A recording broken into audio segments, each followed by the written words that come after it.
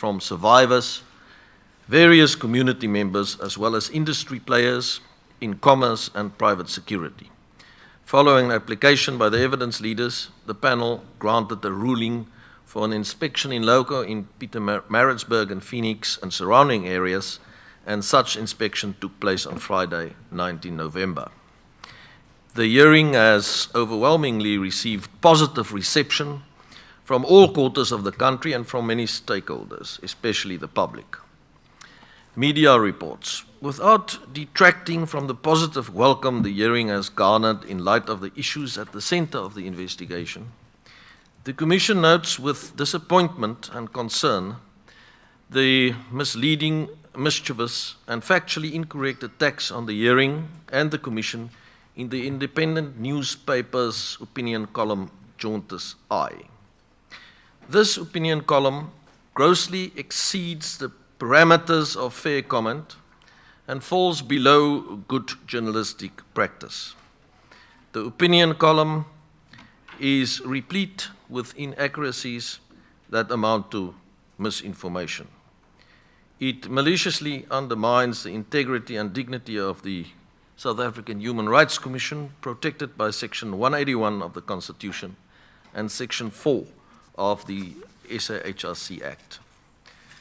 The column seems to be designed to slander and delegitimize the stature of the Commission as an institution and to undercut the integrity of the investigative hearing itself. It is important to remind the media, private institutions, and the public at large that it is a criminal offense to unduly interfere with the Commission's carrying out of its constitutional duties and mandate. The Commission is considering further action in this regard.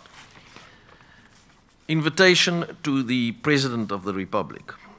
The Commission wishes to place on the record that it has indeed extended an invitation to the President of the Republic to appear in person and tender his testimony at the national hearing, and that such invitation was acknowledged as early as 3 November 2021. The Commission has noted with concern reports to the contrary and appeal to publications and other news sources not to promote any factual errors in this regard. Subpoenas against state officials. The Commission had invited a number of state officials requesting that they kindly appear in person at the national hearing. Following non-responses from a worrying number of state officials, the Commission issued subpoenas on Friday, calling on the appearance of such state officials. It remains unclear to the Commission if such state officials will comply with the respective subpoenas. The Commission is taking advice on the criminal implications of non-compliance with the subpoena of the Commission, especially by state officials who are under specific constitutional and statutory duty to cooperate and aid the Commission in the carrying out of the Commission's mandate. The Commission, the hearing panel has also decided to open the window for submissions yet again until coming Friday, especially to give the opportunity to victims of the looting to come forward and provide submissions to the Commission. We once again would like to call on the public, business, anyone who wants to make a submission to do so on or before close of business 5 o'clock on coming Friday. As mentioned before, let me just also say that the Commission would like to bring to the attention of the public plans still under consideration to extend the national hearing for a period of a week. The envisioned week-long extension would ideally take place in December or January next year, December 2021 or January 2022, and will sit in Gauteng province. This is also a result of some of the state role players who haven't given the cooperation that they should give to the Commission to appear here. Today, as mentioned, we listened to the evidence of the National Commissioner of Police, the KZN and Gauteng Police Commissioners, and then also the evidence of the current Speaker of Parliament, and former Minister of Defense. She has had a death in her family over the weekend, and we want to give our condolences, to offer our condolences in that regard, and we'll also do that when she appears. And on Friday, just for your notice, the premiers of KwaZulu-Natal and Gauteng will testify. Thank you very much. Those are complete the announcements from the side of the panel, and I would now like to give over to the evidence leading panel for purposes of calling as witness the National Commissioner of Police. Thank you very much.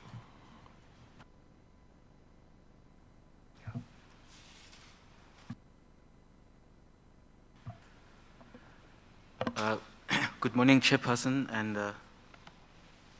the other panelists. The evidence team is ready to proceed. We do note that it's a virtual connection. So we're gonna probably await for the connection to be activated. I'm not sure. It does appear that General Sithole is connected. However, we can just hear from, if they can hear us, we can just get a confirmation virtually.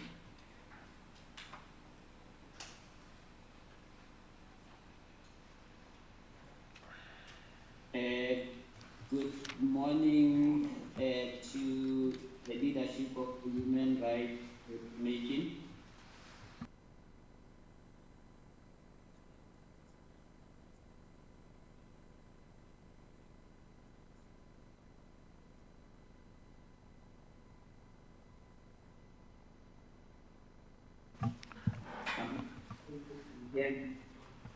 We can indeed hear you, General. Can you hear us when we speak?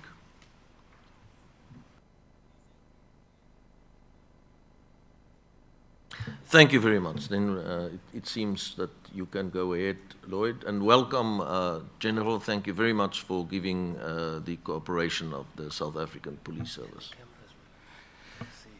Thank you very much, Chair. May I just humbly request the General to activate his camera so that you could see him? And thank you very much, General. And then, Chairperson, I guess you can proceed with administering the oath. Yes, thank you very much. Once again, welcome and thank you, General Sithole. May I ask you, are you willing to take the oath, or do you want to affirm the truth of your evidence?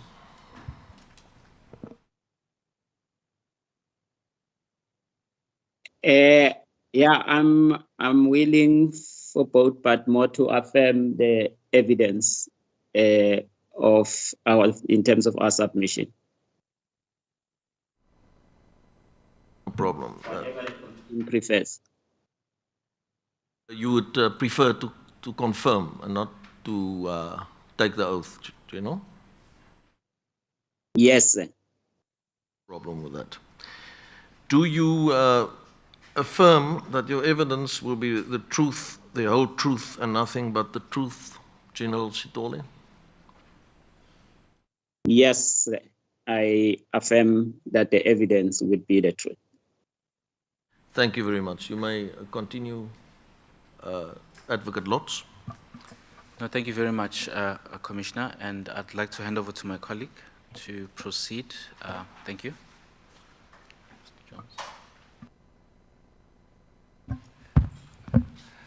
Good morning, National Commissioner. Good morning, sir. Thank you for cooperating with the Commission. We do understand that you are in Turkey attending an Interpol conference. We really appreciate that you could be available today for this important hearing. in the terms of reference that the Commission issued, the hearing panel is specifically required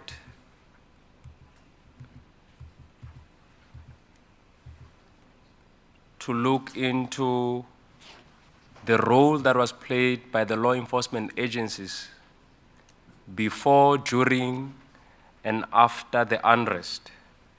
The questions that will be posed by the evidence team will be linked to the terms of reference,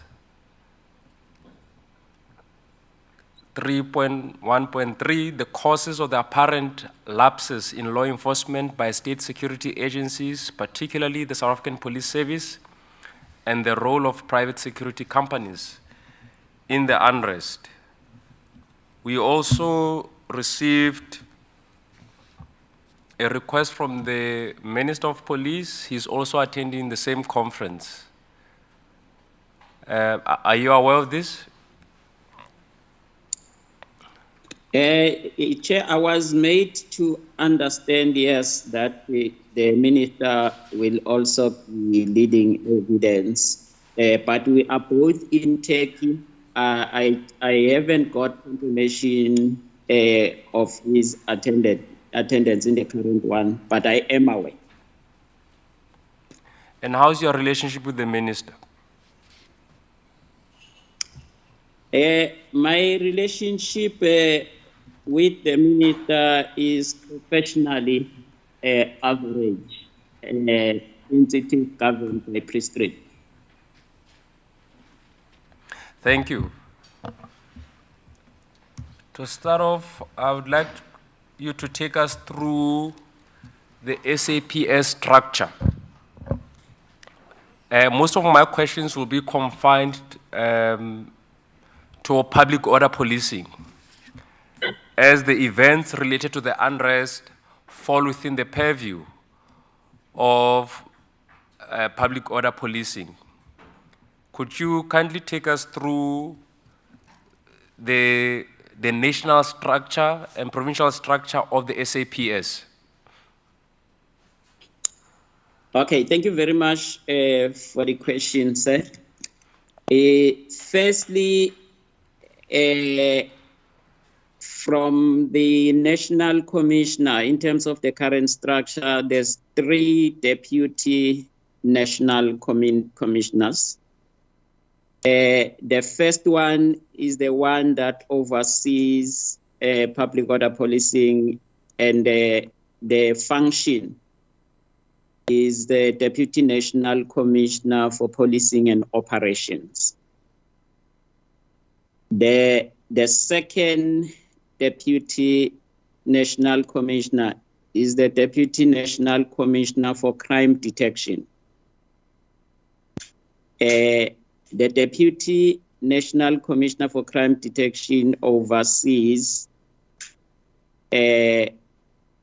detective services, forensic, and crime intelligence.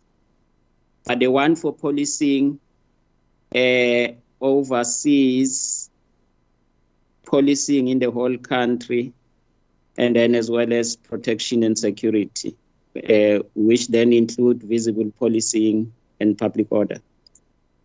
Then the third deputy is the Deputy National Commissioner for Support Services. She is responsible for the whole corporate support leg of the organization, where all the support services components, supply chain, legal services, and the HR component are reporting. So that is the 3 deputy structure. Under each of these structures, there's then divisions, which are headed by divisional commissioners. The current division where public order policing is resorting I think, is the Divisional Commissioner, Visible Policing and Operations. After the structure has been reviewed, and then in total, we move from 14, now we are at 9 divisional commissioners in total. If we go down to provinces, we've got 9 provinces which are led by provincial commissioners. The 2 provinces, obviously, one KZN led by Lieutenant General Mkhwanazi and Gauteng led by Lieutenant General Mawela. We also have a function of public order in the provinces, resorting as one of the provincial functions. But the bigger national resources, I think, are kept at national, especially what we call the level 3 support for public order. The majority or the bigger part of the function is that of level 1 and 2, which provide for public order at police station level, working together with the metros. So this is how I can give the overview of the structure, but then there is a breakdown of the different structures, both at the level of national and as well as the provinces. Maybe I can dose it here unless you want more details. Thank you, Commissioner. How many units do you have nationally? Public order policing units? I'm sure the more detailed information shall be given by the Deputy National Commissioner for Policing. But I can give you the total strength in terms of both national and provincial units, which is currently at 5,005 members. But the main unit is the national unit.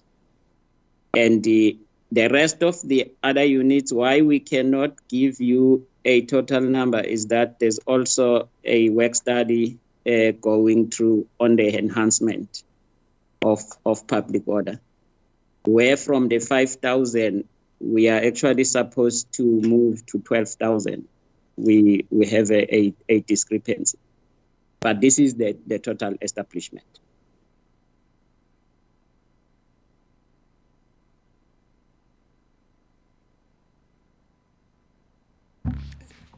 Do you have any reserve units that provide support to public order policing? Yeah, let me start by saying, sir, one, since at the level of police stations, we have the level 1 and 2 capacity. The level 3 is always kept standby ready to complement level 1 and level 2 at any area. If, say, for instance, a situation at any given police station area escalate to level 3, I think we do have that capacity at both at provincial and national to deploy with immediate effect. But then again, we have a reserve capacity that we keep at national in order to provide support in terms of an outbreak. That unit is also linked to the contingency plan. But currently, due to the crisis shortage, we are struggling with that reserve capacity. Thank you.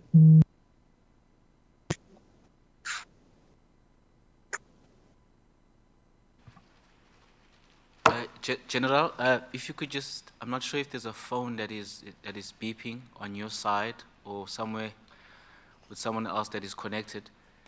Perhaps if you could just get that to be on silent or switched off. I think it's just disturbing the connection.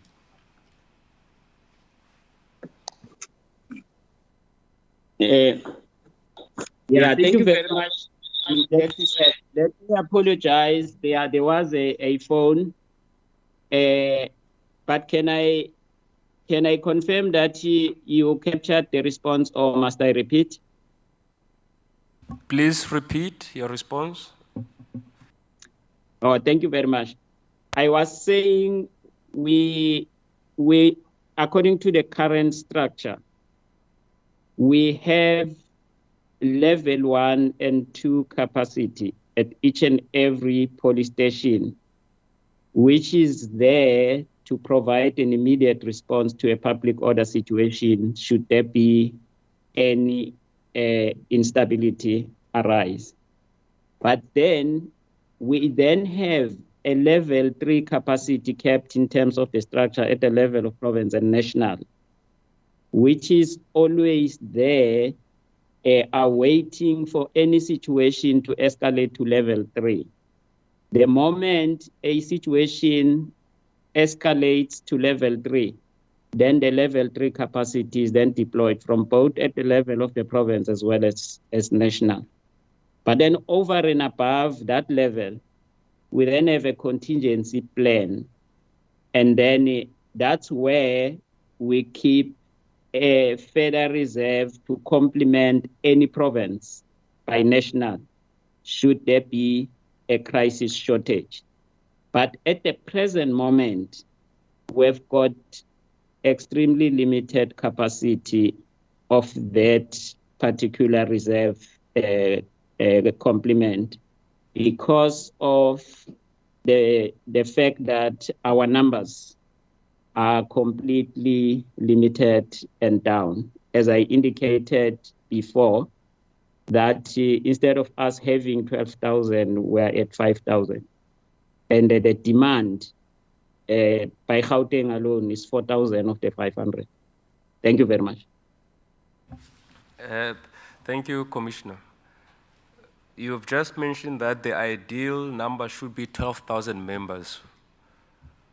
So Yes, you are sir. in essence agreeing that you don't have sufficient capacity in this very important unit that's tasked with managing gatherings and crowd management. I am agreeing, sir, and we are actually presently working on building that capacity.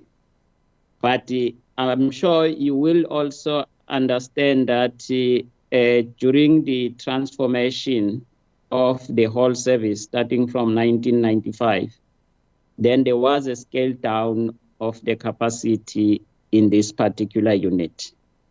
And it did not only affect the numbers of personnel, it also affected capital resources, which will include your planes, your nyalas, and other related. So at the present moment, we are in a rebuilding process.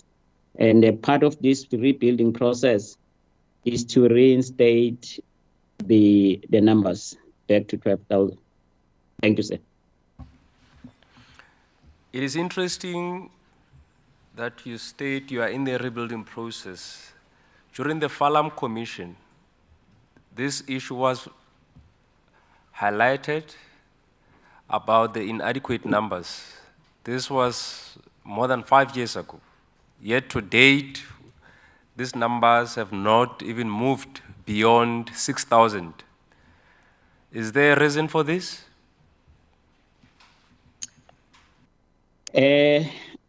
I think we were able to add numbers, but obviously far from being close enough.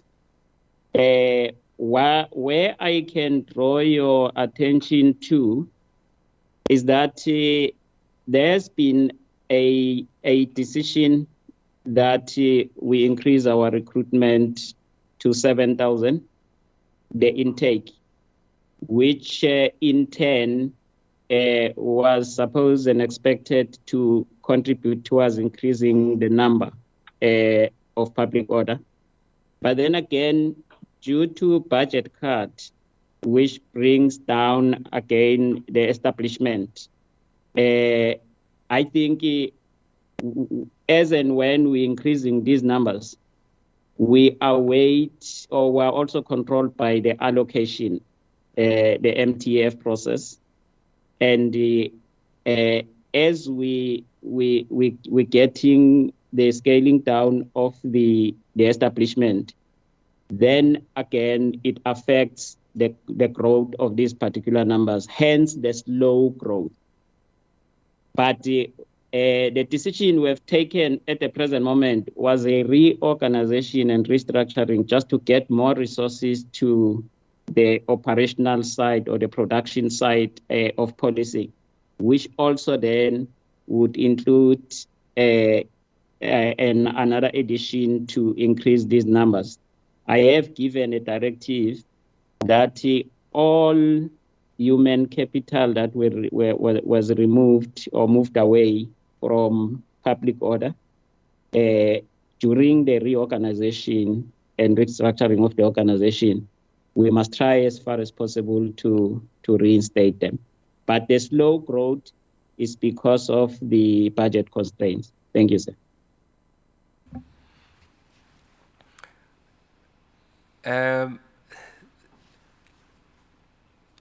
If there were to be another unrest tomorrow, would the public order policing unit be able to manage the unrest, given the low intake of new members due to these budgetary constraints? Would you be able to manage an unrest of the scale we witnessed in July? Yeah, so let me put it in this way, to say, one, it will depend on the modus operandi approach, what type of modus operandi is being utilized, but from the readiness of the organization, I have established and operationalized a modus operandi analysis center so that we know and understand the modus operandi. Because what I can add to this recent unrest is the fact that it was not only a physical process, but there was also the use of technology, which lifted the modus operandi to another level. But then secondly, I think we also then were focusing on the enhancement of the activation plan. And the activation plan has been extended to link the broader, that is security forces, which will, on the other hand, include force multipliers, and then in the form of metros working together with the police. We have also decided to enhance the reservist capacity to introduce a reservist personnel plan to complement the force multiplier approach. The migration of police resources in the form of human capital from the macro function to production level is being enhanced. With all these efforts at the present moment, we would have enough resources, including the corporate renewal of crime intelligence, in order to intensify the capacity of collection and as well as enhancing on the proactive side of intelligence, then I can give then the assurance that yes, we can be able to provide a response, but we still obviously need to continue with the growth of the organization because we must contend with the growing population and the rapid changing profiles of stations. Thank you, sir. Would you agree that public unrest is a crowd management issue?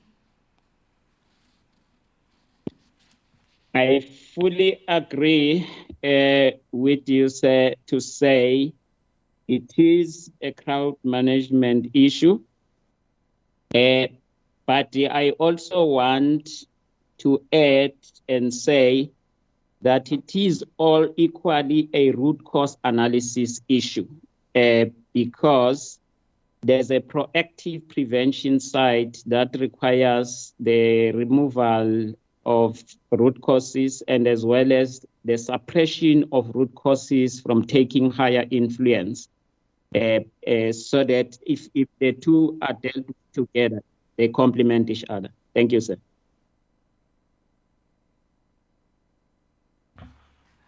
Thank you. So, in your view, what is the difference between a planned gathering and a spontaneous gathering?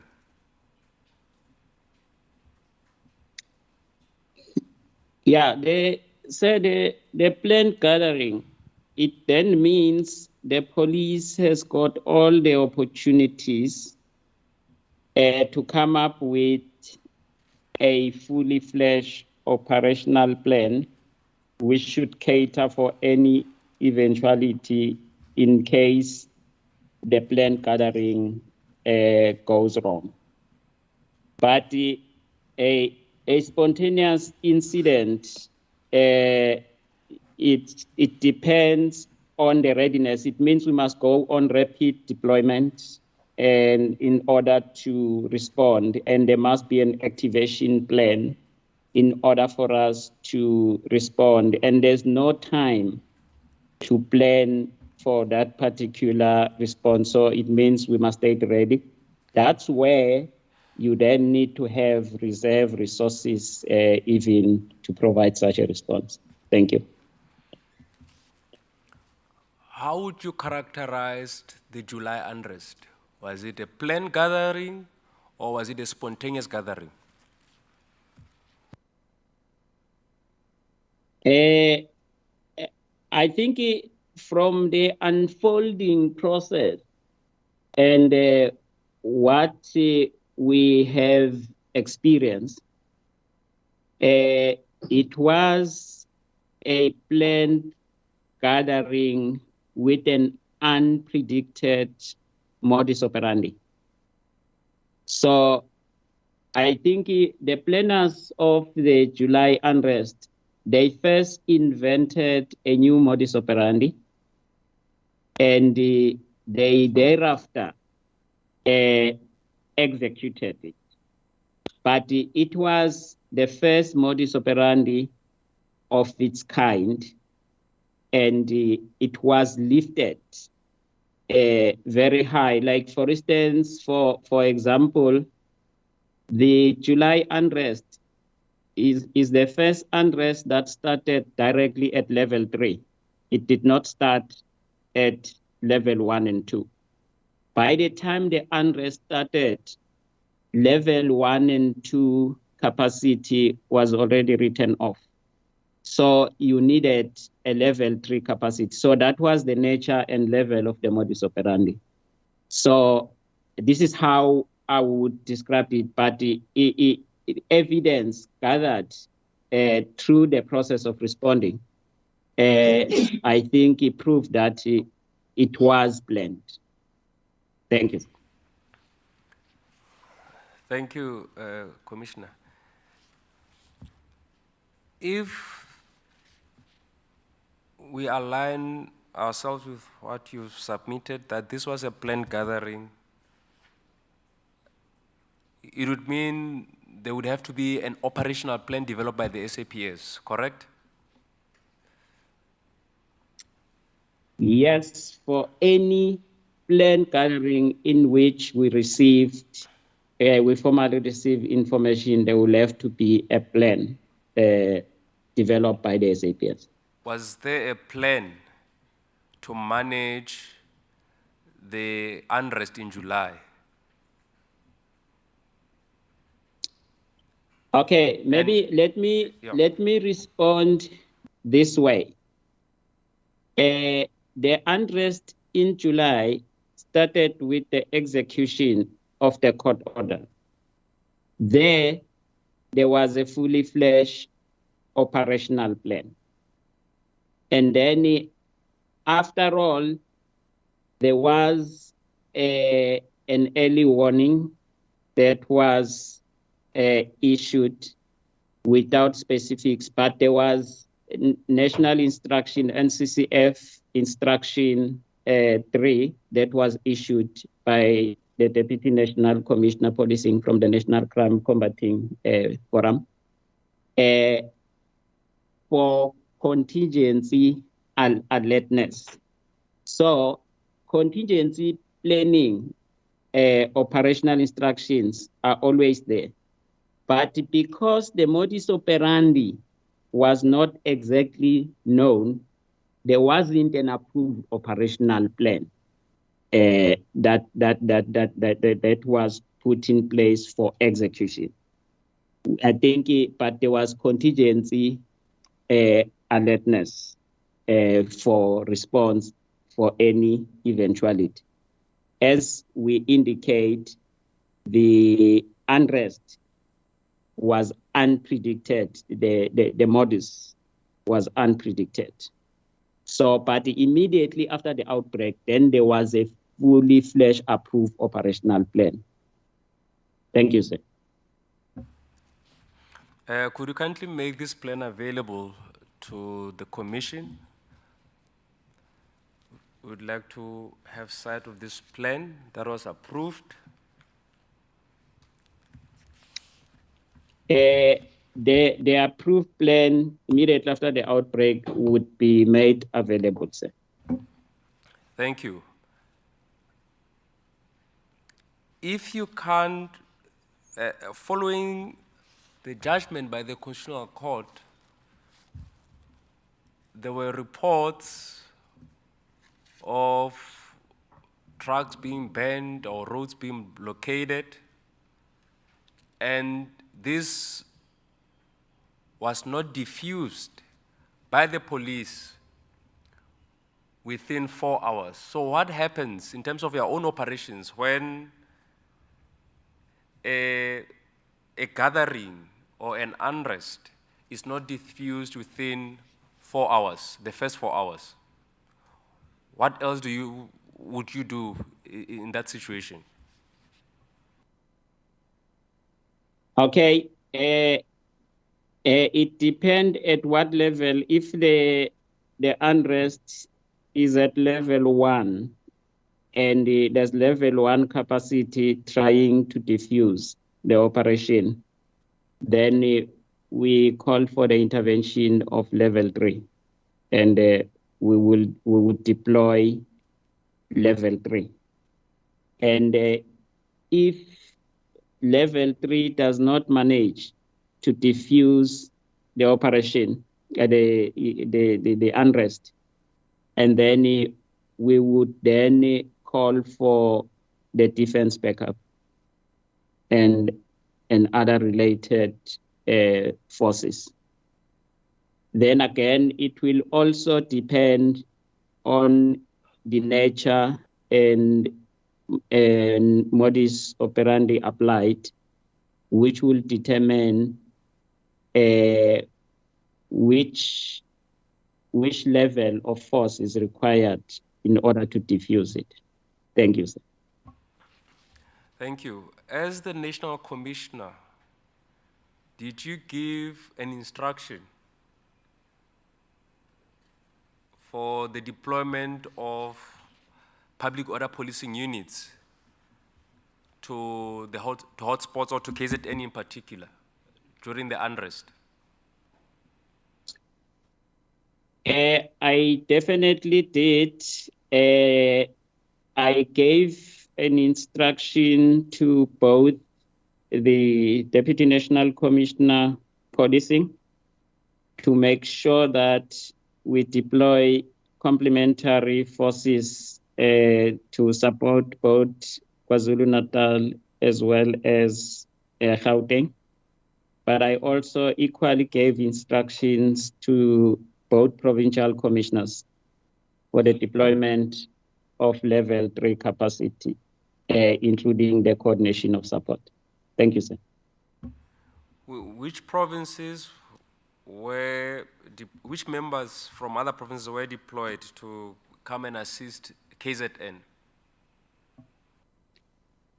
I think there's a national complement which was deployed from national, but when we also refer to a national complement, if one province is in a deep crisis, we also go to an extent of taking other public order resources from other provinces. But it suffices to say additional public order resources were taken from national and deployed to KZN. How many members were deployed and when were they deployed to KwaZulu-Natal? I think the detail of the figure will be given by the Deputy National Commissioner Policing, but I know of an additional 1,000 members that we ordered to be deployed from the reserve, so that we maximize KZN. But there was also an alternate deployment demand between Gauteng and as well as KZN controlled by the incidents. But there were additionals. I think the details can be given at that final level. Yes, this, please share this with us. This can be through a written submission. We need to know how many members were deployed. Do you perhaps know when? When were they deployed? Yes, I think in the submission, I can give you, and as well as the date and time on which they were deployed, because I remember I gave an instruction that let's even use a support to provide such support to KZN. Did you convene a National Operations Center meeting as the National Commissioner before and during the unrest? The type of a meeting I convened was an operational meeting with Deputy National Commissioner by virtue of the demand of the situation. I think firstly, I convened with Deputy National Commissioner, policing, dealing with the deployments, but given the fact that there was a crisis of resources, I was also then at the same time compelled to convene with the support that it structures, like for instance, the Integrated Resource Committee.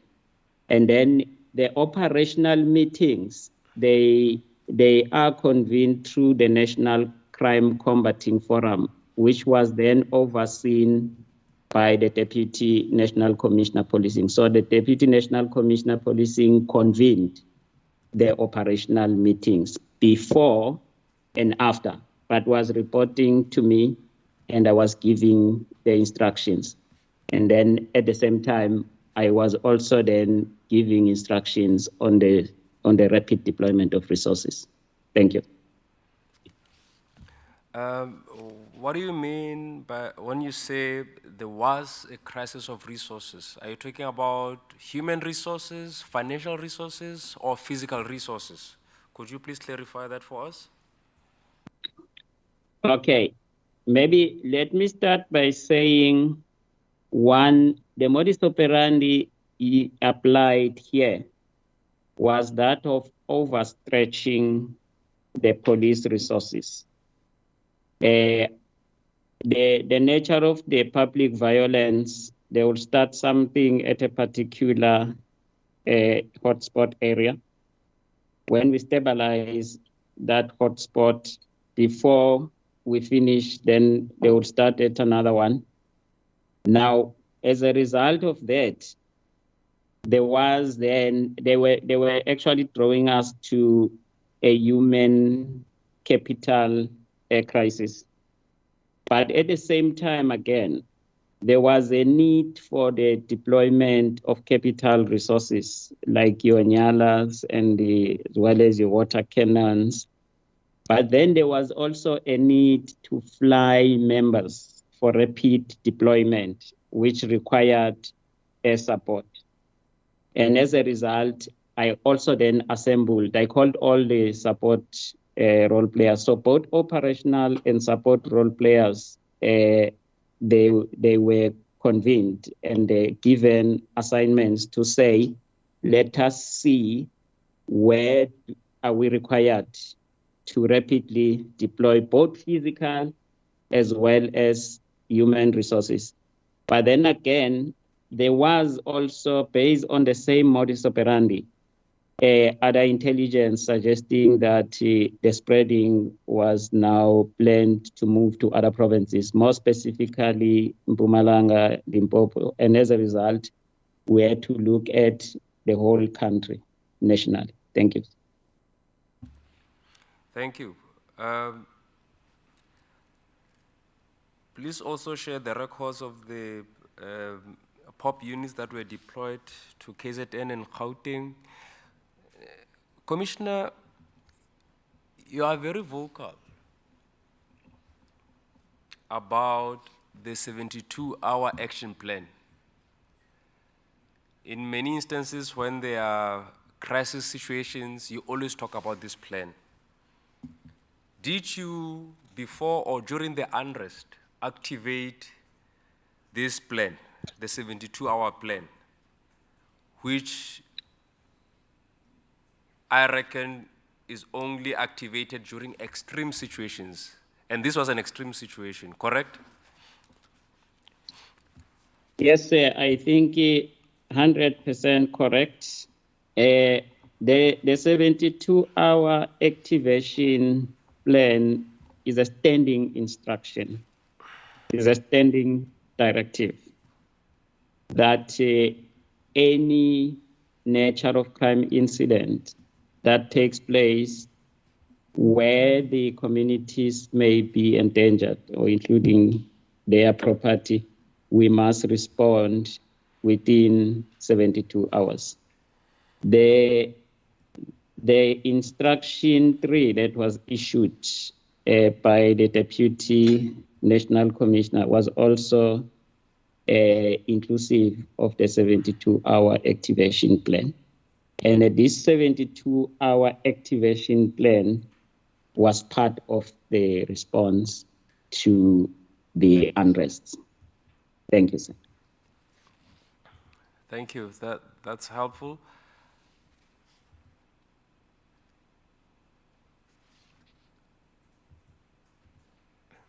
And as the National Police Commissioner,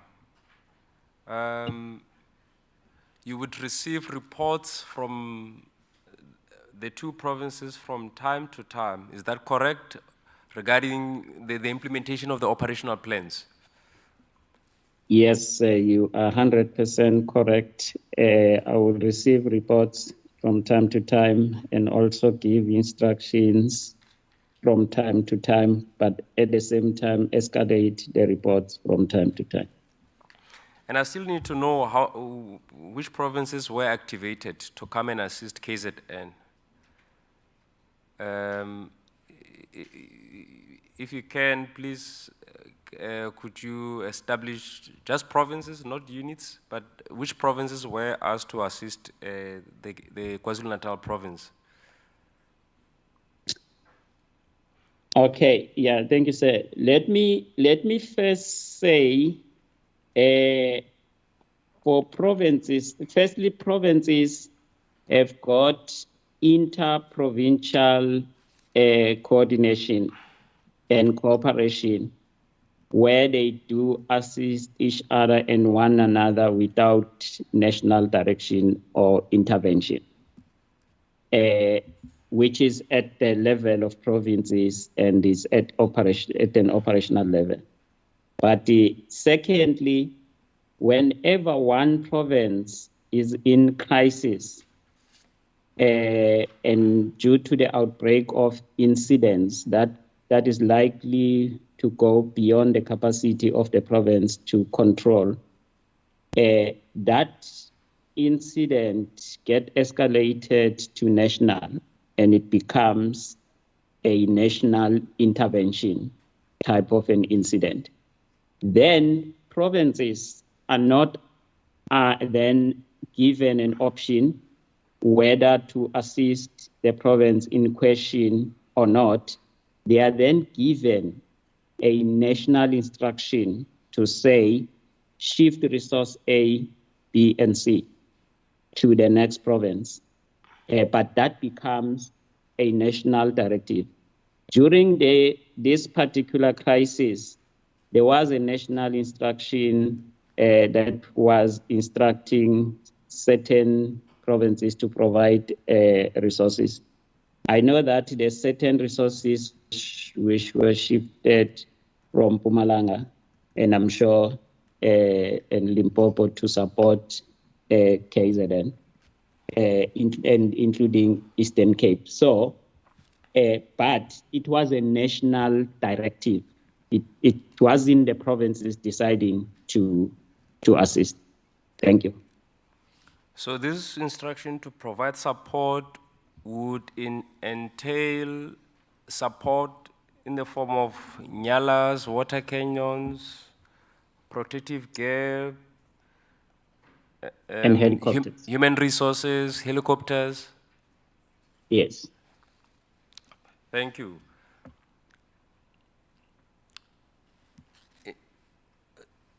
Could you also clarify this?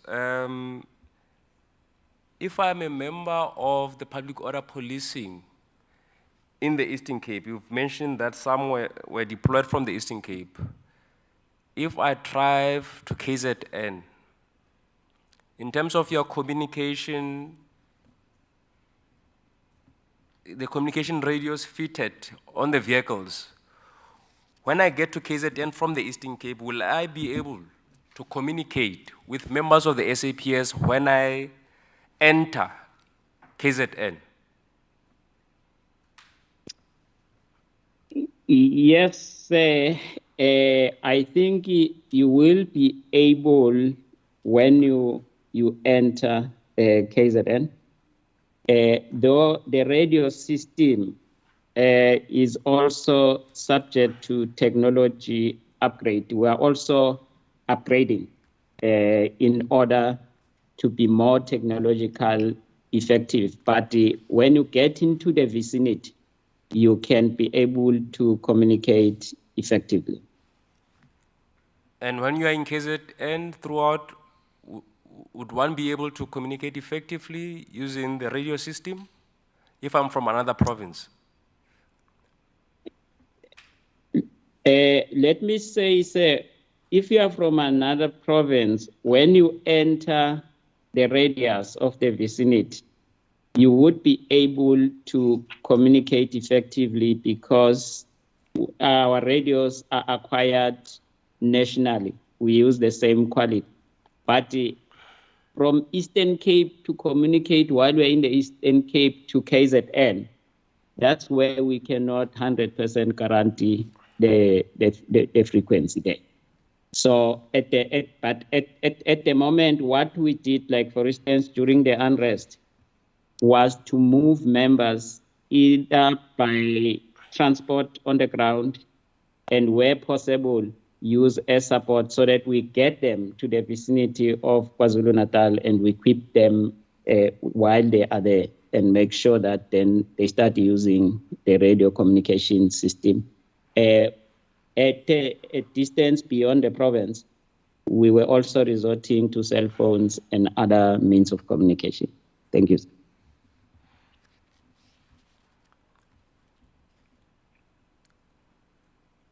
Well, the information we have is to the contrary, that your system is unable to synchronize communication. That as a police member, when you enter KZN, or when you're in KZN using a vehicle from another province, you're unable to communicate with other members, and hence the lack of coordination throughout the unrest by members of the SAPS, even those who were deployed from other provinces. Was this identified in the operational plan, that it could be one of the risks? Yeah, I think as I have explained to you, sir, our radio communication system is on an upgrade at the present moment, and whenever we design any responsive operational plan, that is always indicated an alternative measure of communication, like also correctly explaining to say where the radio communication has got limitations, we then resort to the use of cell phones. But the whole radio communication system of Saps, it's under upgrade at the present moment, and we are working on improving it. There's other areas which are a little bit ahead of the others. Like, for instance, the Tetra system was implemented in 2 provinces, and we want to extend it to all other provinces. But the alternative is between the use of other communication means backing up the radio communication system.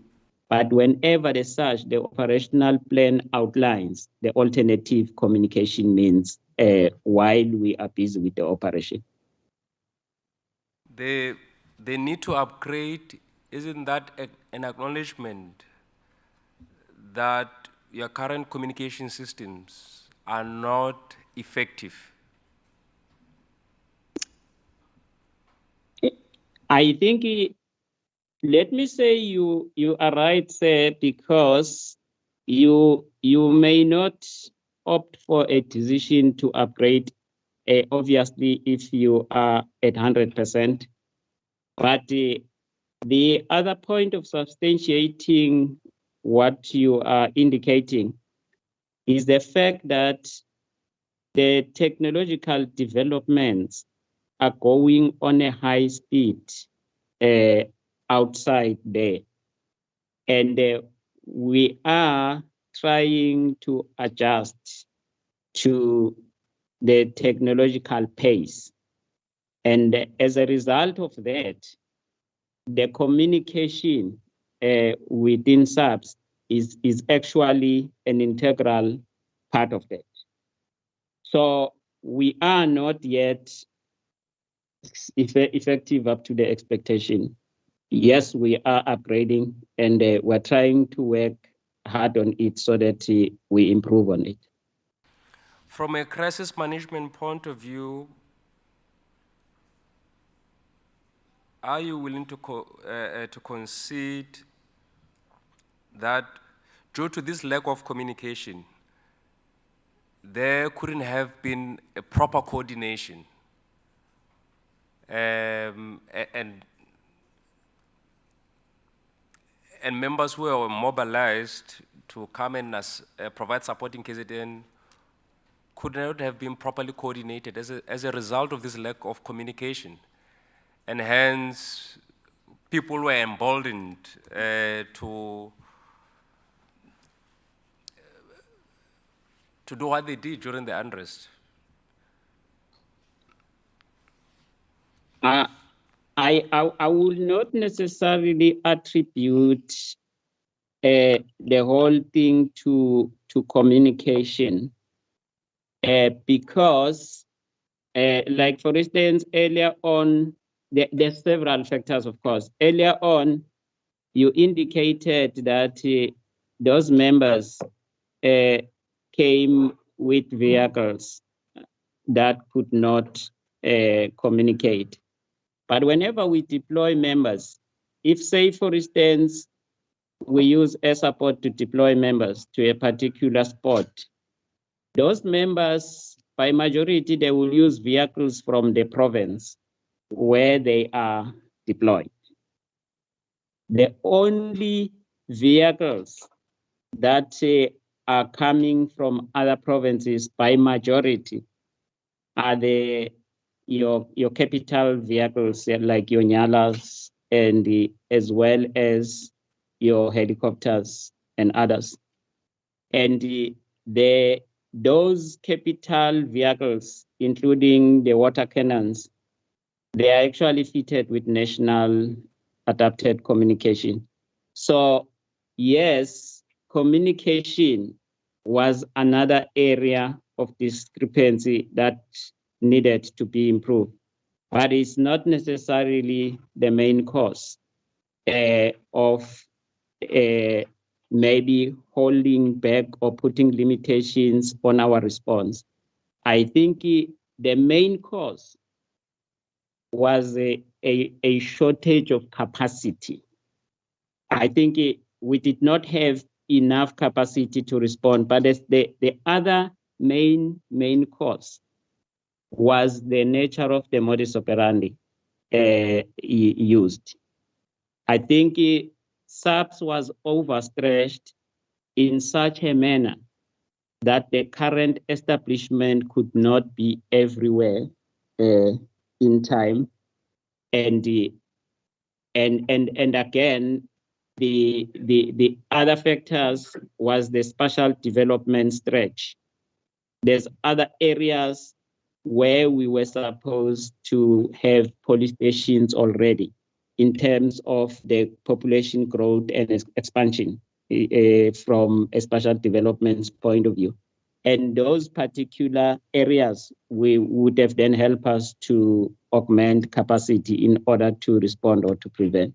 But I think I will not differ with what you have mentioned, because communication was also not at 100%.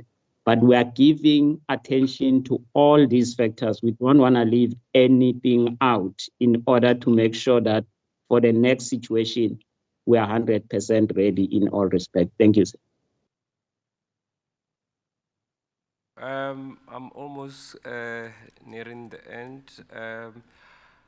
I would also like to know if, in terms of resources,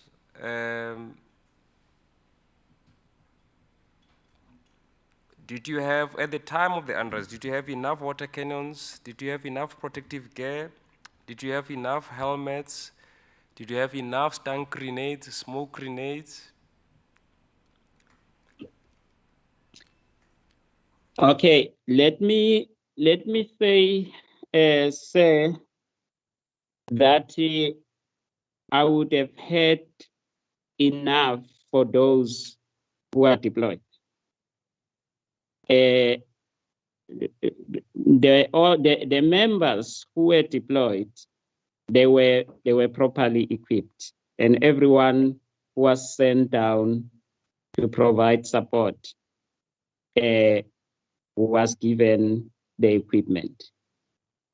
But we needed to have more members, and if we had more members, we would have had more stun grenades, more protective gear, and I think our presence and as well as our pressure would have been felt in a quicker way.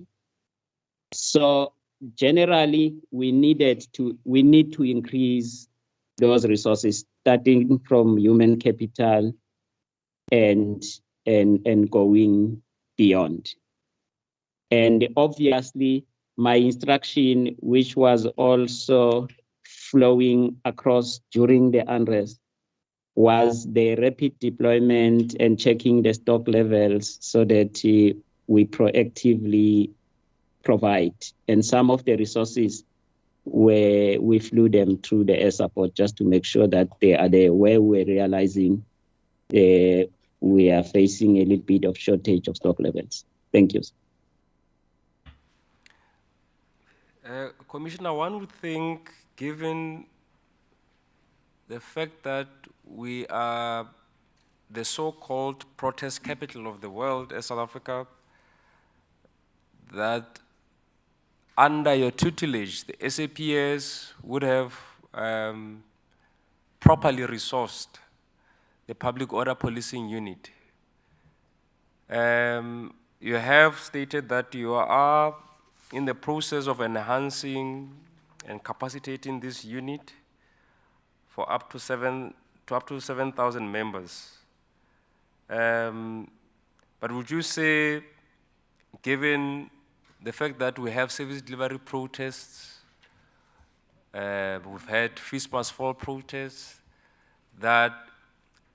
and given the fact that we are the most unequal society, some of these occurrences in July could have been foreseen, given the sentiments that were expressed outside the homestead of the former president, that you could have been better prepared to quell the unrest?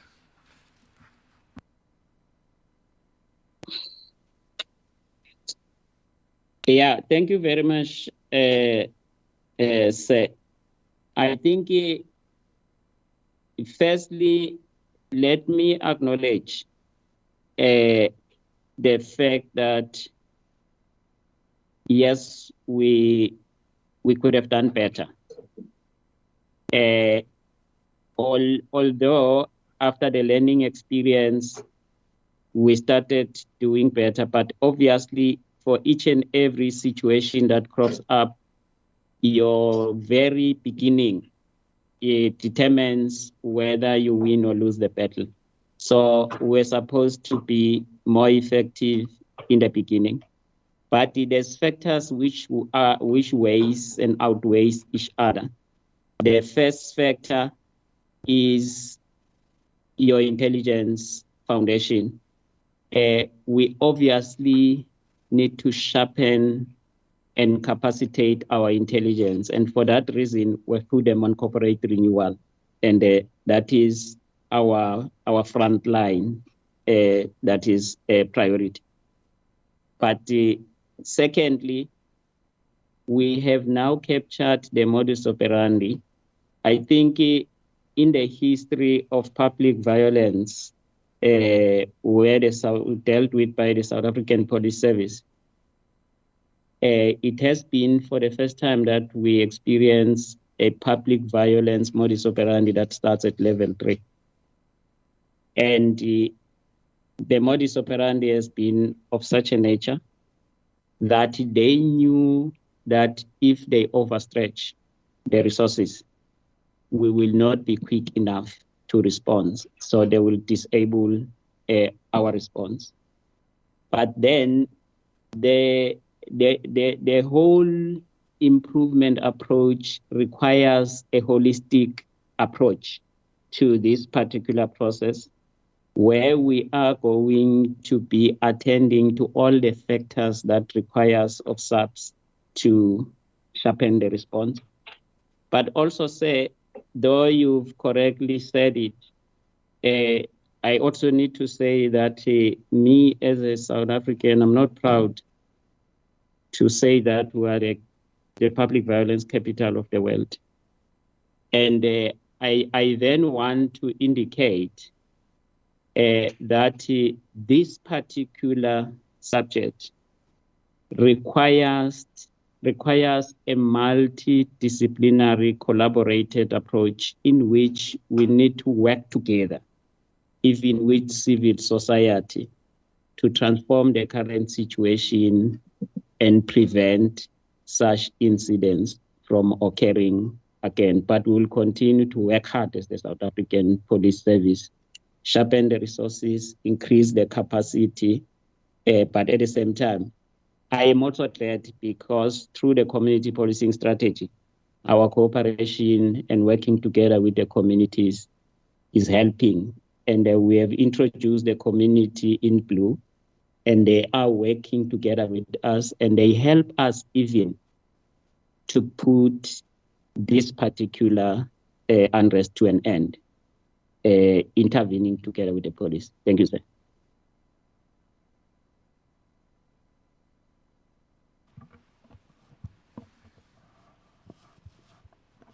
Thank you, Commissioner. I've just got maybe one or two questions for you.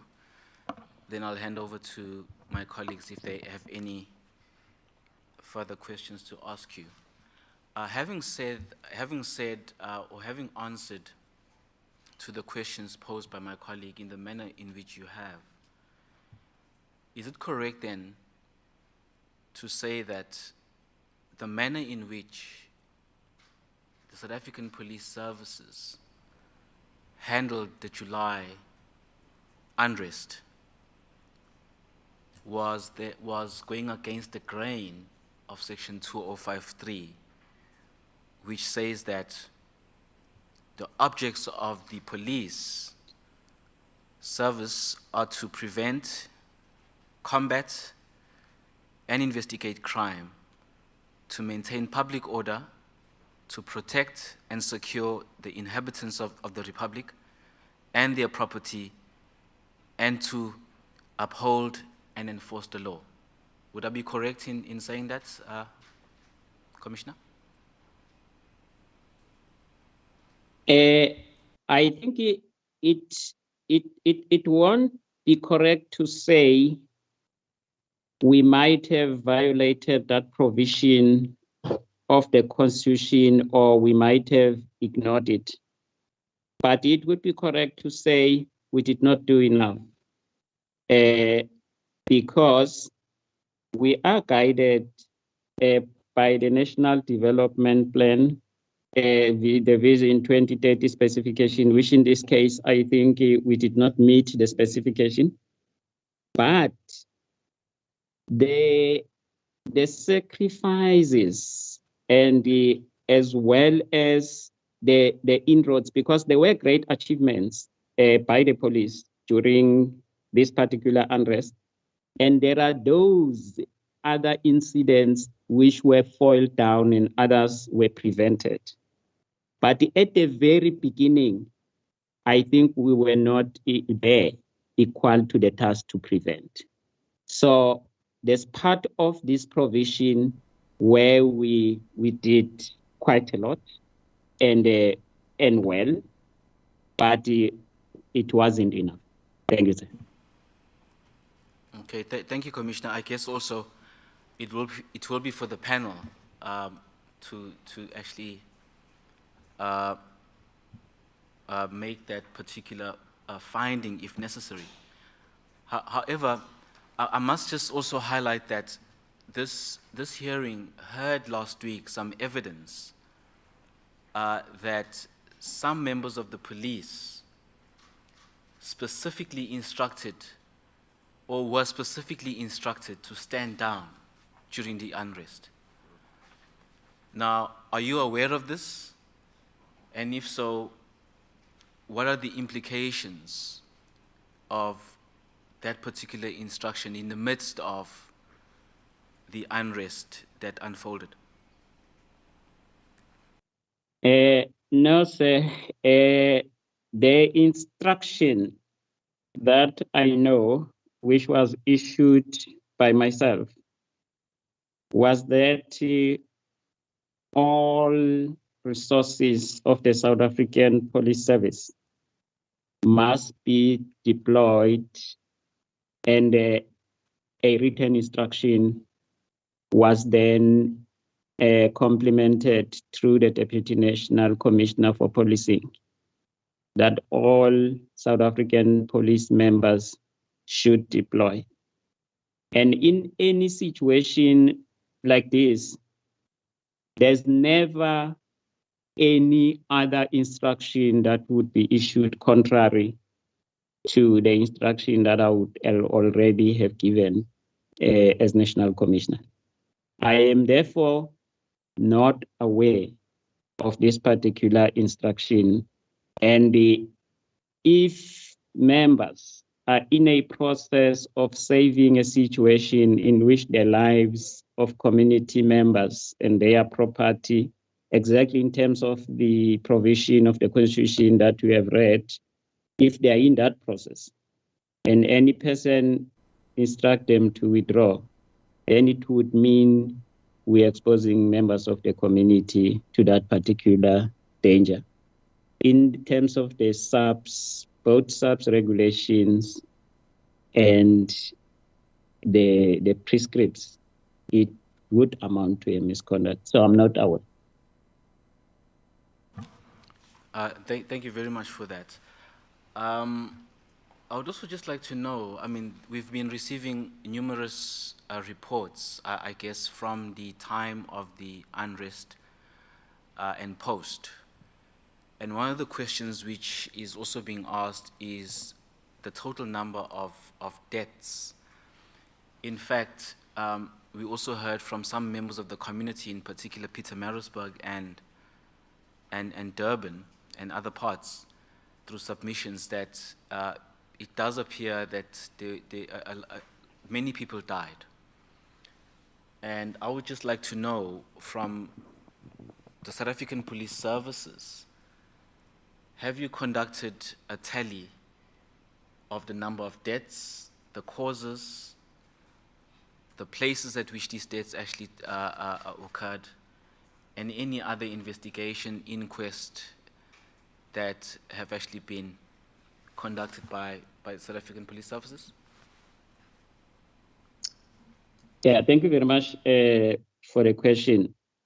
The first thing that I can confirm is that the inquest processes or investigations are not yet completed. They are still in progress.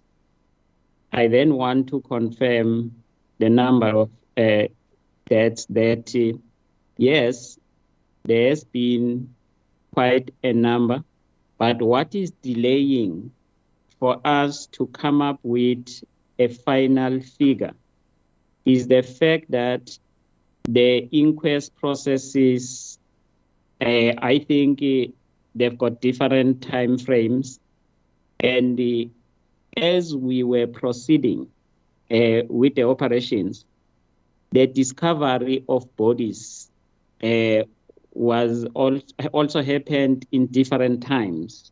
Like I remember, for an example, there's 6 bodies that were found in one mall roof in Tembisa. So before we could confirm the deaths, they had to be taken through the post-mortem process. But a final report can be made available even to the commission. So the process is on, and the investigations, as you have asked the question, they are on and they are led by the Deputy National Commissioner, Crime Detection. Thank you, sir. No, thank you very much, Commissioner. I'll just check with my colleagues if there's any further questions. Thanks. Yeah. Thank you, Commissioner, for the opportunity, and thank you, Mr. Sithole, for the evidence you have given thus far.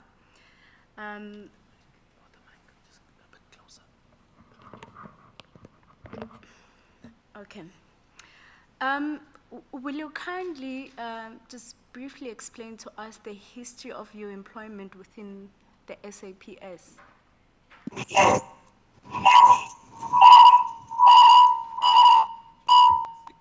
The history of my employment. I think I was employed in the service on the 9th of April, 1986. And I joined the service as a student. I went to Amaskral in June. I graduated as a constable in December. I served until in 1987, I became a lung surgeon. And in 1988, I became a lieutenant. And in 1990, I became a captain. Then in 1994, I became a lieutenant colonel. In 1995, I became a brigadier. And in 2000, I became a major general. And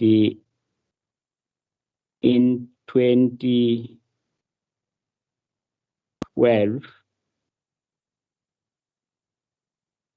I became a lieutenant general and provincial commissioner in the Free State. And obviously, in 2017, on the same date as today, I became the national commissioner. But during my career, I served for 13 years in the support environment. And I served for 18 years in the operational environment. I became a deputy commissioner at provincial level for both support and operations. And I became a deputy national commissioner in the operational environment before becoming a national commissioner. To date, still a national commissioner. I'm not sure whether there's any more detailed information, but I obviously wrote strategies at national level and some of them at international level, and some won international awards with the United Nations organization. And even currently, I'm busy with those at an international policing level, and also chairing at Subco level. Thank you. Thank you, Ndade. In other words, we can take it that you are... He's on hold. Can you hear me?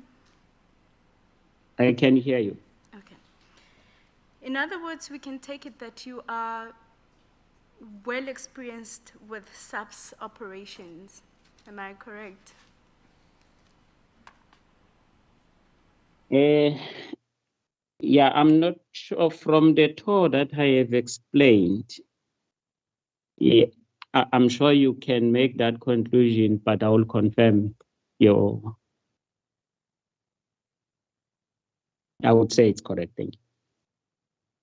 And when you say that you will confirm, I mean, from 1986, right, we've been within the system of Saps as you started as a student. So you must be quite versed with each and every operation, if I can put it that way.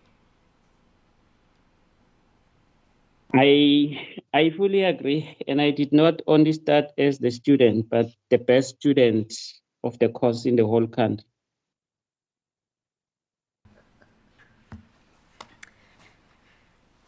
Thank you, Ndade.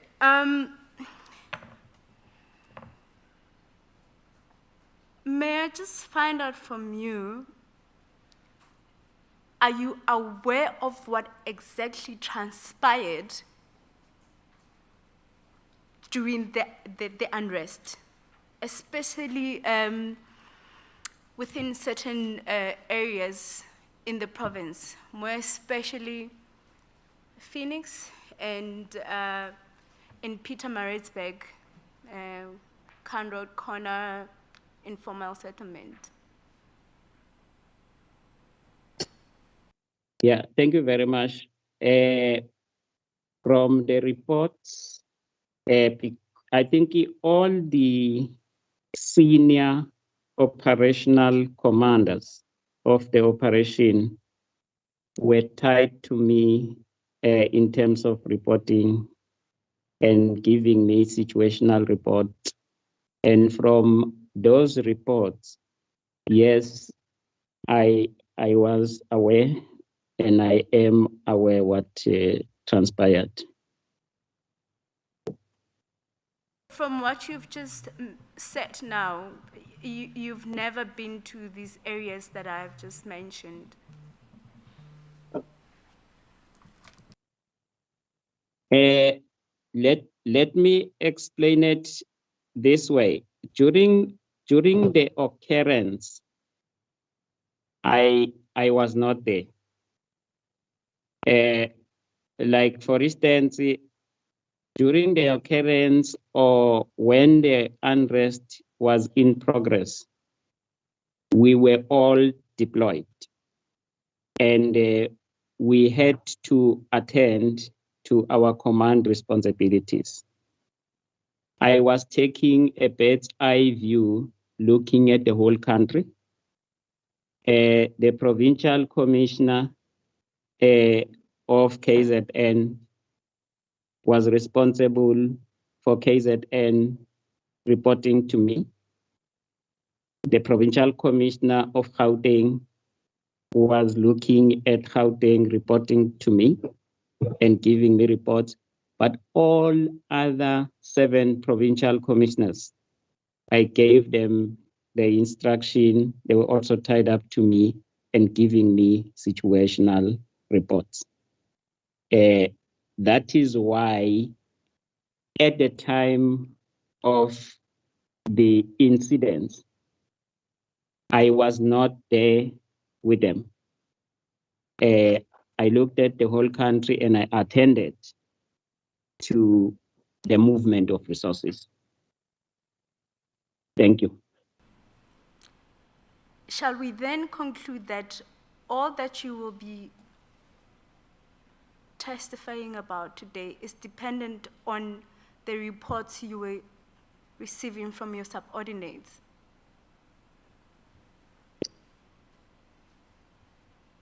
Yeah, let me explain it this way. I think the procedure we follow for any incident that happens, you receive and rely on first-hand information that you get. But there are processes in which you follow them to verify the information that you have been given. If there's no time or if the situation does not allow you during the occurrence, then you do it after the occurrence. But I did receive reliable reports, and I also dispatched even the deputy provincial commissioner, the deputy national commissioner, to be on the ground. Like, for instance, I deployed him in KZN and at some times, and then in Gauteng. But I was then also closer to Gauteng. So I did receive reliable information, and it is verified information. And I did meet with both the provincial commissioners and as well as the Deputy National Commissioner. Thank you. Yes, in other words, all that you will be giving testimony about mostly today will be dependent on the reports, these reliable reports that you received. As you said, mostly, yes, but there's various other ways of verifying the reports, which has been followed operationally and otherwise. I understand that you said all of you were deployed. Did you at some point, or did you deem it unnecessary for you to come over to KZN so that you can see for yourself what actually transpired after the unrest, not during the unrest? Yeah, no, I did go to KZN after the unrest, including recently. I went to KZN, and for the sake of what transpired in KZN, I also decided to launch the National Festive Plan operation there. So, and I've also been to Gauteng, but I could not go to KZN and both in Gauteng during the process of the unrest. How soon after the unrest did you come over to KZN?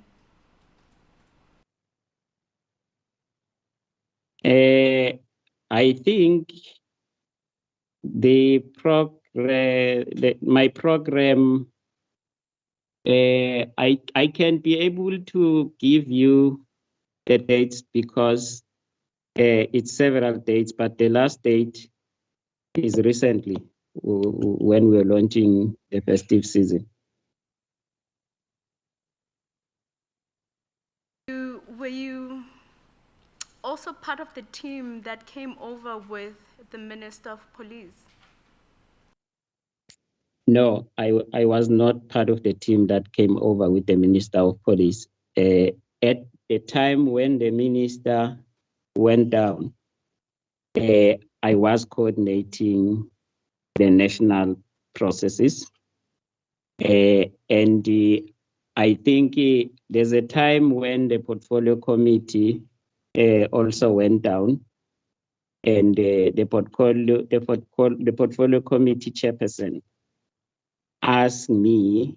I know I was then busy again coordinating. Then she asked me to send a divisional commissioner to go down. So the divisional commissioners were there to assist them. So I was not there with the minister. I was attending to other processes relating to the unrest at that particular time. During your visit then, did you give yourself an opportunity to interview some of the people who are affected by the unrest?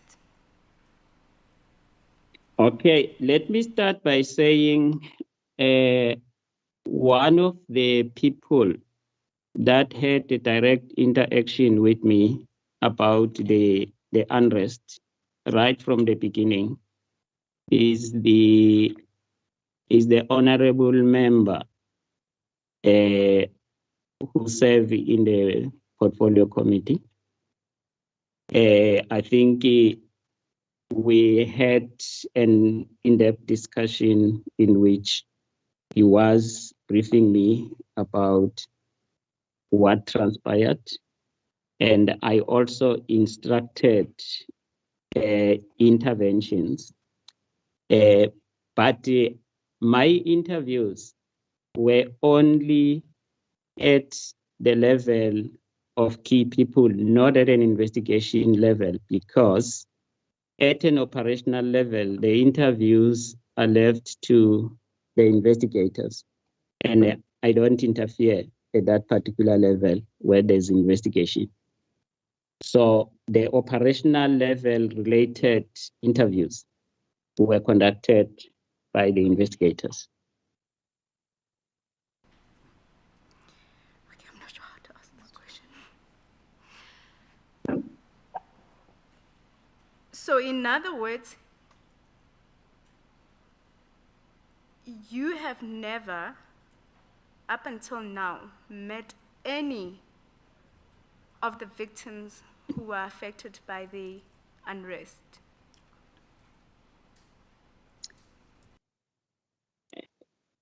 Let me explain it this way. Once there's an investigation in progress, I don't tamper with the affected. And once there's an incident that affects the community, I do interact and interface with the relevant structures. Like as I have explained to you, the honorable member, the community policing structures, and other prominent organizations dealing with that. But I do not interview people who are subjected to investigation. I do get reports with regard to the progress of the investigations. But should there be any of the victims who need to speak to me directly or to interact, I do open that door. But I wouldn't tamper with investigations. Okay, I'm not sure if I really understand what you are explaining to us, but are you telling us that the main purpose you came over was to establish from only Saps what actually transpired during the unrest? In other words, your inquiry was one-sided, if I may put it.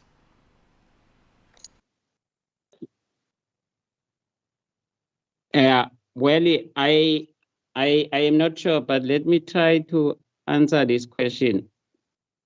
When we went towards the end of the unrest, I did what we call a community policing activation plan. And we do have a community policing strategy. The community policing strategy deals with community interventions. And those people, they represent communities in the whole of South Africa. And then again, the member of parliament has been representing the people down there on the ground. So I did listen to the police. I did listen to the side of the community through the community policing processes. And I did listen to again the voice of the communities through the parliamentary process, which was the honorable member who called me and we interacted. So maybe I can respond to the question to say I did listen to both.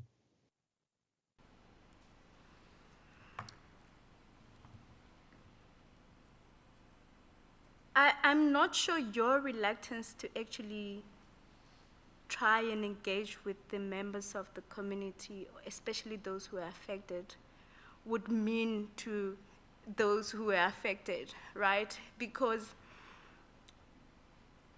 the Minister of Police actually went out of his way to come and speak to members of the public. Not that he interviewed each and every single person who was there, but he came and became visible to these people who happen to have been affected by the unrest.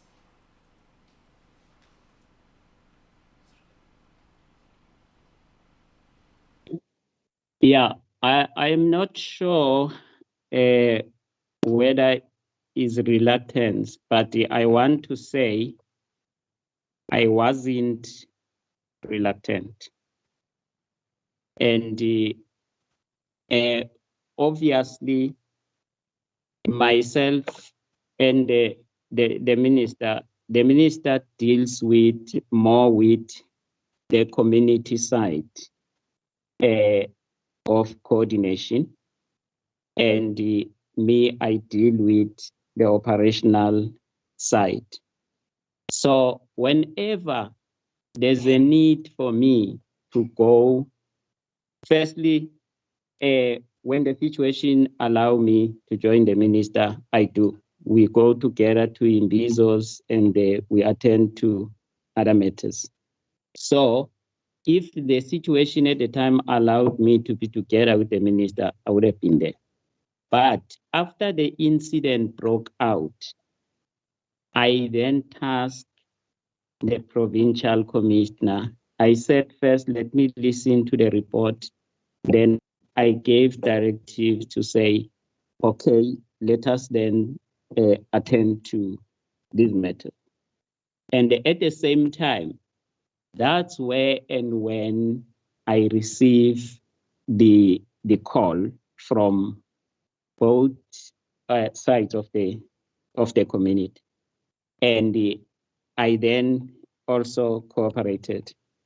But if there was a view that I needed to go and speak to the affected, I wouldn't have been reluctant. So it's not reluctance, but that is what I did at the time for me to hear both sides of the story in order to have a balanced report and also make sure that Saps interventions address both the criminality and we work together with the community to stop such incidents from happening again. I understand that you say you won't call it reluctance, right? But I would submit that your reluctance to actually interfere with the investigations, like you put it, would seem or would make it clear to members of the public that you have no idea of the magnitude or the impact this unrest actually had on some of the victims.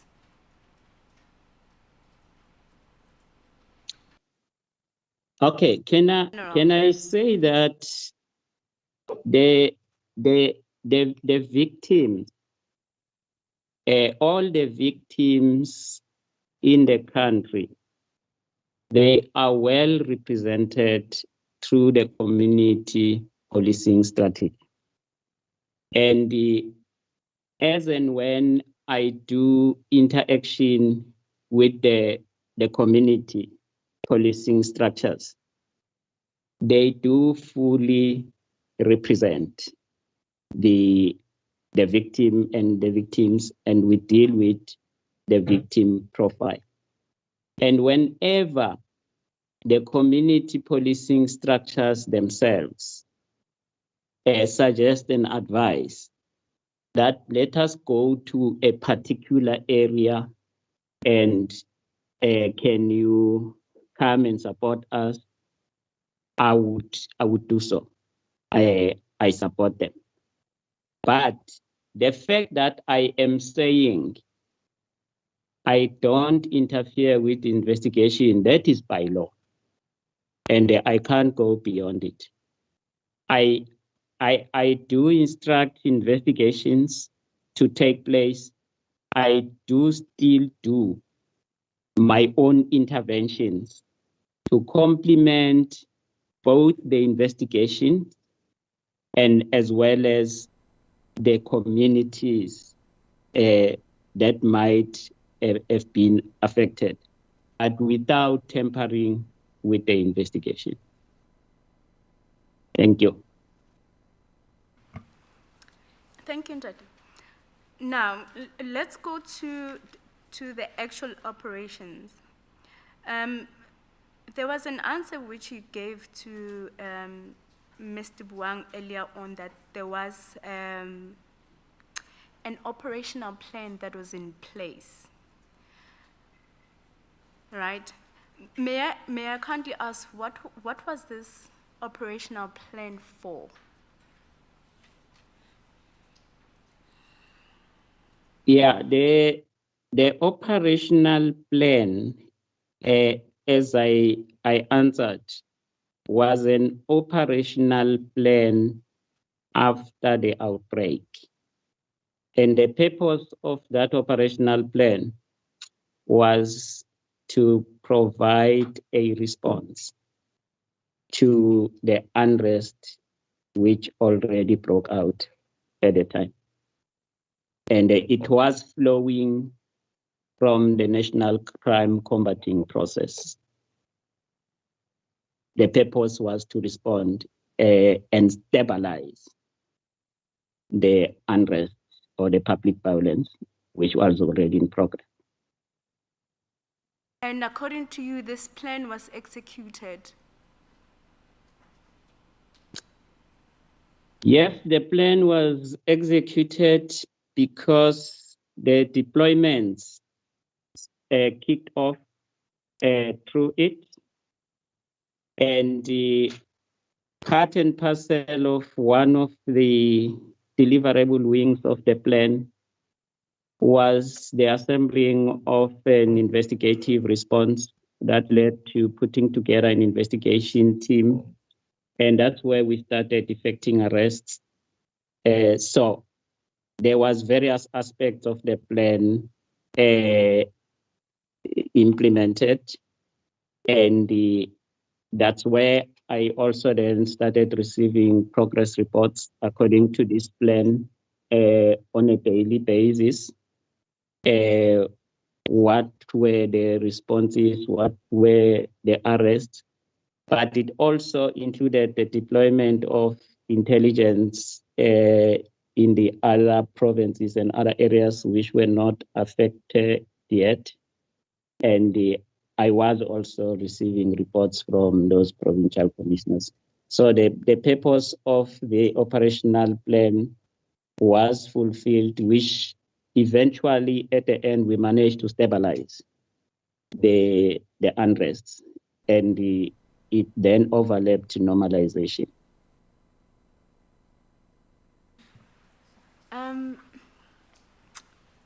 Commissioner, I'm told that I'm actually left with a few minutes, and unfortunately I still have more questions. Can the Commissioner just give us directions as to what do we do?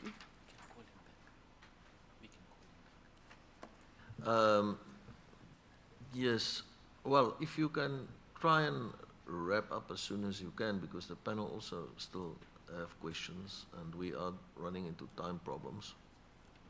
Unfortunately, I can't wrap up now because I have questions, Commissioner. What would you suggest from the evidence leader side? Yes, can I come in?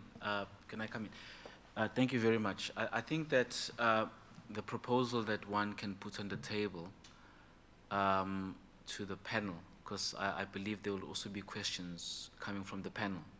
Yeah. And we wouldn't want it to be rushed. I know that we had scheduled this time with the hope that we'll be able to to take through the Lieutenant General, through all the questions and issues that we want to traverse with him. And the proposal then would be, if we could get a sense from the Lieutenant General or the National Commissioner, if he would be amenable for us to, have another sitting to finish off the testimony, so that nobody is rushed and we can sort of get all of the answers to some of the important issues that we still need to deal with. So that's the proposal, Chair, and we are in your hands. And of course, we can get a sense if that is possible. Yeah. No, I think that is a sensible suggestion, General, that you make yourself available on another occasion. I think we would actually have some time available at this point in time tomorrow, which is Tuesday, Wednesday, or Thursday. I'm not sure what your schedule is there in Turkey, but can you perhaps give an indication as to your availability at some point in time, whatever time that might be, on Tuesday, Wednesday, or Thursday? Is it possible? Chair, firstly, let me just start by saying I want to give full cooperation and full support to the committee, because I listened to the earlier remarks by the chair, and the outcome of the commission's work is also going to assist the South African Police Service to change certain things. But Chair, I'll just respond in the form of a request.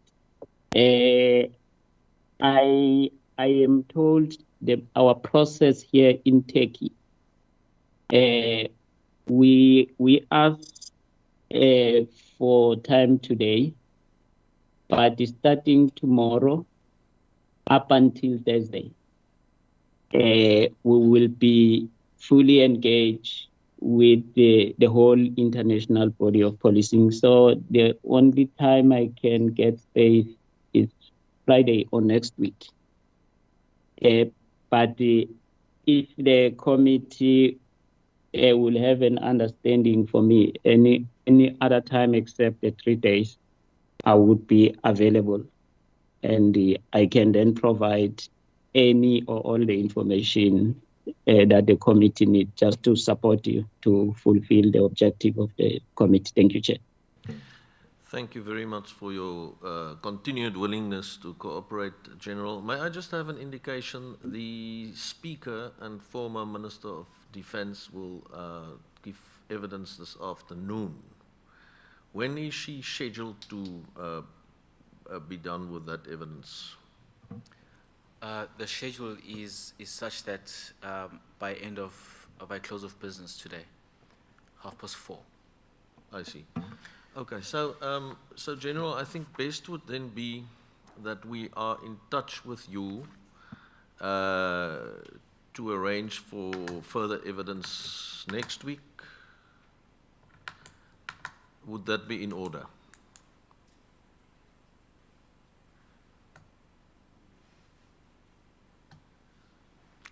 General? Sorry, Chair?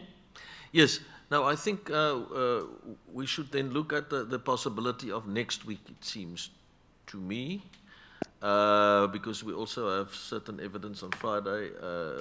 Let me just hear from the evidence leaders. Do you want to propose specific dates that the General can check now? Because I don't want to, that it's a to and fro again in terms of a date and time.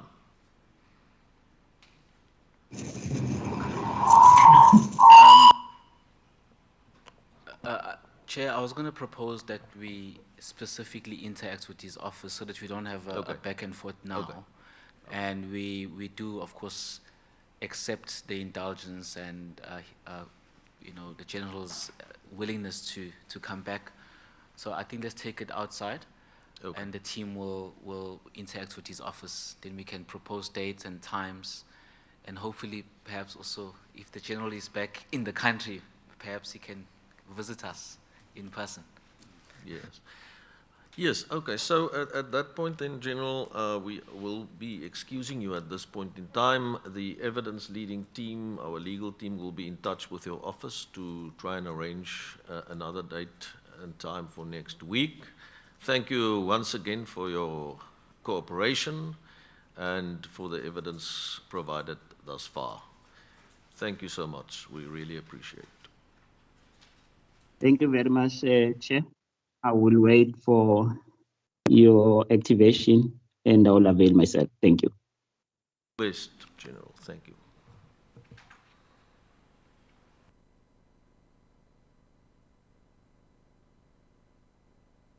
Evidence team, your next witness, please.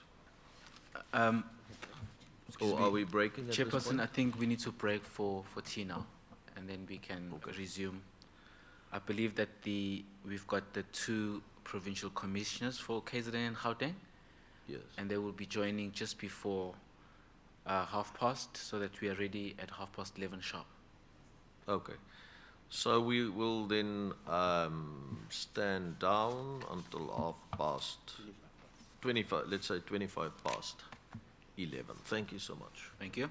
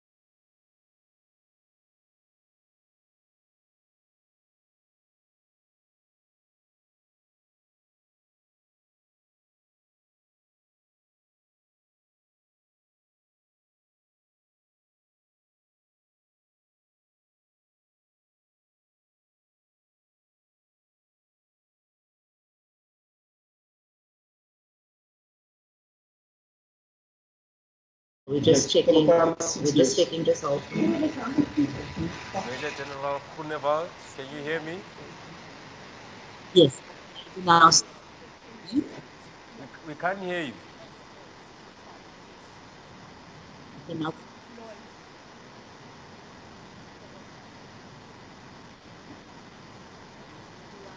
Can you hear us? I can hear you, sir. We're just trying to see what is the problem that you can't hear us. I can hear you now. Thank you. Can you hear us? Yes. And you can see us as well. Yes, I can see you. Okay, thank you. All right. Okay.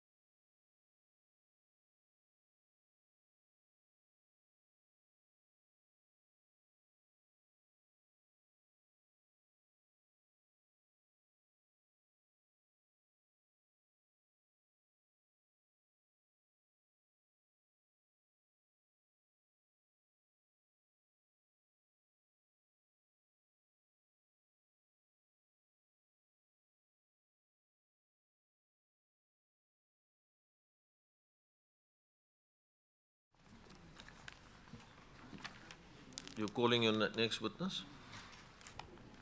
Say it a bit louder, then, please. Legal team? Chairperson, thank you very much. We are ready to proceed. I believe that, as you're aware, Chairperson, we are expecting the two provincial commissioners for KZN, Lieutenant General Untitled Chapter and Lieutenant General Mawela, and both were scheduled at the same time from 11:30 up until 1:30. I believe that both provincial commissioners are connected virtually and are ready to proceed. I can just double check if that's the case in terms of the connections.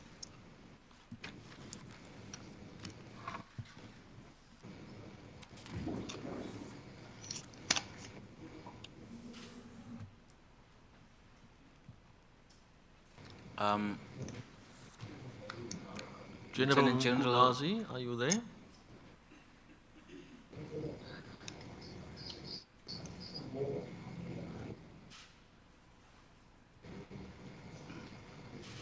And General Mawela? Yes, I am connected, Chair. Thank you very much. Thank you very much. So if I can just introduce the panel to you, my name is Andre Gaum. I'm a commissioner of the South African Human Rights Commission and the chairperson of the panel. On my left, maybe your right as you seated, is Commissioner Palile Ntuli. She is a commissioner of the South African Human Rights Commission, and another commissioner on my right-hand side is Commissioner Chris Nissen. That is the panel, and then we have a legal team that will be leading the evidence. The evidence leader will announce his or her name and then continue to lead the evidence. So maybe we can then start with General Mkunazi, the KZN Police Commissioner. General Mkunazi, can you hear us? Yes, good morning, sir. I can hear you. Good morning. Thank you very much. General Mkunazi, let me just swear in both the witnesses before we start. General Mkunazi, are you willing to take the oath, or do you want to confirm the truth of your evidence? Yes, I can confirm the truth of my evidence, sir.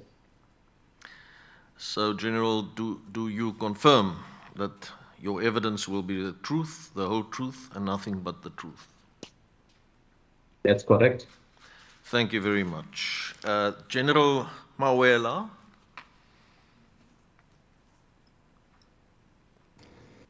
are you willing to take the oath, or do you want to affirm the truth of your evidence?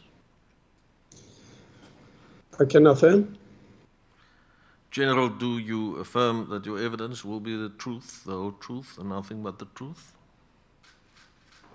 Yes, I do. Thank you very much. So I am not sure if the evidence team would like to start with General Mkunazi or General Mawela. Who would you like to start with, team? Commissioner, I meant to start with Provincial Commissioner Mkhwanazi.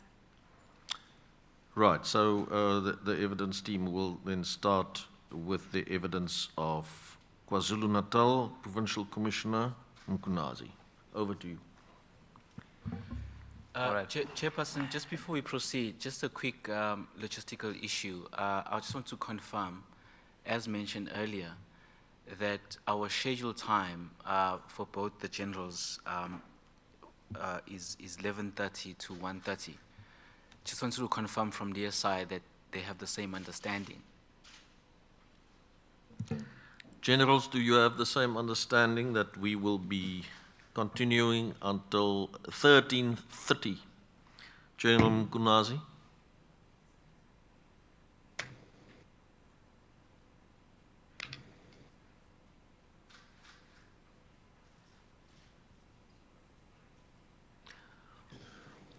General Mkunazi, the question is, do you understand also that we will continue with this session until 13:30 today?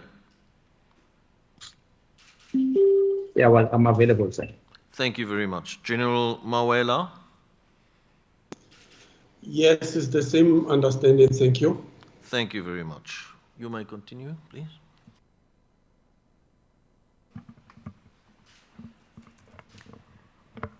Commissioner, I'm very sorry, but I'm not sure I understand the logistics of us continuing with both witnesses up until 1:30, because what I know for a fact is that we won't finish with both witnesses, let alone one witness. I won't be done by 1:30 with Mr. Mkonazi. Yeah, I mean, once again, you know, if we do not finish with them, we'll have to make alternative arrangements. But at 2 o'clock, as you well know, as the evidence leaders, our next witness is the former Minister of Defense and Speaker. So we don't have more time than until 13:30 at this point in time for these witnesses. Is that correct? Also your understanding? Yes, I hear you, Commissioner. Okay. So let's continue. Thank you.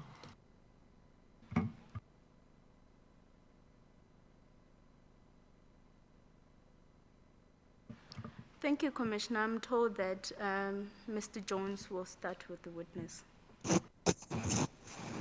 Mr. Jones, that is Mr. Puang Jones Generals, for your information, our provincial manager in the province of Gauteng. Thank you, Chairperson. I'll start with leading the evidence of Lieutenant General Mawela, who's the Gauteng Provincial Commissioner.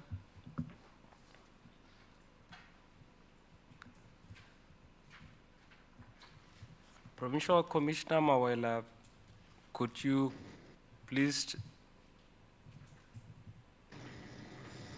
describe to the panel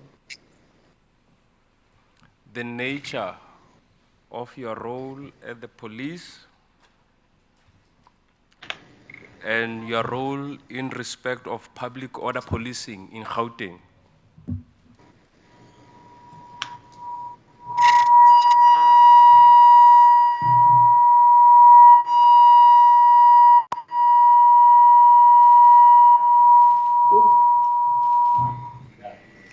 Okay.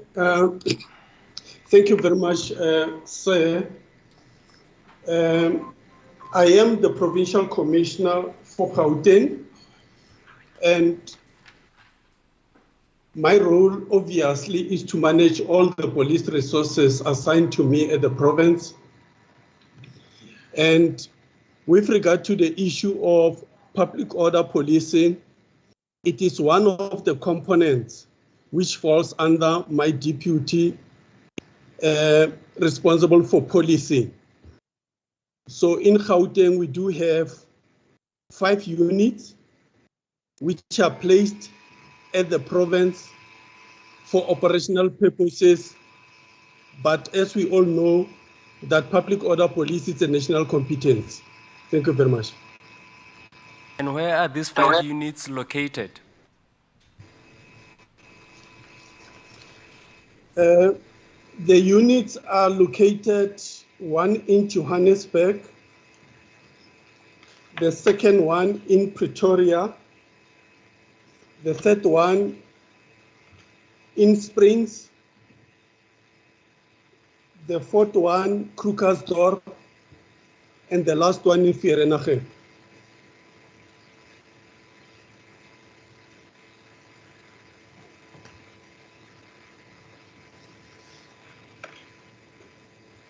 You assume the role of the Provincial Commissioner. What was your position within the SAPS? My position in the SAPS, obviously, I'm the Provincial Commissioner holding the rank of Lieutenant General, reporting directly to the National Commissioner. What role were you in or holding before you became the Provincial Commissioner of SAPS in Gauteng? I was the Divisional Commissioner responsible for Operational Response Services, and I was redeployed in Gauteng 2019. Divisional Commissioner responsible for? Operational Response Services. And what did that role entail? That role entailed the second layer of the SAPS, whereby mostly I was dealing with domestic stability. Amongst the others, the units which I was responsible for, it was border policing, it was specialized operations, which include public order police, which include special task force, NIO, mobile operations, and mobilization operations. And I was also responsible for the component which is responsible for external deployment for peacekeeping.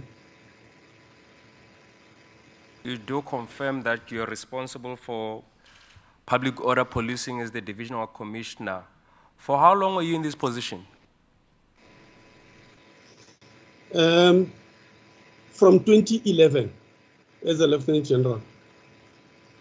Years until 2019 when you joined the Gauteng SAPS. Yes.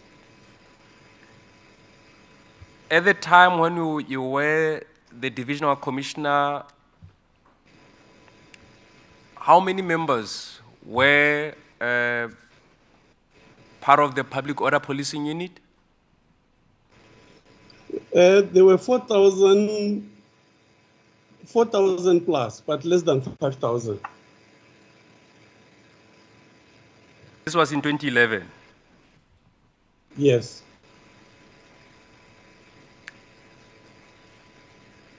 And if you're following the evidence earlier, the National Commissioner confirmed that or testified that at the moment there are about 5,005 members.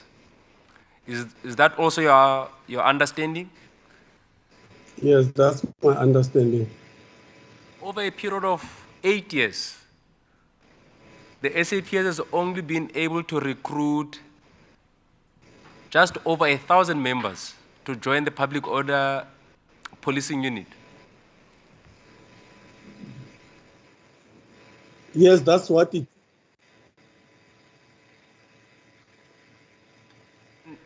Yes, that is what it is currently, Chairperson. What would you attribute this to, given that this is a specialized unit that should be properly resourced? Having been in your previous role, having been the Divisional Commissioner responsible for this unit, why is it that you don't even have the 12,000 that was bandied about during the Falam Commission, the 12,000 members in this unit? What are some of the reasons and challenges that you think have led to a situation where we only have 5,005 members in this unit?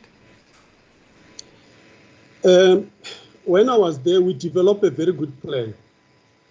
We developed a very good plan whereby we call that plan enhancement of the public order police to build capacity within that environment.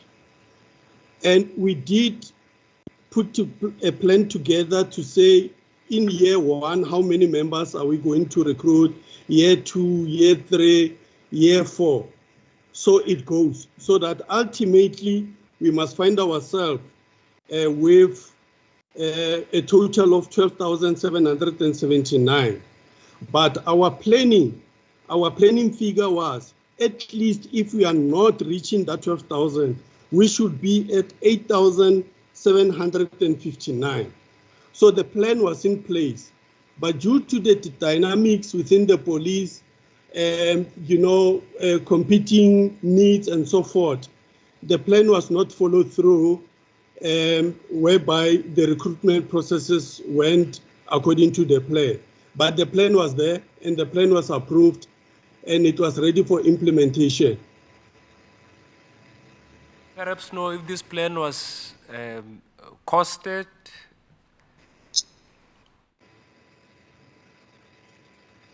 Yes, the plan was costed.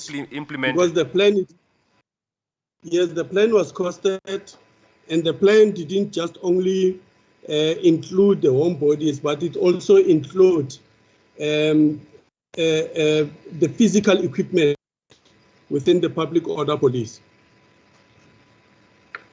Come to that later on. What were some of these competing needs that you refer to?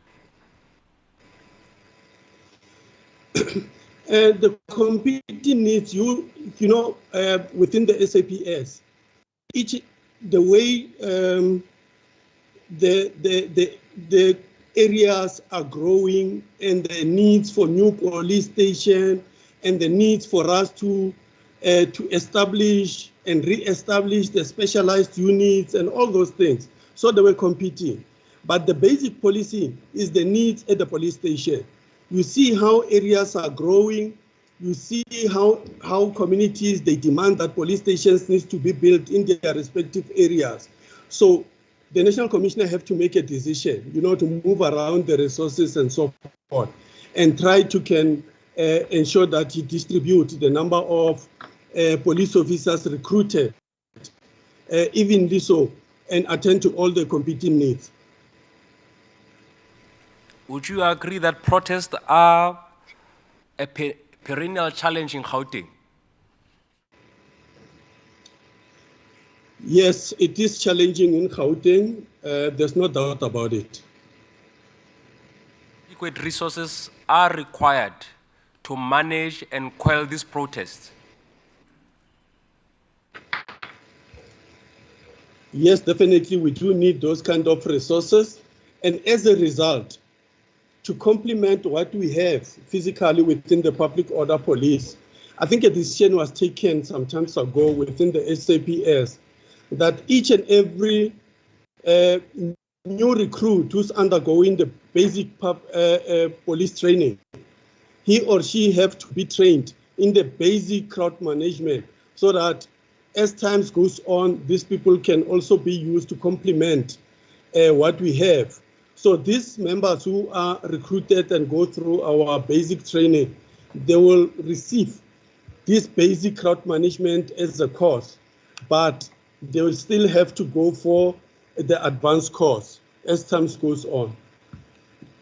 In your tenure as the Divisional Commissioner, in your planning, did you also factor in a crisis situation such as the public unrest we witnessed in July?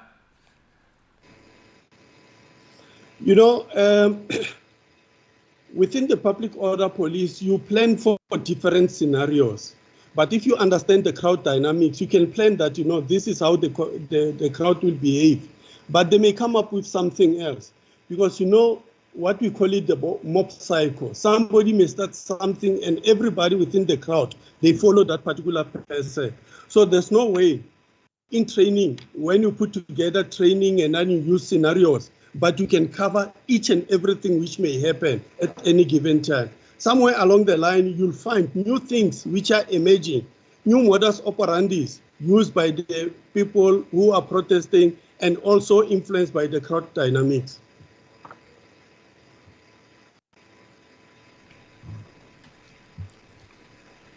But when you conduct a risk assessment of a province such as Gauteng, which is the most populous province in the country,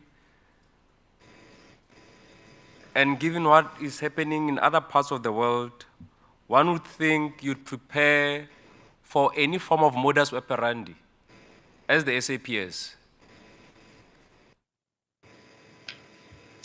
Yes, we do prepare. You know, Gauteng is like a melting pot. Anything else which happen elsewhere in the country, you'll find that it's been tested in Gauteng.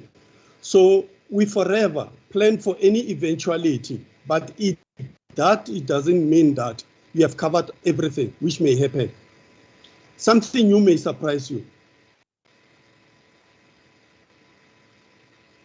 We've had this unrest which has exposed weaknesses in public order policing. Would you say this is No, a I will not reflection say on your it's a- tenure as the Divisional Commissioner for Visible Policing and Operations? I will say that, you know, it didn't expose any weaknesses. It has shown the dynamics which are happening in the country.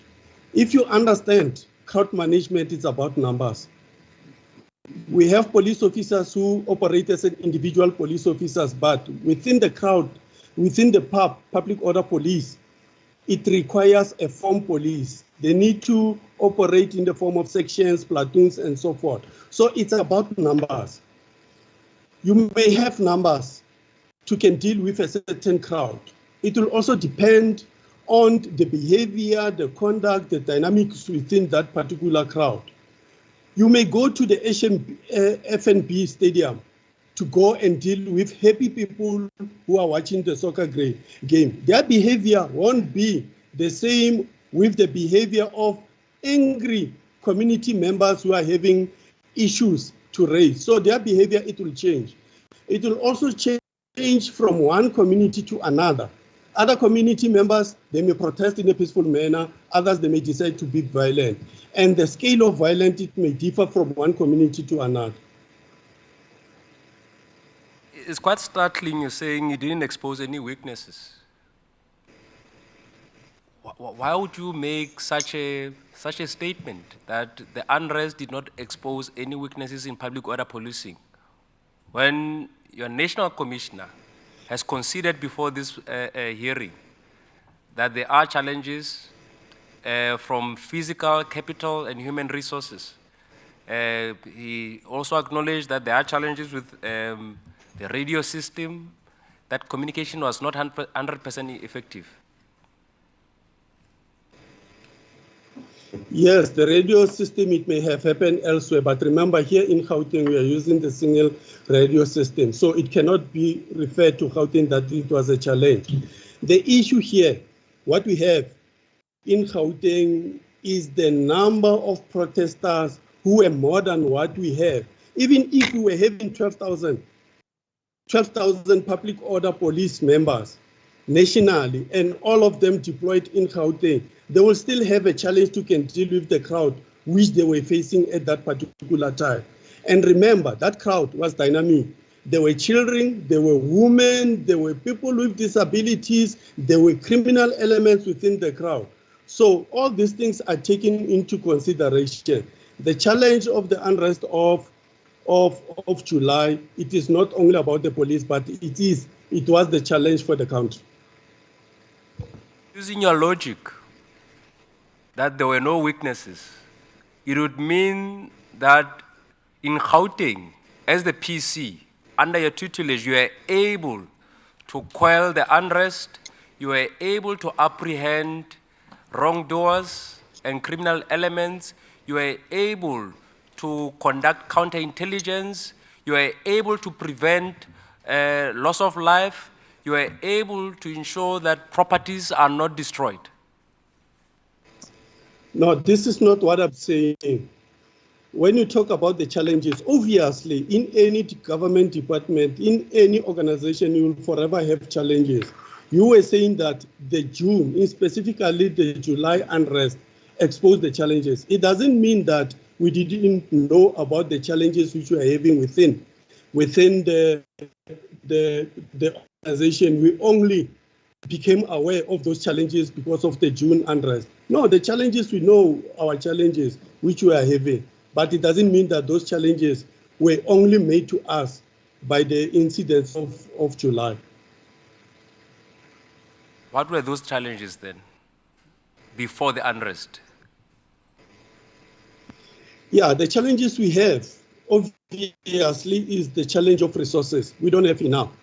If you can look at the number of police officers we have here in the province, operational members are maybe 23,000 who are responsible for policing 15.8 million people here. Only those managed to be picked up by State South Africa. And when you look at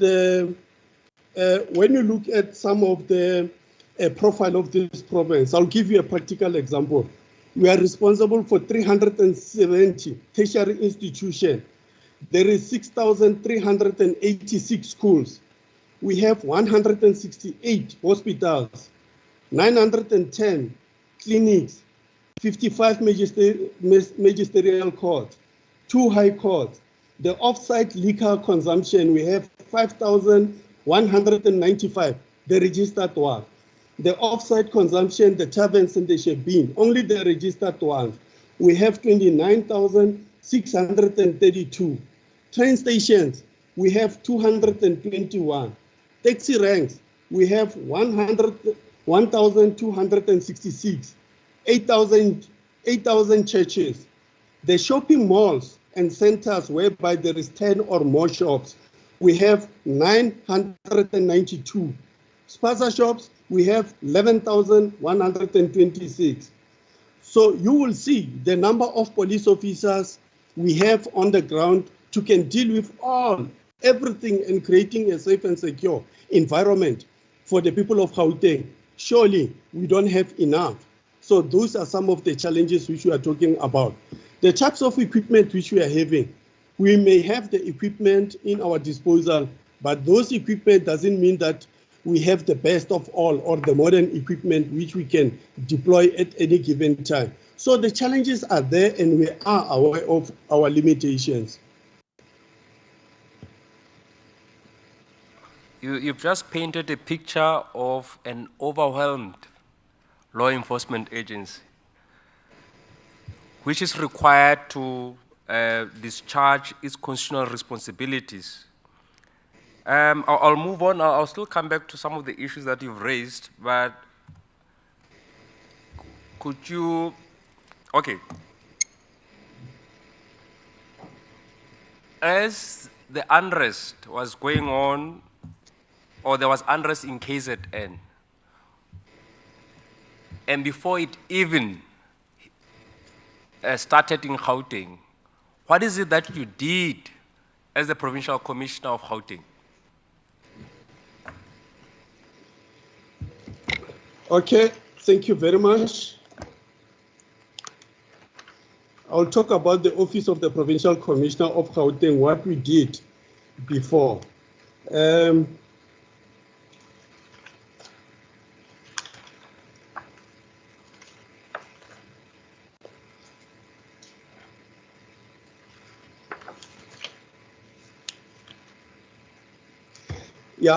Firstly, let me start with what happened on the 27th of June.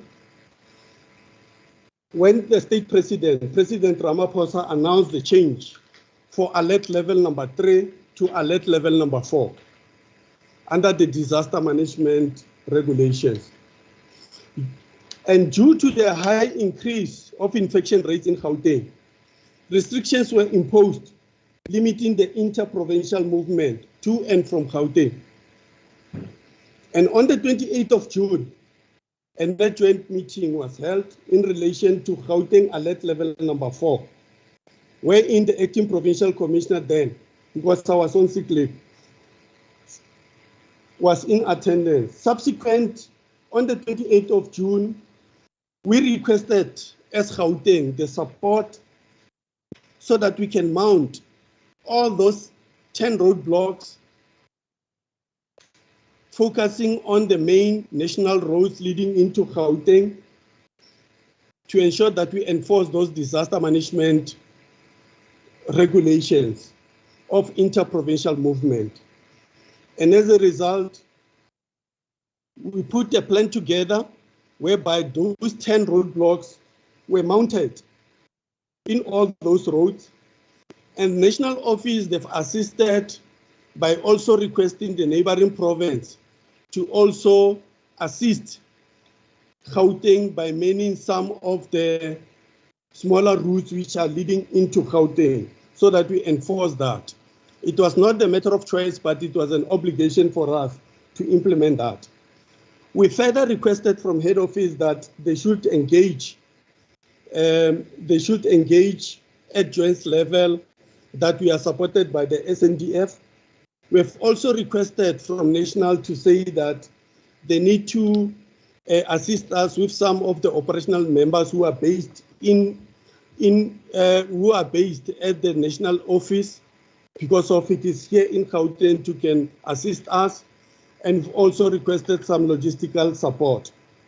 And based on that, we're running that operation. Thin as we were on the ground, we're running that operation to ensure that we manage that inter-provincial movement on the 24-hour basis, meaning that there was no vacuum. You enter Gauteng with those roads, we were finding police officers who were rotating in that particular space. And we did put together a plan which we were dealing with all those challenges while we are observing what is happening in other provinces, in KwaZulu-Natal and so forth. So there was work done in the province, but when it started to heighten, here in Gauteng specifically, around the weekend of the 10th, it's when now we begin to anticipate that there may be some issues around Gauteng because of some of the WhatsApp messages who were circulating, the pamphlets.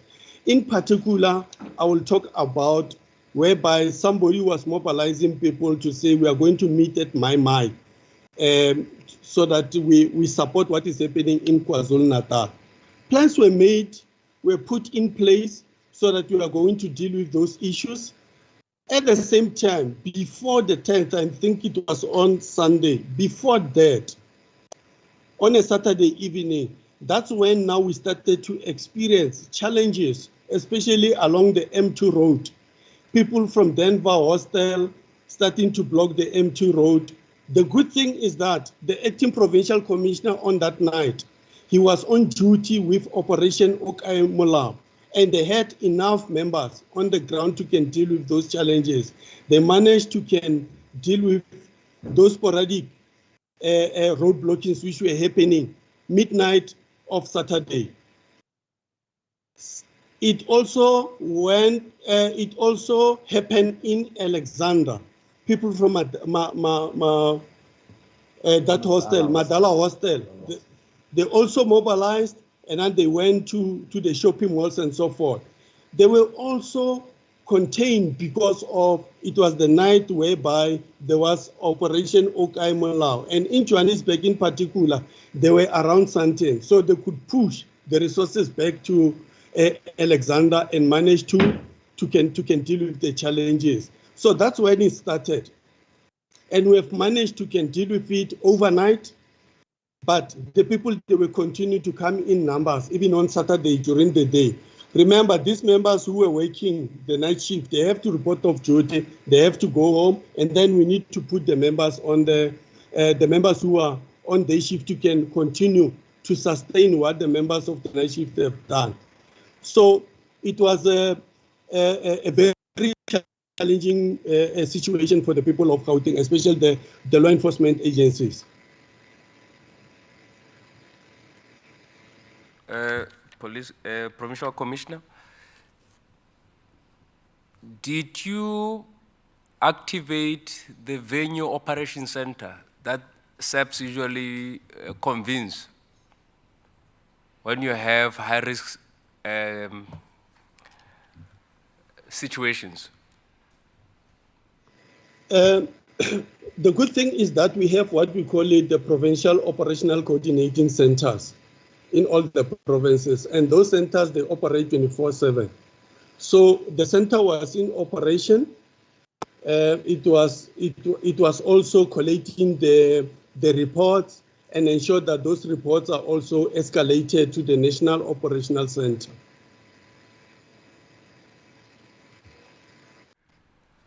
And this will help the panel as well, just to understand your structure. Could you kindly give us the structure of this Provincial Operations Coordinating Center, or even the structure of the Venue Operations Center? Yeah, you'll see the Venue Operational Center, it will be established when, let's say, for example, I'll give example with the soccer game at FNB. We'll establish a Venue Operational Center to operate there for that period. But this Provincial Operational Coordinating Center, it is established in Brixton. It is operating 24/7 to can monitor the eventualities as they unfold. And it will immediately inform the relevant commanders if there is something which is emerging, which requires additional attention.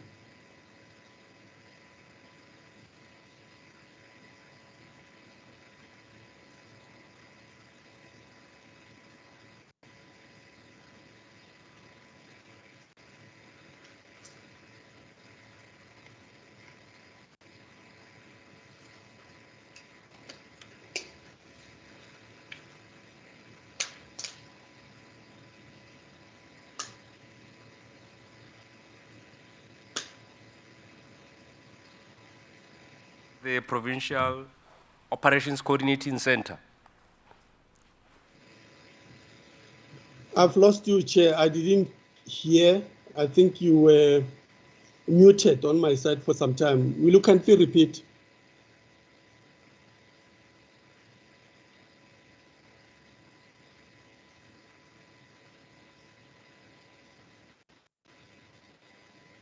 Center. Provincial Operations Coordinating Center. I think, say, you move away from the mic. I'm missing you. I only hear you when you say Provincial Operational Coordinating Center, but I didn't get what you were saying earlier on. Maybe if you can speak closer to your mic, please.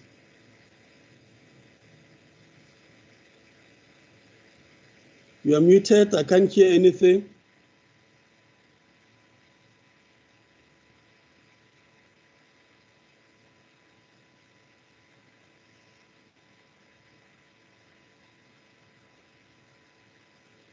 Advocate, I've lost you.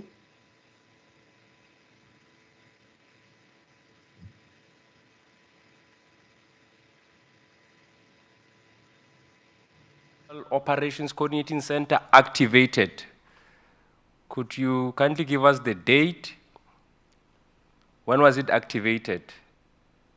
For purposes of dealing with the unrest in Gauteng, when was it activated?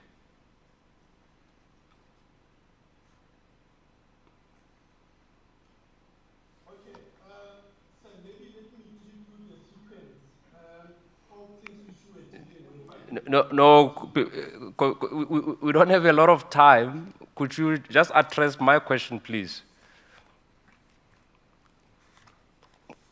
When?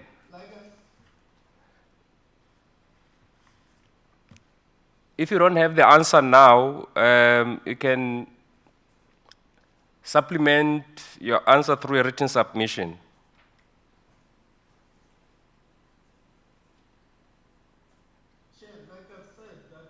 A Provincial Operational Coordinating Center. It's operational 24/7. So there's no need to activate it at any given time because it is operational.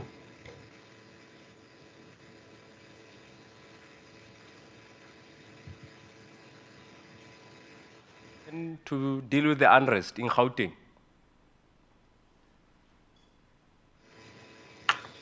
Dealing with the unrest, like I've said, that, we started to encounter problems that weekend of the 10th. That's when we started to focus on unrest issues. But before then, there were a lot of things which we were busy with, which were also unrest related. Like you are saying that we don't have enough time, but we know what was happening to the build-up, but there was a lot of unrest which the police in Gauteng they were dealing with. It amazes me that your plan starts off with roadblocks, and yet, despite this plan to have 10 roadblocks to manage the provincial movement, we still had incidents of unrest in Gauteng. Would you agree or concede that your plan failed? No, sir, I won't concede that one, because firstly, you need to understand what was the objective of the roadblocks. The roadblocks was to manage the inter-provincial movement, and it has achieved its objective. The unrest in Gauteng, it doesn't mean that this is the unrest done by people who were out of Gauteng. Unrest happened inside Gauteng by the people who are staying in Gauteng.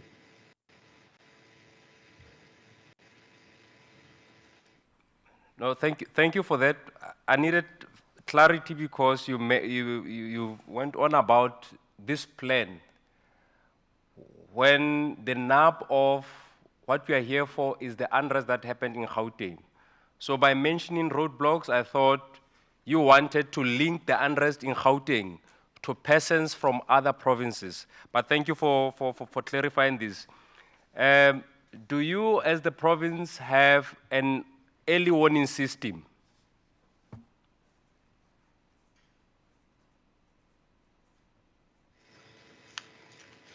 Like what the National Commissioner was saying, that at the province, we do have what we call it the provincial joints. And within the provincial joints, we have a substructure called the PICC, the Provincial Integrated Intelligence Coordinating Committee. We have that, which comprises of the police and state security. So that structure is the one which must generate early warnings for us.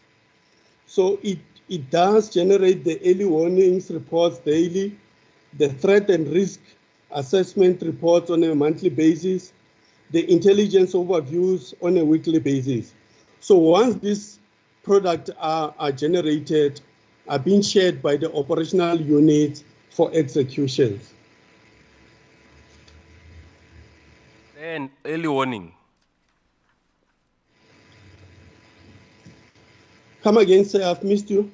Was there an early warning? We did receive some early warnings for certain things, but the early warnings about the looting of the malls, no, we didn't. Did you receive an early warning report from any source within the law enforcement agencies? I'm saying that we did receive some early warnings with regard to some other domestic related issues, but not any early warning which specifically was indicating that we are going to have a mass unrest like it has unfolded in July. The office, did you receive this early warning about impending unrest in Gauteng?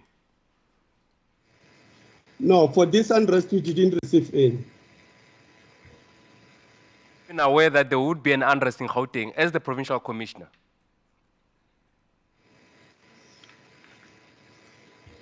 Let me repeat, sir, I don't know whether did you get it. I said we did receive some warning, early warnings, which talks to other instabilities in the province. I'll give a practical example. We did receive an early warning about the dispute or the shutdown by the taxi association. We did receive an early warning about the disruption of the Jubilee Hospital renovation. We did receive an early warning about the attacks on Nandua taxi operators. We did receive an early warning between the SETA and Soldata Taxi Association. We did receive an early warning which talks about the march to Lituli House. We did receive an early warning talking to the planned roads in and around Gauteng to support the former president for the 12th. That was the early warning we received. We received an early warning which talks about the shutdown in Katoras. We did receive a planned peaceful protest for the 24th of July.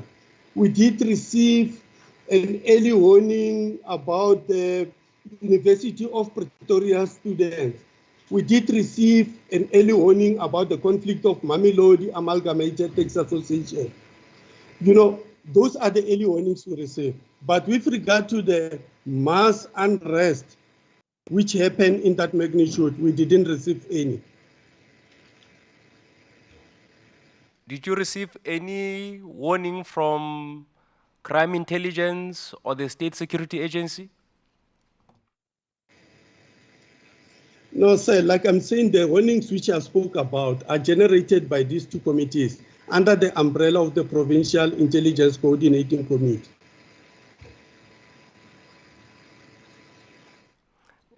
Please repeat that. Early warnings from the intelligence, crime intelligence and the state security agency. Agencies, they form a coordinating mechanism called the PICC. So they sit together, they compare notes, and they generate these early warnings, and then they share it with the operational units.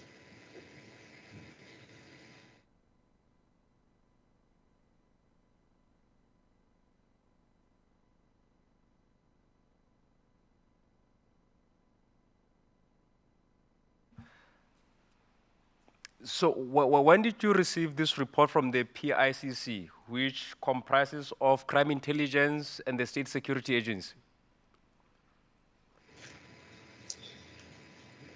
I'm saying this PICC, it generates early warnings daily. It generates threat and risk assessment reports monthly, and the intelligence overviews on a weekly basis. Did you receive a specific intelligence report from this committee in relation to the unrest? There was none. Upon receiving all these early warnings, what is it that you did? What steps did you take as the provincial commissioner to ensure that the early warnings were adequately attended to? So every time when we receive these early warnings, and they are being sent to the operational units for planning purposes. So a plan will be put in place to can mitigate whatever threat is being identified in that early warning. At times, if it is something which is going to prolong for some time, then we put together a contingency plan to continue dealing with that particular threat until that threat is being mitigated. Conduct any assessment, or did you assess whether the plans you had put in place met the objectives? Yes, obviously, once the threat has been identified, once the threat is mitigated, adequately mitigated, then we say that it has achieved its objective. As the provincial commissioner in Gauteng, did you give any directives to the Joint Operations Center in Gauteng? Did you give any specific directives to the Joint Operations Center in Gauteng? Like I've said in my opening remarks, that at that particular time I was on sick leave, but the acting provincial commissioner did give those directives. I think this is important for the record. You just said you're on leave. You're on leave between which dates in July? I was on leave from the 14th of June until the 16th of August. Sick leave. It was not leave, it was sick leave. I undergone 2 operations. Okay, who was the acting provincial commissioner at the time? Major General Mtombeni. Major General Mtombeni.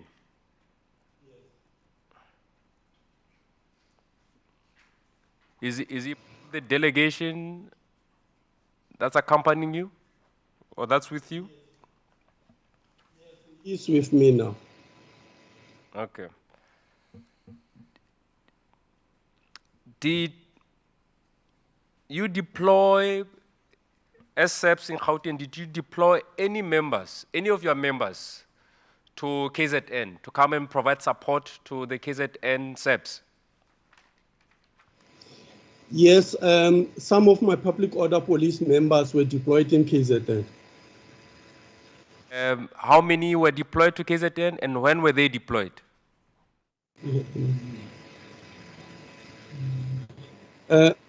I'll come back to you with the number of those who were deployed in KZN. Yeah, will provide you right now.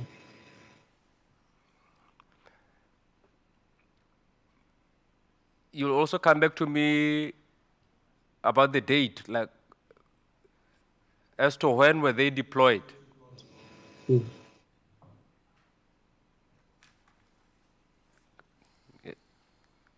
I beg your pardon, Commissioner. Yes, Chair, they are still quickly verifying the dates for me and the number of members who were deployed in KZN. We'll come back to you with that answer. Maybe we can proceed with other questions, and then we will, as soon as I get the answers, I'll give it back to the Commission. Members were deployed to KZN. As part of the deployment, did you also provide support in terms of equipment and police vehicles from Gauteng? Yeah, normally when we support another province, we allow our members to can go with their vehicles, because if they are not, you'll find that when they get to KZN may not be having sufficient resources to can cater for our members. So their operating equipment they'll take with, their firearms, their gear they'll take with, and mostly the vehicles which they are using. But we prefer to deploy them with the soft skin vehicles, but not this heavy vehicles, because it will take too long to move to KZN. Were these cars fitted with the GPS?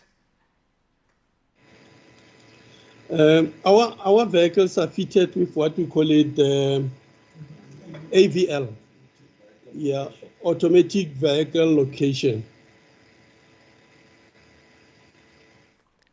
And in terms of, and were your members given the exact GPS coordinates of the hotspots in KZN? No, when we deploy to another province, we hand over the resources to the hosting provincial commissioner. So deployment, it will happen there. So when units are deployed, who then briefs these members that are going to be deployed?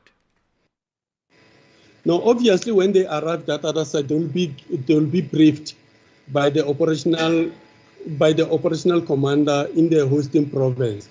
From our side, we prepare them for deployment outside the province. Do you agree with the National Commissioner that your radio system is not 100% effective and could have curtailed effective communication during the unrest? Remember, when the National Commissioner was presenting for the whole country. I can only talk to the radio system in Gauteng. Your radio system work in KZN? That's working KZN. I'm saying I can only comment about the radio system in Gauteng. So the assertion that the system is not synchronized to work in other provinces, is it your submission that it would be incorrect? No, that is not my submission. I'm saying that I can only comment about the radio system in Gauteng. But then how do you know that your radio system works in KZN. Are your members, when they reach KZN, are they able to engage through the radio system with other Saps members in KZN? Members who... The radio system is having different channels. It's having channels. It's like your radio. You can tune to Motsweding, you can tune to 702, you can tune to whatever. So if they go to KwaZulu-Natal and KwaZulu-Natal, they are using this channel, they can automatically tune that radio to that channel. But here in Gauteng, we are using the Tetra system, and I have no doubt in my mind that in KZN, they are also using the same system. So it is compatible. Okay, this still has to be verified. And I need to remind you that you are under oath, Commissioner.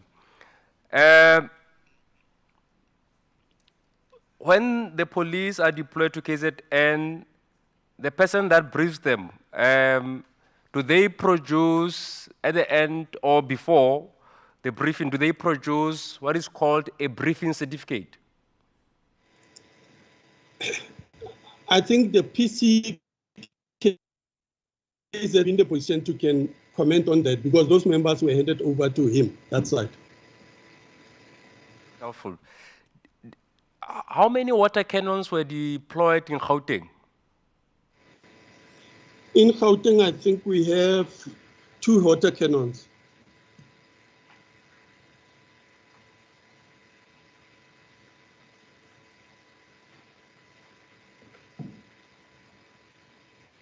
Commissioner, you only have 2 water cannons in Gauteng?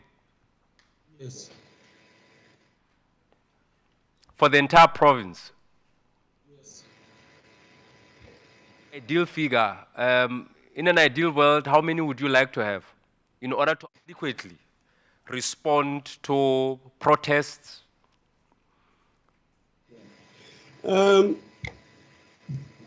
If what my wish was going to be granted, I would say we are having 5 units, and each unit may have at least minimum 2 water cannon per unit.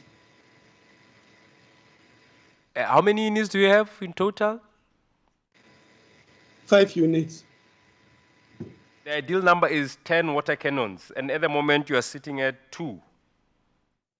Yes.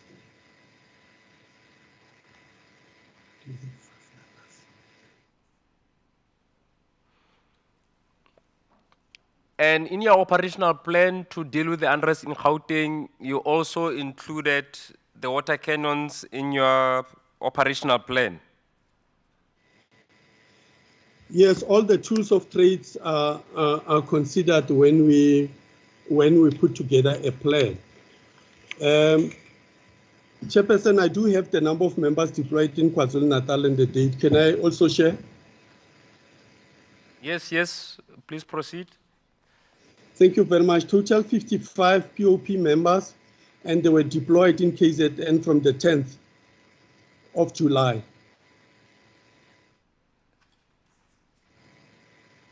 Please repeat the number. 55. POP were deployed to KZN. And when were they deployed? On the 10th of July. Up to?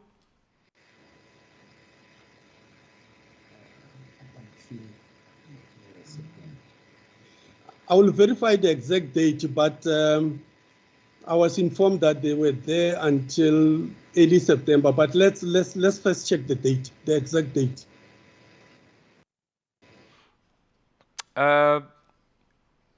Over 300 people died during the unrest. Do you perhaps know how many shooting incidents occurred in Gauteng?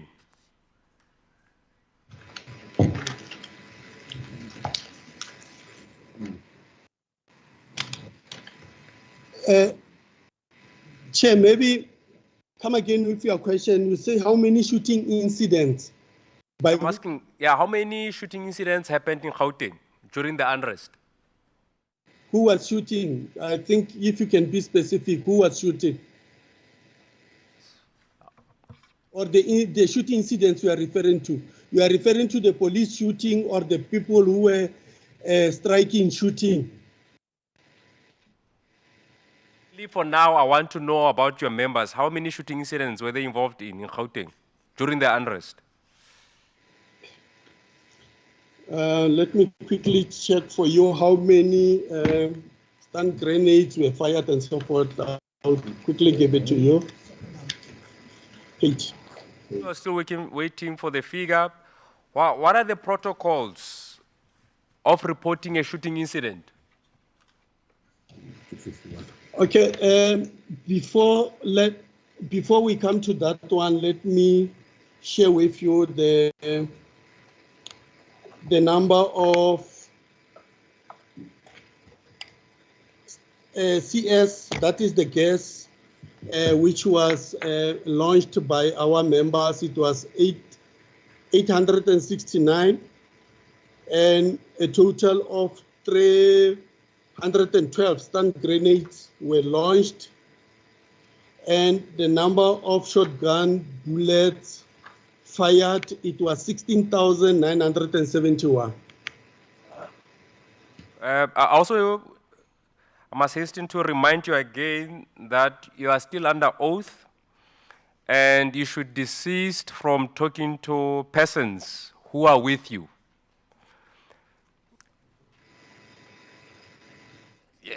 If you are unable to answer, you can always provide a statement to the commission.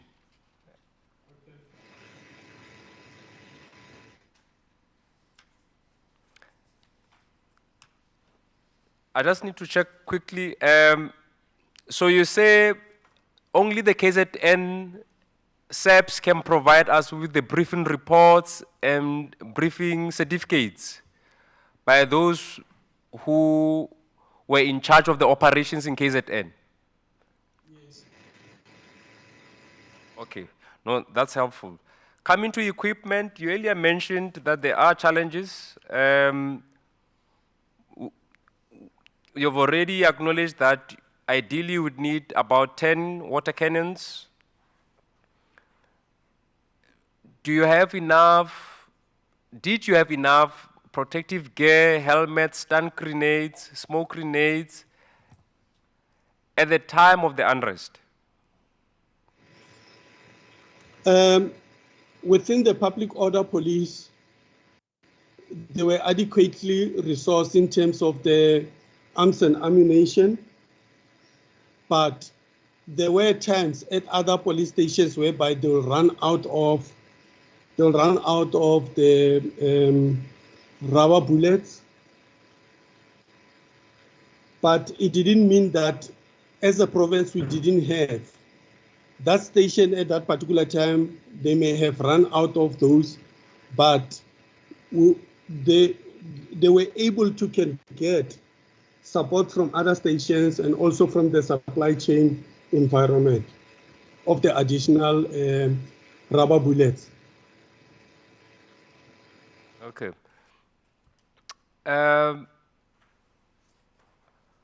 After the operations during and after the unrest, I assume you should have had a debriefing session. Did you have one as the provincial commissioner?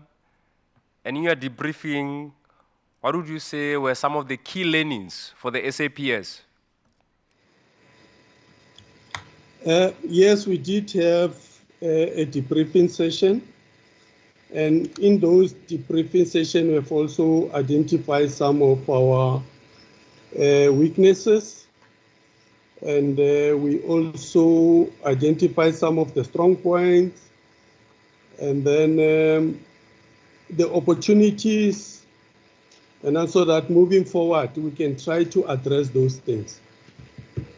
If I can talk to the issue of, but maybe I'll come to that on our SWOT analysis. There were a number of looted items that were recovered by the police. We saw on television and in various publications, members of the police going house to house, recovering looted items. Were these items properly recorded? And were items such as TV sets serialized in your iris system?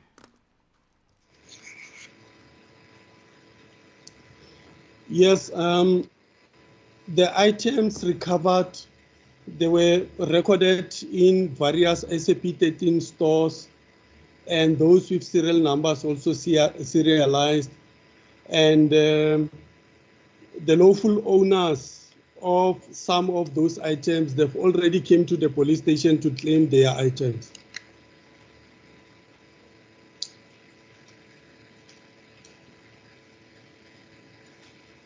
Yeah. I'll hand over to my colleague, Mr. Lloyd Lotz, who will take over now. Thank you.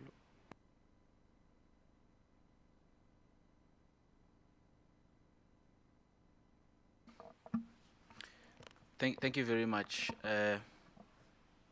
Just maybe this is just for the chairperson from a logistical point of view.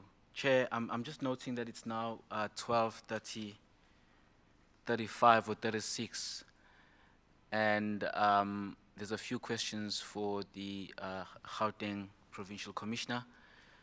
I'm just anticipating that by the time we are done, we may have very little time remaining for Lieutenant General Mkhwanazi. So perhaps it may be proper, even at this stage, to perhaps request, so that we are complete and we are not rushed, that perhaps we request Lieutenant General Mkhwanazi if we could negotiate with his team or discuss with his team for another date. I think it's proper at this stage, Chair. Yes, thank you very much. It does unfortunately appear that we will run out of time, and therefore maybe even at this time, and then I would actually then say that if he wants to be excused, we can even excuse General Mkhwanazi at this point. Sorry, General, it doesn't appear that we are going to be able to get to you in time before 1:30. Would it be fine with you, General Mkhwanazi, if we schedule with your team another time to do your evidence?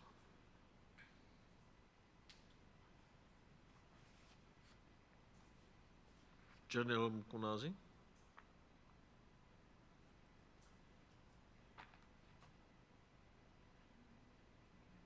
I think you might be muted. We can't hear you.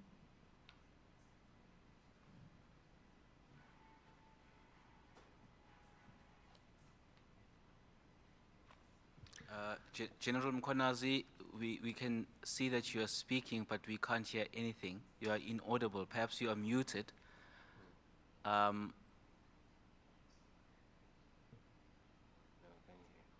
We can't hear. There may be a connection challenge unless you are muted.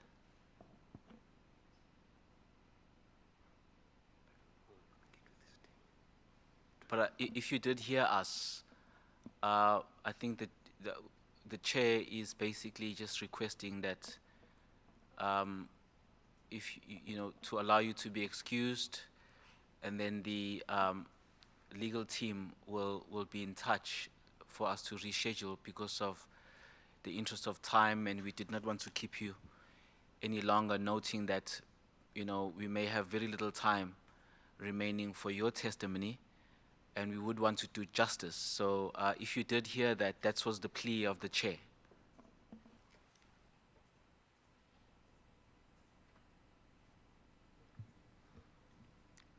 So, General, if you are in agreement with that arrangement, maybe you can just A thumbs put up. up your thumb.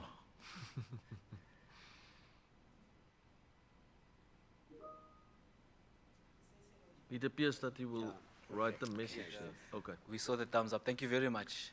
Thank you very much. Really appreciate, and sorry that things worked out like this, but it's a bit unpredictable how things would work out. Thank you, General Mkunazi. So let's then continue, Advocate Lotz. Yes, no, thank you very much.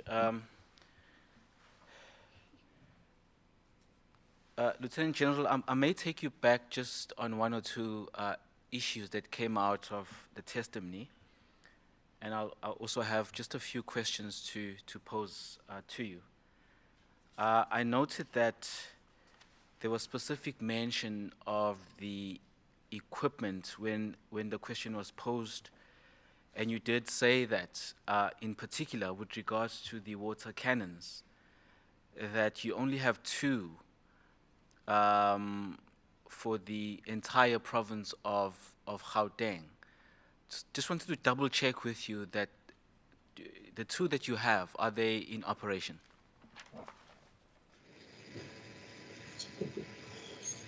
Yes, currently they are in operation.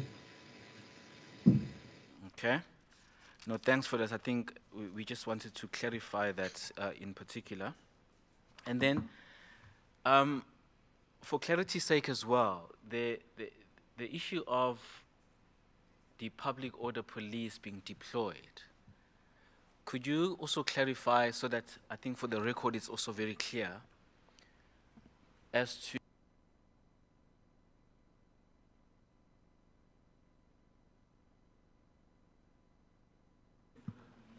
I think there's a problem with your sound now. Oh, There I you are. apologize. Sorry. I apologize. Let me start again. I apologize.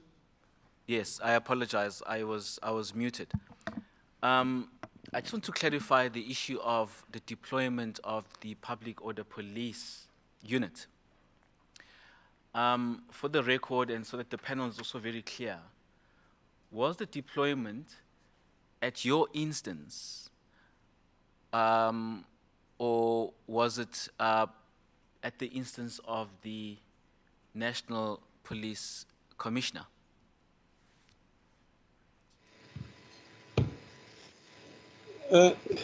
We do have public order police members who are based in Gauteng, and for day-to-day operations are being deployed by the provincial head, operational response commander.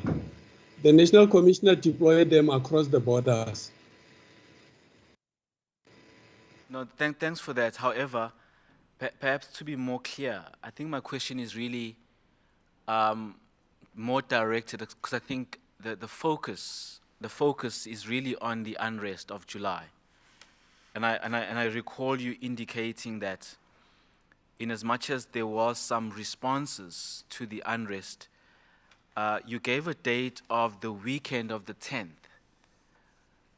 As far as you can recall, in as far as the deployment of POPs, or the Public Order Police Unit, specifically for response to the July unrest, when was that, and was it at your instance, or how did it happen?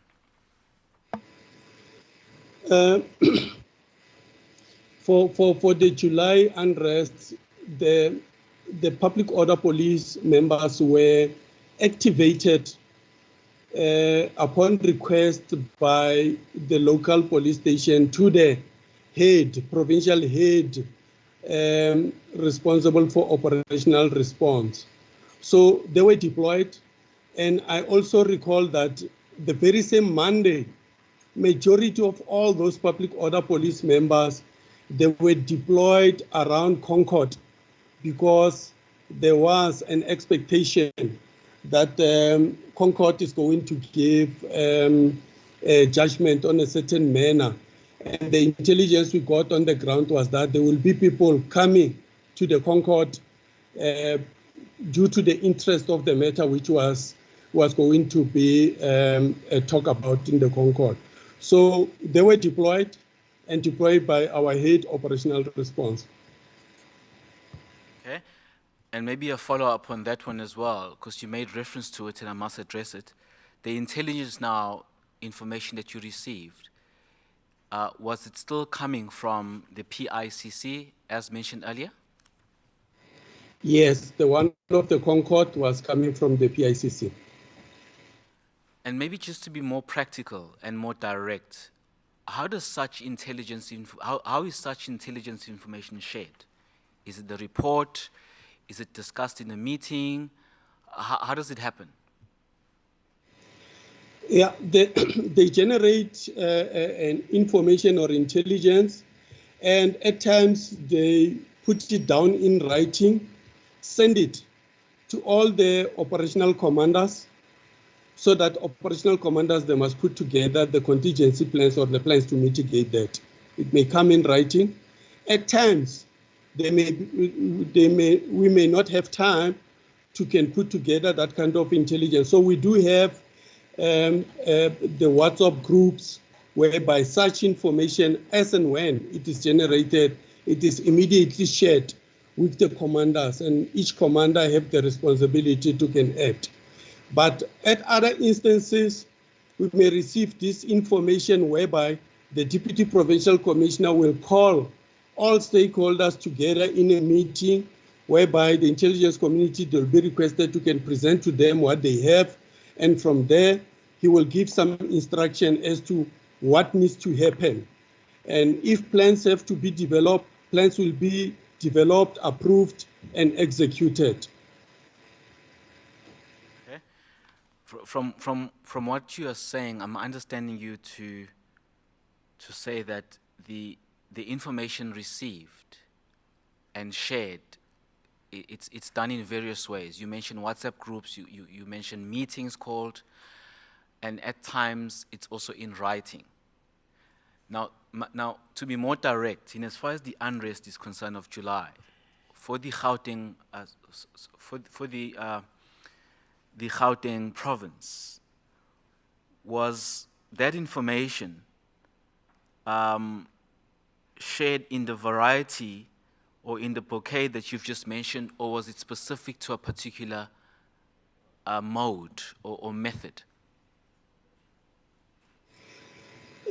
For the July, when riots were underway in Gauteng, so each and every bit of information gathered by the intelligence operators, they will communicate to us through the WhatsApp messages or telephones.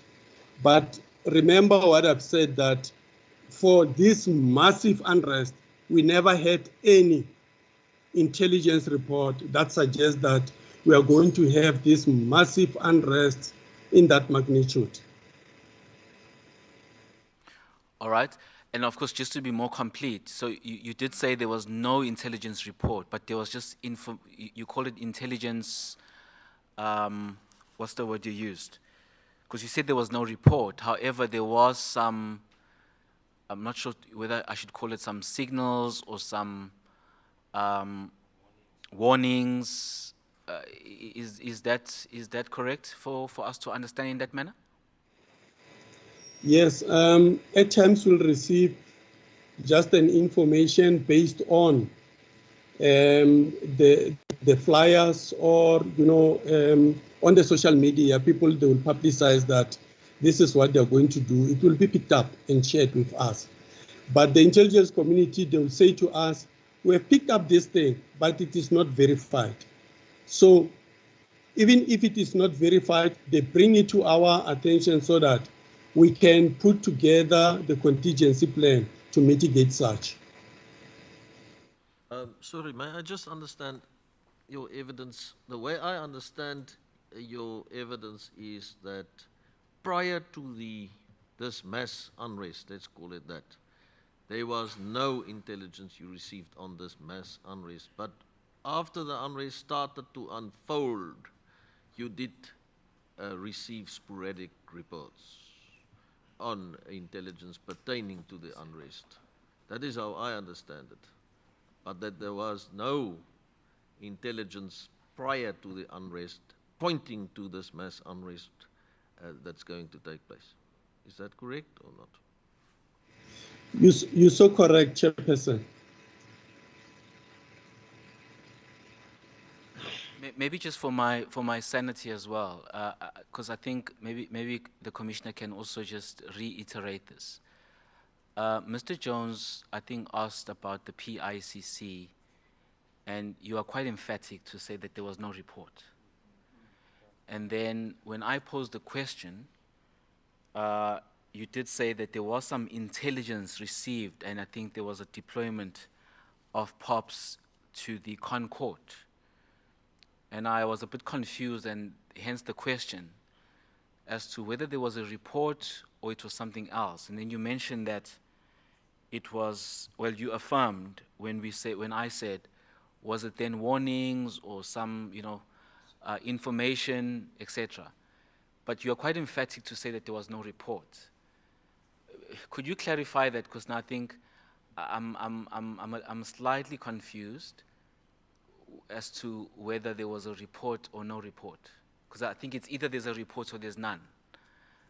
And if there was a report, perhaps then maybe you could tell us as to whether a warning through flyers and through other sources, whether it's social media, etc., would constitute a report. What the chairperson has said is correct. When I refer to the issue of the Concord,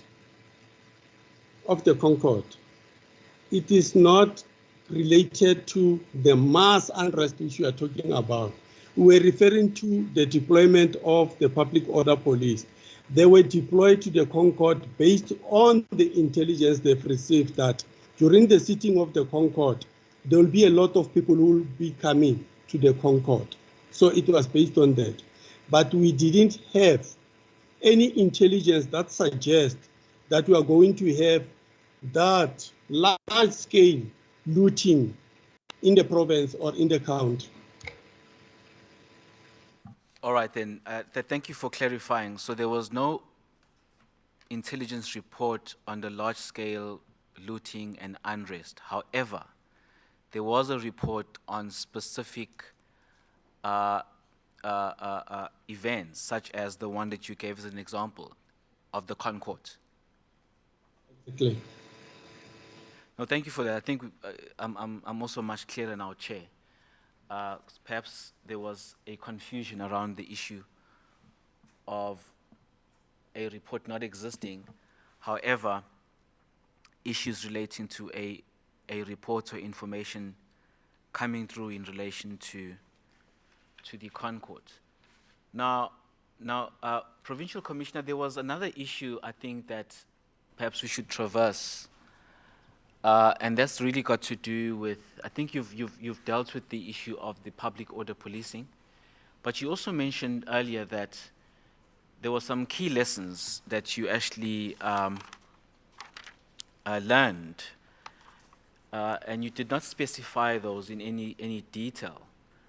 And these lessons, I think the question really was relating to what could have been taken from the experience that you sort of had in the manner in which the unrest was handled and so on.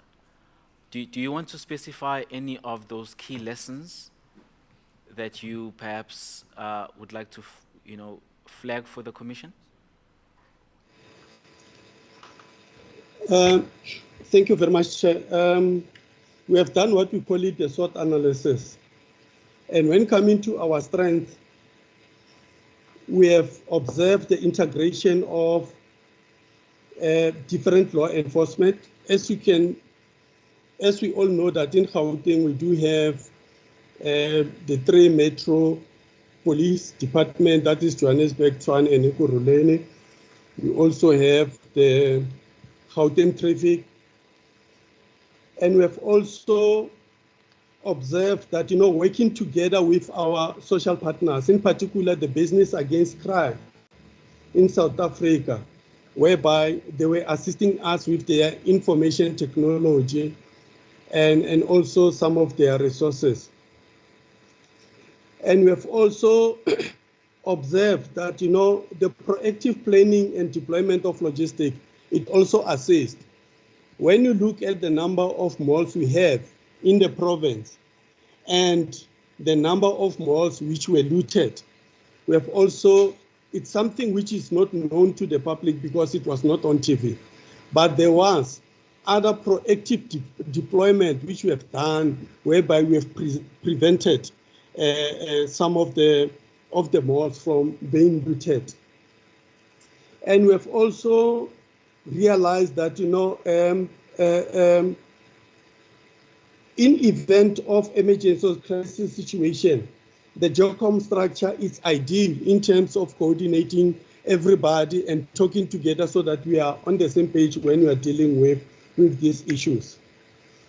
The constant flow of information, it was also enhanced through this structure, whereby whoever gets information, they escalate it, and then whatever we have from above, we also de-escalate to the units on the ground. We have also observed that, when we are running short of members, because at other police stations, you'll find that, we don't have enough members. And for them to can deal with that masses, it's a challenge. Even if you complement them with public order police, it remains a challenge. Activating other members, support structures, and deploy them outside, collapsing the shifts into 2 shifts so that at least a shift is having sufficient members. It has also assisted us.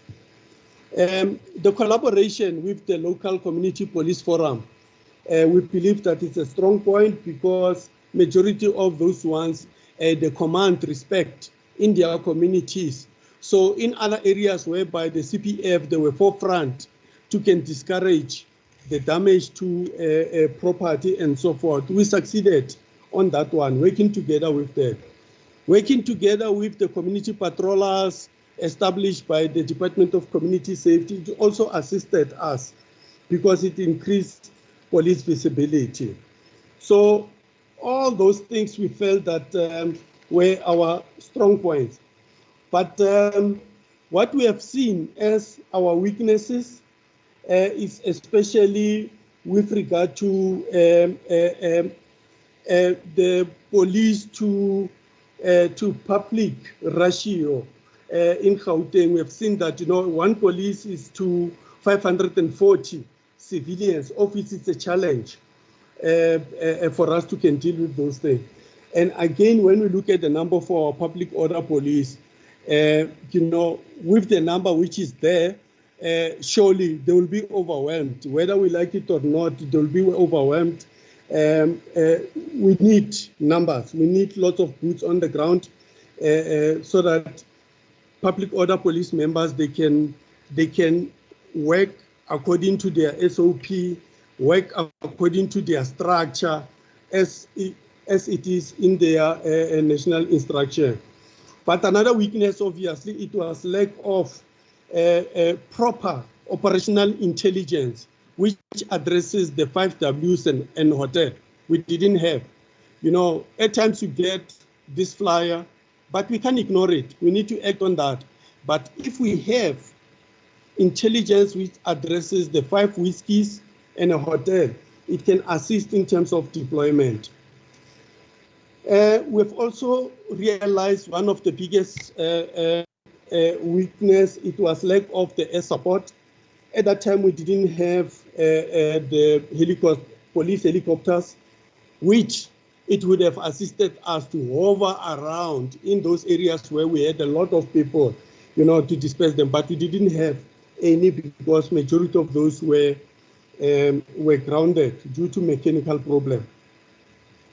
So lack of modern equipment, in other police agencies, you'll find that the information technology which they are using is modern. They deploy the drones, they deploy all this. The areas are covered with cameras all over, so it's easy for you to can have an idea as to what is happening in your space. So those things we don't have.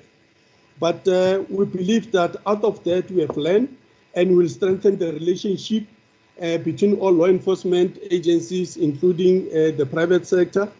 We'll also ensure that our mobilization order, they remain current, because with the mobilization order, then with a click of one button, you can inform each and every police officer, even those who are on leave, to say, come back, we need you. So it's one of the area which we have looked at it, and then we are busy working on that.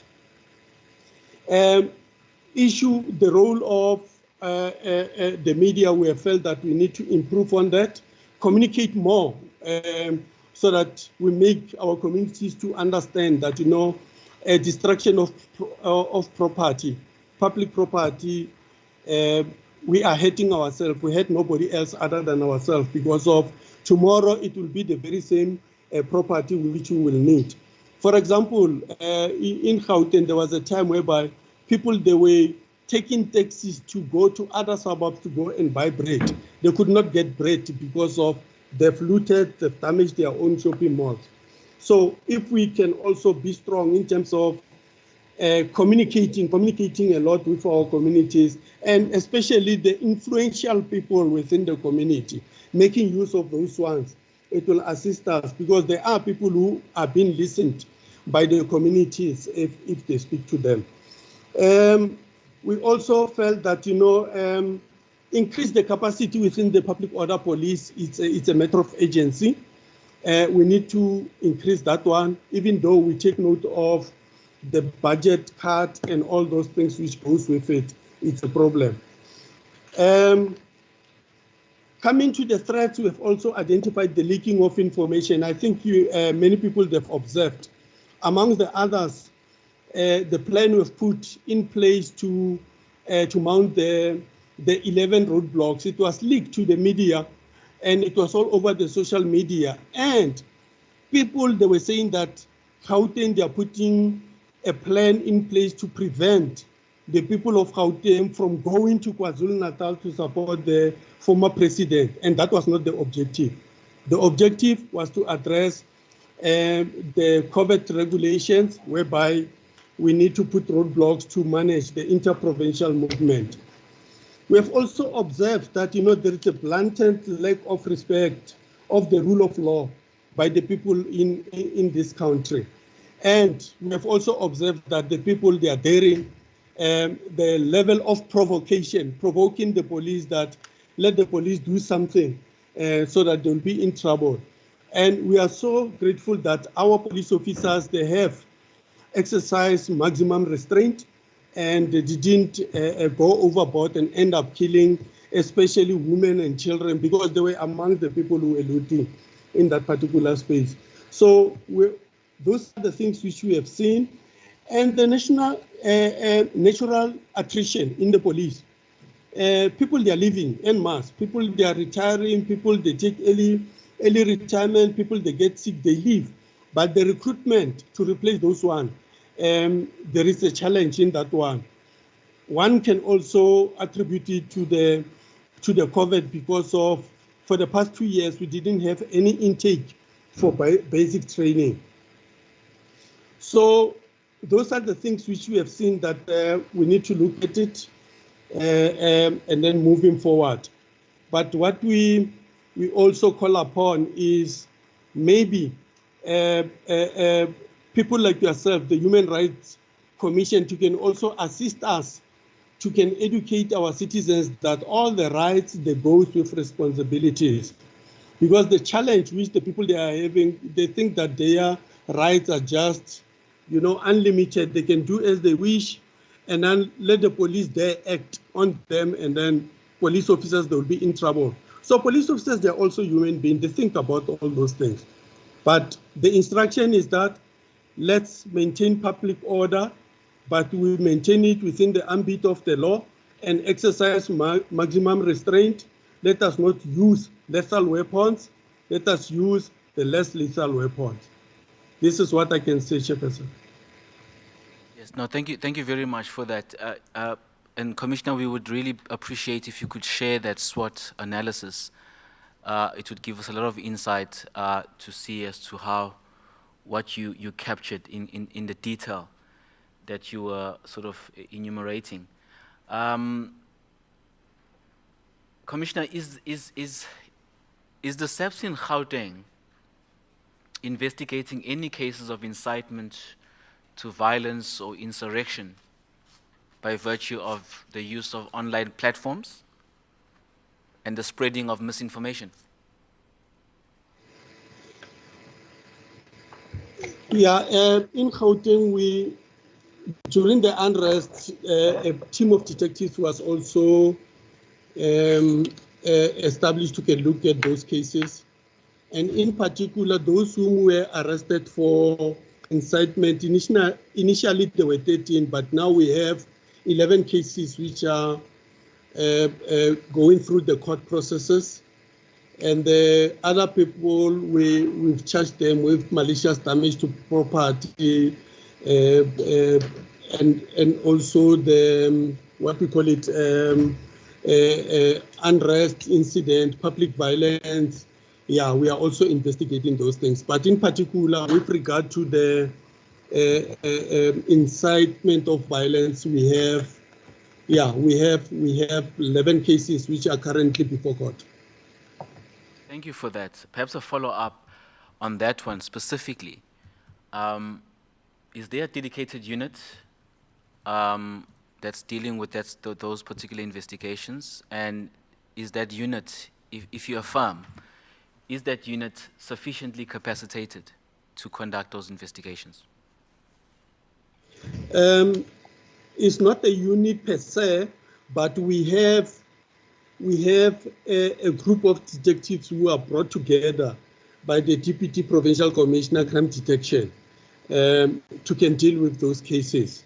So they are overwhelmed. It's a lot of cases, but they are doing the best they can to investigate these cases. Hence, you see some of the cases are already trial ready, they are before court. No, thanks for highlighting that. Perhaps my last question to you, Provincial Commissioner, is in this hearing we heard last week testimony about police officials or members being informed or instructed that they need to stand down in their response to the July unrest. Are you aware of such in your province? I am not aware of such instruction, Chairperson. And perhaps lastly, and as a follow-up, if such is discovered to have happened within your province,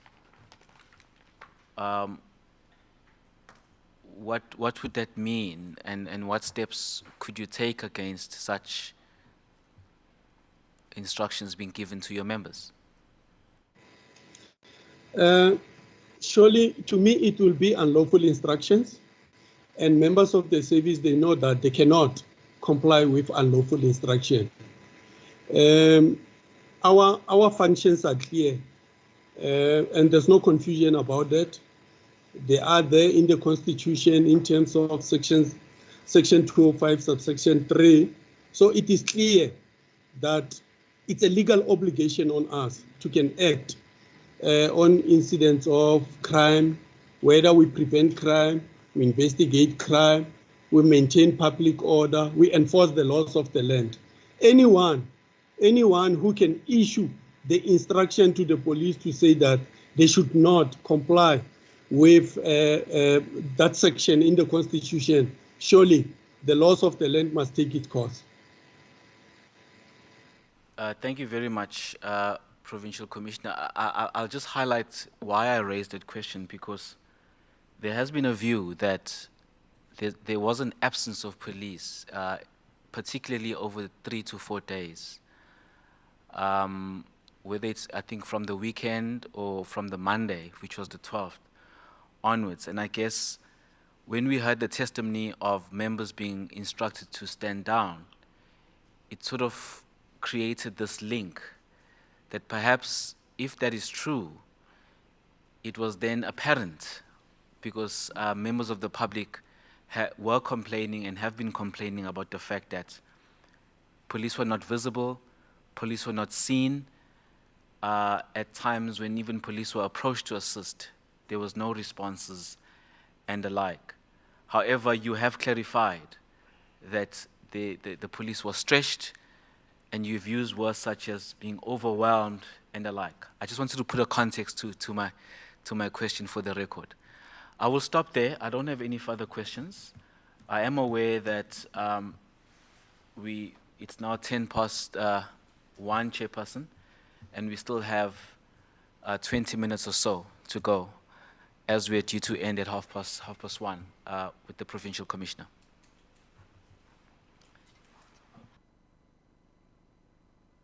Yes, I'll just double check. I think there's one or two questions from the colleague, and we can then take those and then hand over to you, Chairperson. Thanks. Thank you, Commissioner.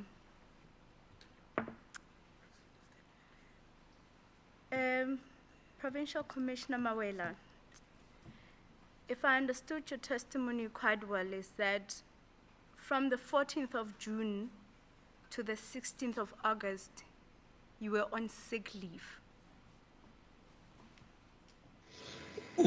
May I kindly ask you to speak closer to your mic, please?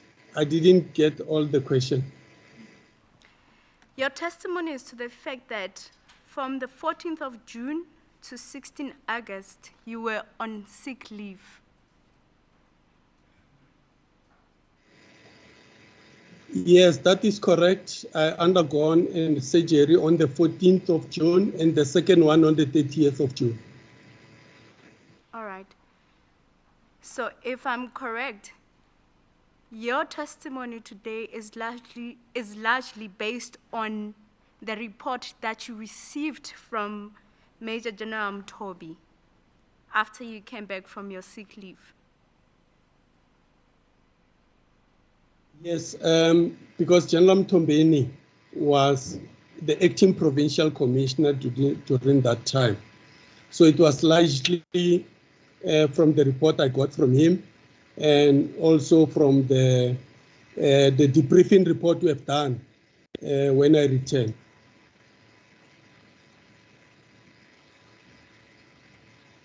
Sake, was there at any stage during your sick leave when you interacted with the people from your office giving instructions as to what should happen? Yes, we will exchange notes, not literally to give instruction. We'll talk with the acting PC. He will brief me about what he sees and so forth, and we'll discuss those issues, what will be the best way to can deal with those things. But the instruction obviously will come from somebody who's on duty. General Mtombeni ultimately take command and control of all the forces.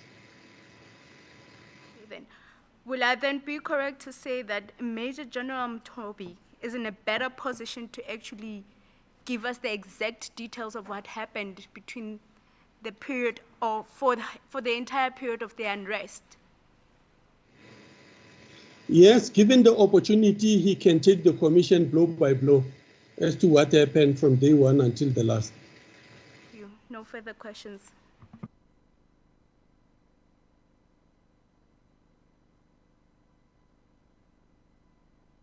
Thank you very much. Commissioner, just one or two questions from my side.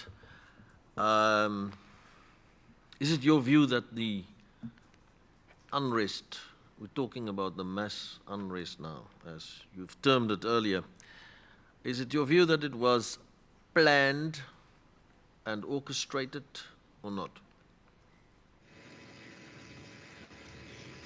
Chairperson, you were speaking away from your mic. Will you kindly... Yeah.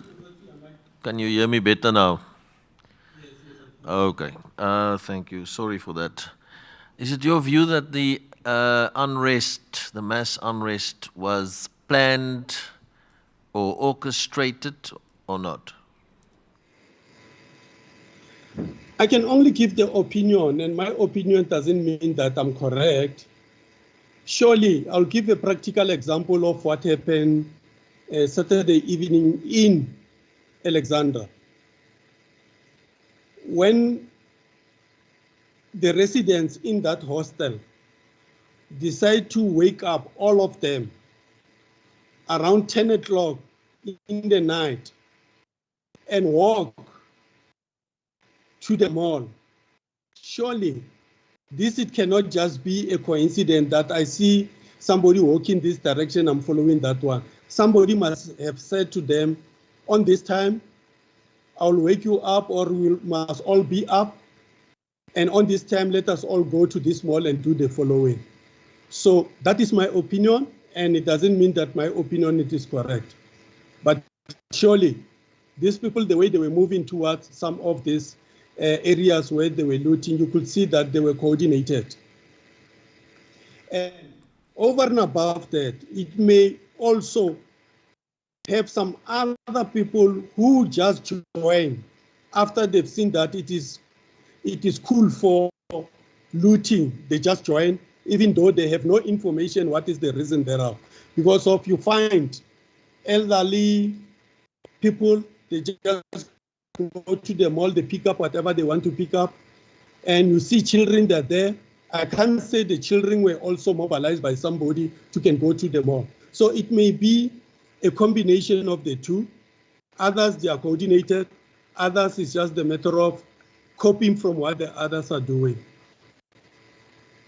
Do you have any evidence that has become available in the meantime, communication of some nature, for example, WhatsApps, SMSs, or whatever the case may be, that points to planning and orchestration?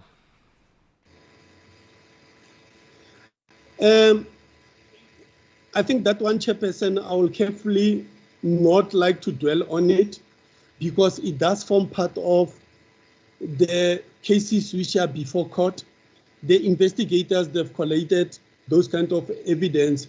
Maybe it will be good for all of us to can wait and hear what is presented before court. Possible to make that information available to the Commission, not in public, but to make it available to the Commission so that the Commission at least can have an impression of what exactly that is?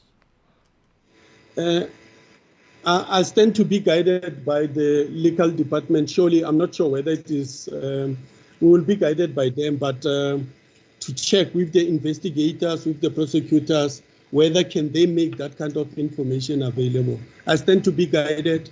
I can't commit myself. Thank you. We'll be in touch with you as far as that is concerned then. Then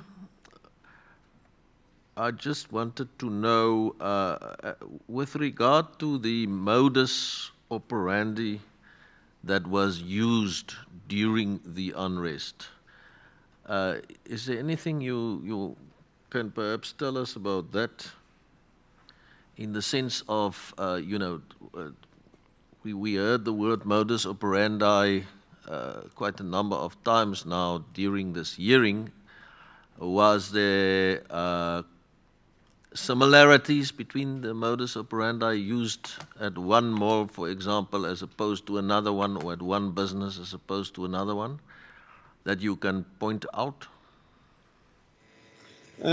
Different means and ways were used to enter and loot different stores. I will give two examples. One, in Diepkloof Square. In Diepkloof Square, the local station, they went to the center manager, alert him that there is this new thing whereby malls are being looted. We advise him that we put more security in place so that we can mitigate this threat. The mall manager responded positively, spoke to the tenants to close their shops. He closed the mall from all the entrances, shutter doors and burglar doors is closed completely. He remained inside the mall. He was watching what was happening through the CCTV cameras.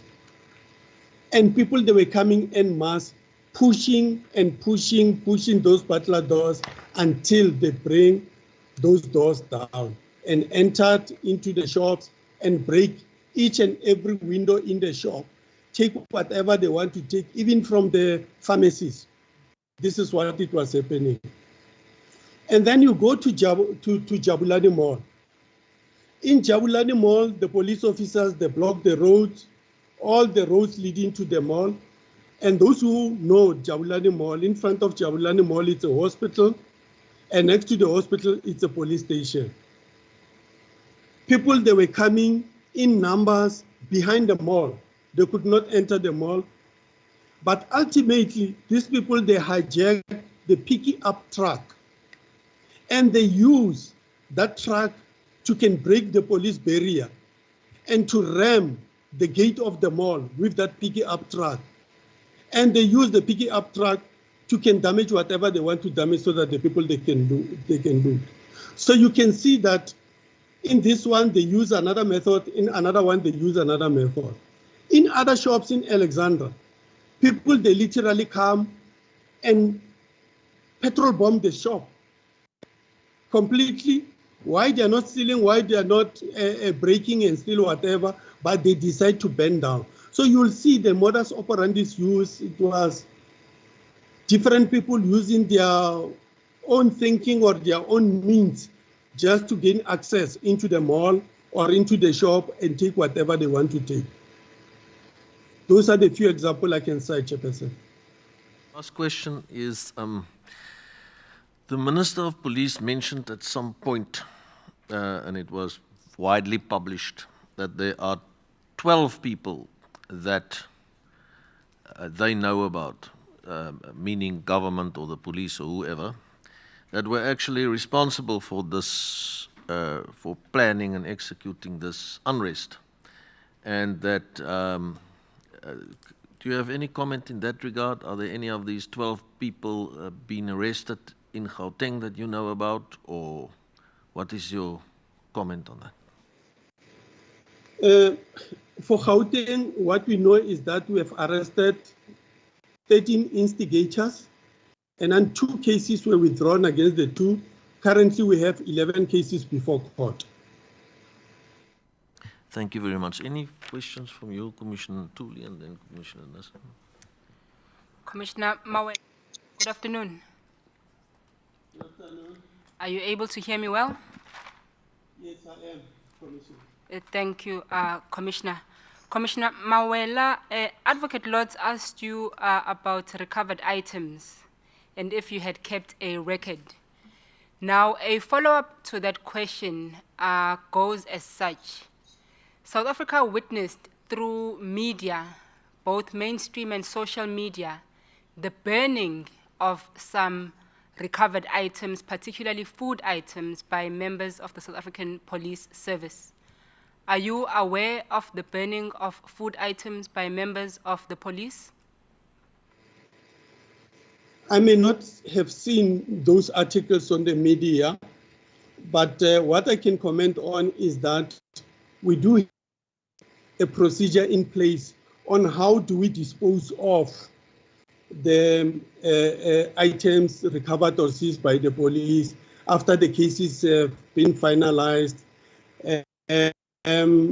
Perishable items, there is a procedure how you do that.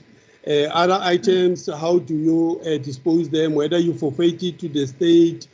There is a procedure in place. So I guess what was happening, it was in line with those procedures. South Africa is the most unequal society in the whole world, Commissioner Mawela. Could you inform the panel how you make sense of the burning of food items in a country as poor, if I may put it, as ours? Unfortunately, we don't make laws, we enforce the laws. So if it is stipulated that, this is how we dispose of an item, we will follow the law. But if the lawmakers, they feel that that law maybe is not addressing the challenges which the country is facing, they may change that law and then we'll simply do what the law requires us to do. Thanks, Commissioner. Next question. Are there any cases or incidents of gender-based violence that were reported or that you are aware of that emanated as a specific result of the unrest? I may not know about them, but what I know is that we do record a lot of gender-based violence on a daily basis in Gauteng. Any specifically related to the July unrest that you are aware of? Not at all, but we can always go back and check from our systems. Surely we can pick up some. With the list of documentation that you have committed to submit to the Commission, may that also be in addition to the information that you will furnish the Commission?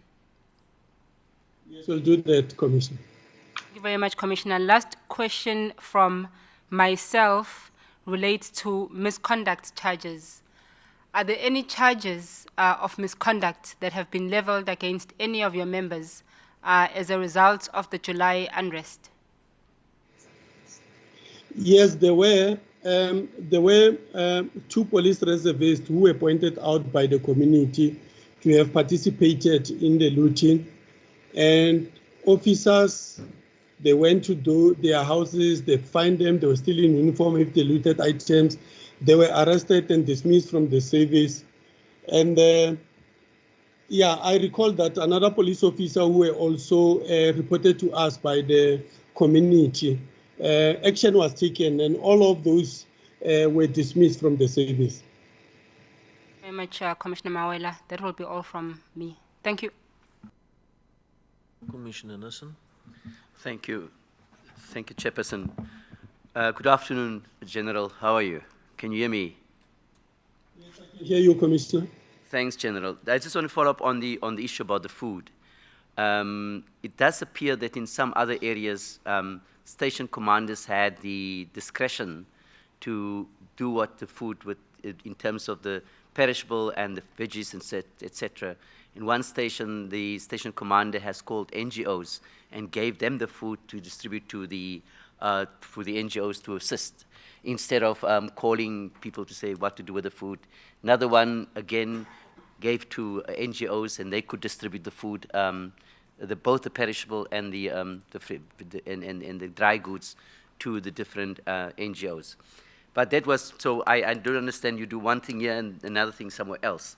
Then on the food, staying with the food issue, you would recall just immediately after the unrest subsided, there were a number of people that laid complaints with the Commission about how the police in Gauteng would just go into an informal area and just kick up any door that they find to where they suspect that they are food. And many people got the impression that it does appear that everybody in that informal settlement or every black person is a looter. So, and people who had their own food that was not part of those who looted, their own food confiscated as well. Did you pick that up? Are there anybody that come to complain to you? Because that was in the public domain. Then one thing, General, you know, intelligence in nature is not events-based. It's an ongoing, everyday, 24/7 activity.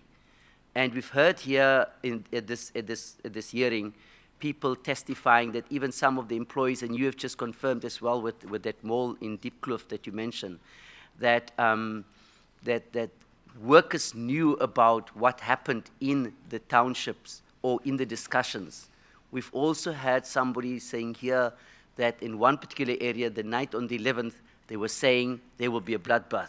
So if ordinary people in the street knew about what was going to happen, why is it that intelligence could not pick this up?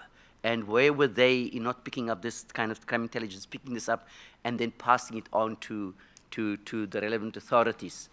And then secondly, coupled with that, is that intelligence is not only about waiting for people to come and tell you, it's also about scenario planning. And if we knew there was a significant event happening in our country, shouldn't we have anticipated something will happen? And then you prepare for the unprepared, plan for the unplanned. I just want to hear your comment on that. And then lastly, from my side, General, Any outside the instigators that you've picked up, are there any other people that you've arrested in terms of public violence? If so, how many, and what is the status? Thank you so much. Yeah, thank you very much, Commissioner. Yes, firstly, I'll start with the information collated or intelligence within the community. Surely, some community members, they did assisted us a lot. Whatever thing they pick up, some they'll share with us, and then we'll follow through all those incidents. But the deficiency of our intelligence collectors on the ground is no longer a secret. We know that we are limited on that one. But working together with the community, you'll get even more information as to what is that which the community is planning to do, or maybe to disrupt anything. Coming to the total number of people arrested in Gauteng, we have 2,115 people who were arrested for various charges during that time of the looting. Coming to the station commanders who do their own thing, I think it is unprocedural. They shouldn't have done so, because we have the procedure in place how to dispose of the confiscated items. Coming to handing over confiscated items to the NGOs may also be dangerous, because of at times you give it to NGOs, they give to people, and people, they eat, they get sick. It will come back to us as the police. So we can't do things which we are not expect in that regard. You know, food is something which you can't just have shortcuts on it. Let the people who knows whether the food it is good for consumption be the one who are dealing with those things. But me as the police officer, I'll refrain. I'll never do that. I'll never take food and give it to somebody and say, go and feed the masses elsewhere. What if that food is poisonous? So it is also dangerous for us to do that. But if that thing it has happened, it is wrong. It is not in accordance to our procedures.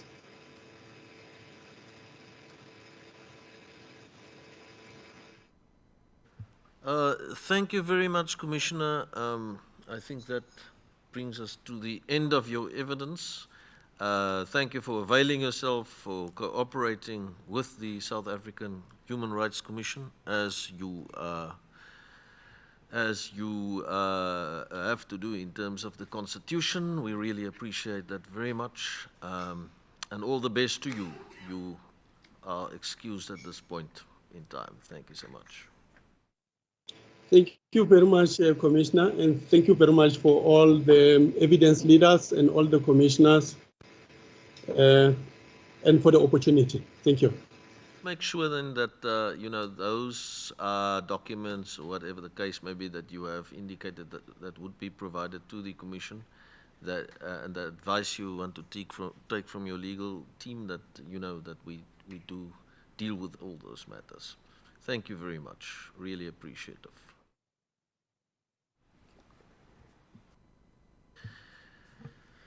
So, thank you very much. We will stand down then until 2 o'clock sharp, please. I don't want that we get the current speaker and former Minister of Defense wait. So let's be here at 2 o'clock to start then. Thank you. We stand down.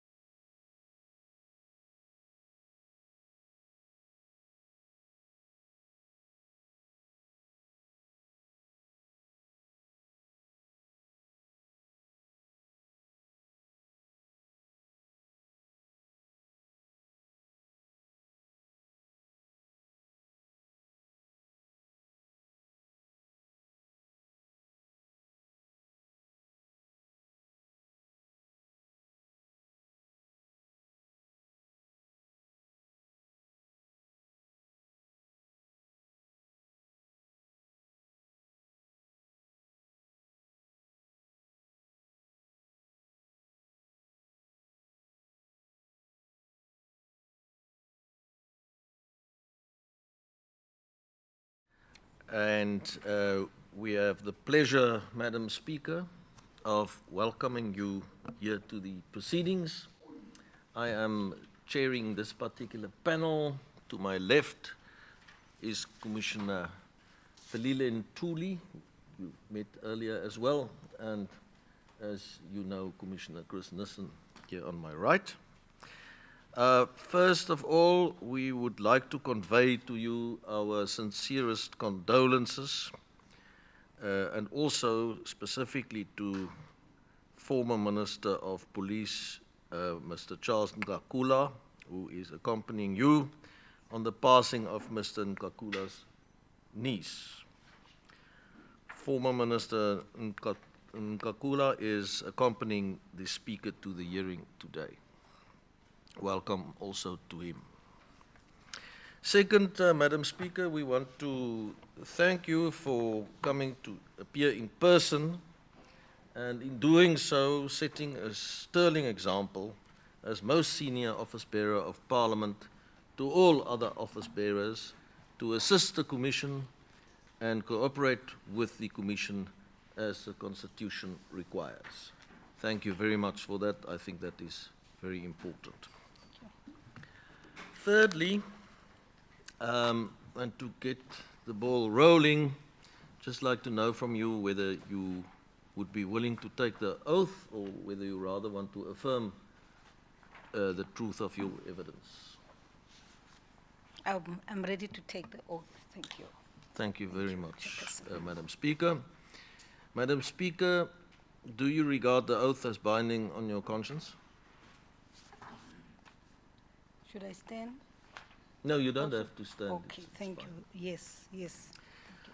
Do you swear that your evidence will be the truth, the whole truth, and nothing but the truth? Yes. Please lift your right hand and say, "So help me God." So help me God. It's not every day that one gets the opportunity to administer the oath in respect of the Speaker. Thank you.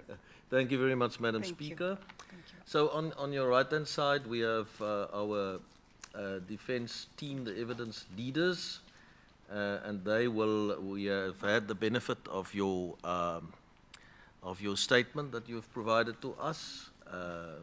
We'll make use of that as well, but then, just ask you questions pertaining to the issues at hand. You might have noticed what the aim of this hearing is. It is about the July unrest, and we want to establish what exactly happened, how it happened, and, to see what could be done in terms of the human rights violations that took place as a result of it. Who will be leading from the evidence team side? Chairperson, I will begin. So that is Advocate Lloyd Lodge. You may continue. Thank you. No, thank you very much, Chairperson. Madam Speaker, on behalf of the evidence team, I would just also like to echo the condolences as expressed by the Chairperson to yourself and your family. Madam Speaker, as a way of beginning, there was a sworn statement that was submitted to the Commission.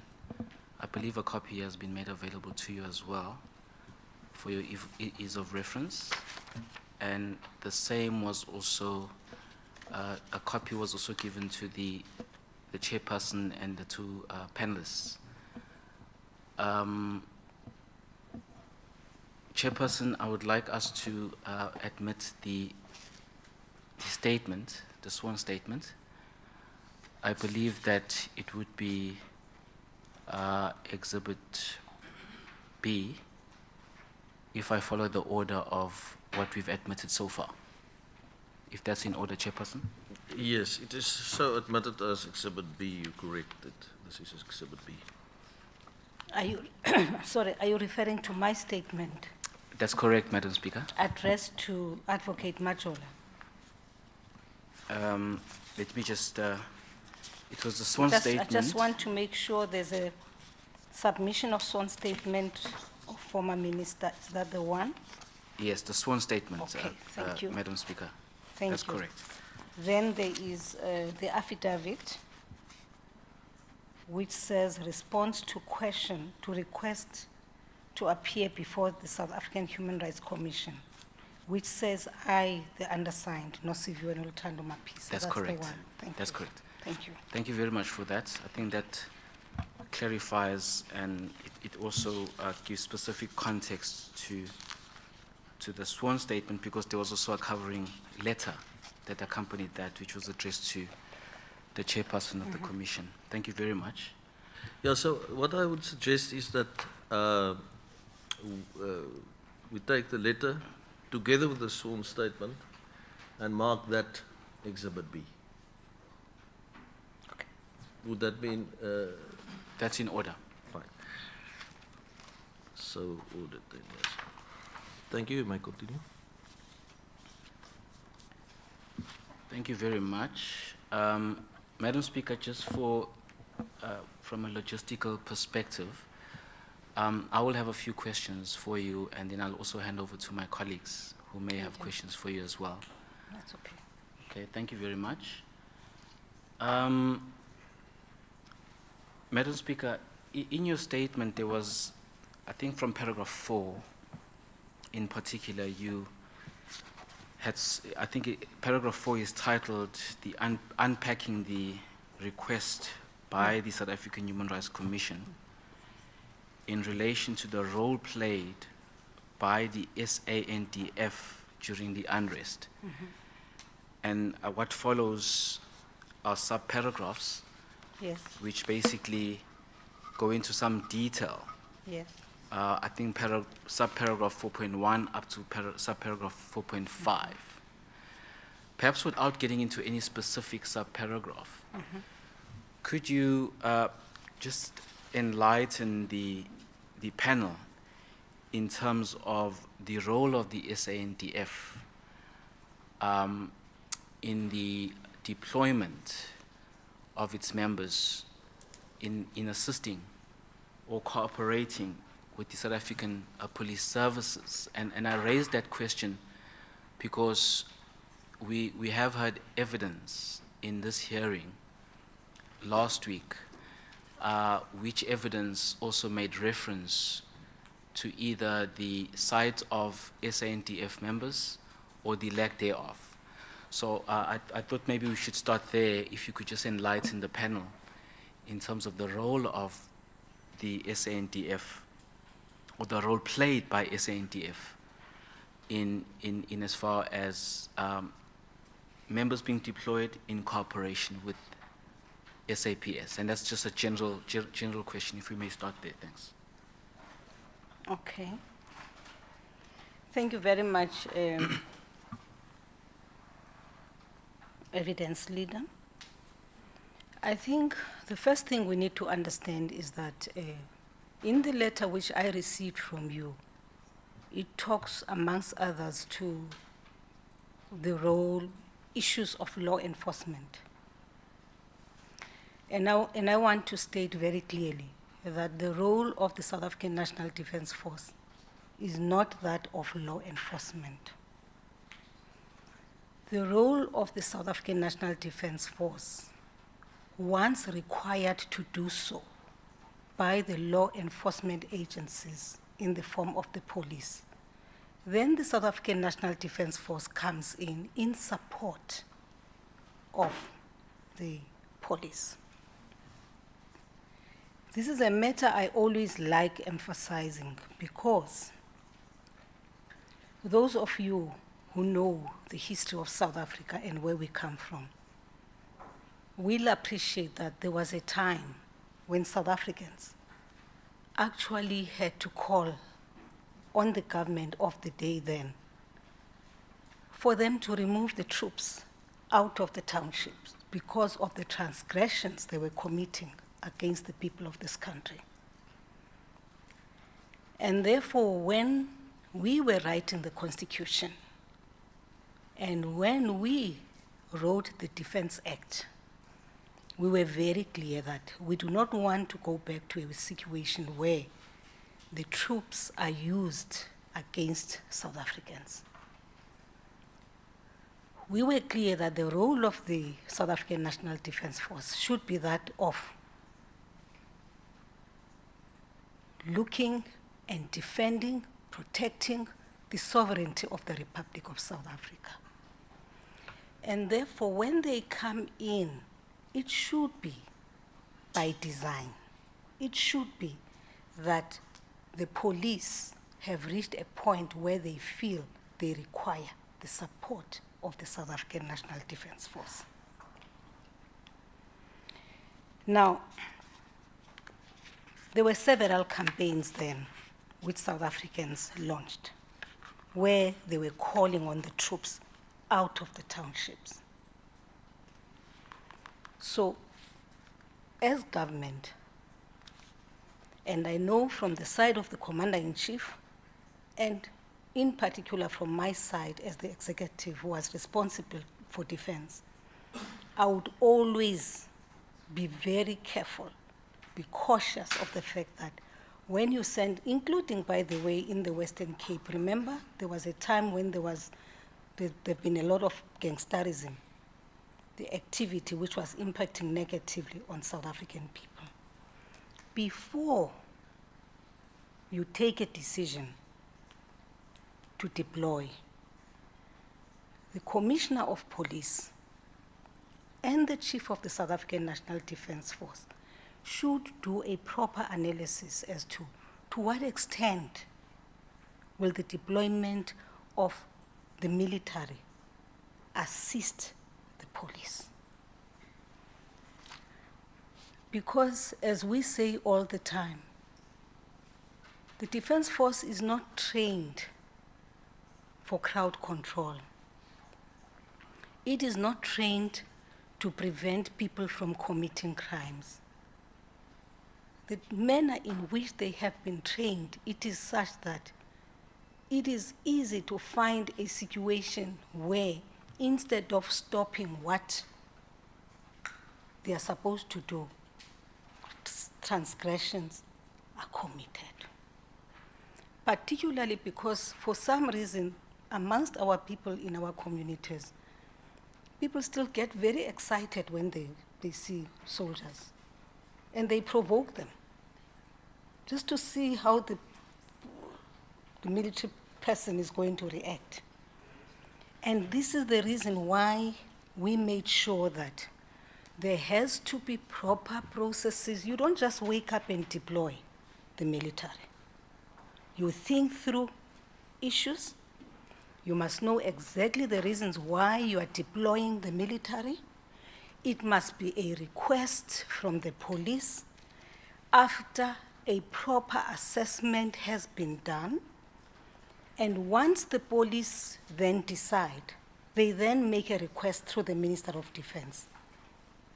And of course, then the Minister of Defense writes a letter which is co-signed by the Minister of Police and the Minister of Defense for the attention of the President. So at that point, even the Commander-in-Chief himself, who is the President of the Republic, cannot just take a decision on the basis of that letter. President will then engage you about, if you want deployment, what is the strength you are requiring?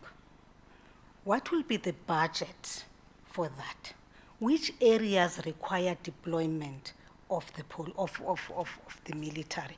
So there will be pertinent questions which you'll have to answer before finally you deploy the Defence Force. And I do want to say that even in this case, that is what happened. If you look at, if you've read my my sworn-in affidavit, you will see that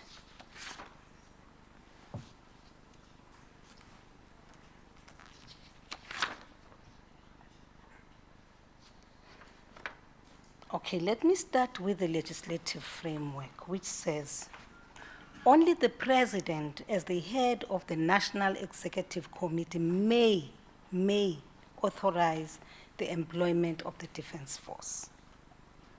And it will be done in cooperation with the police service, in defense of the Republic, in fulfillment of an international obligation.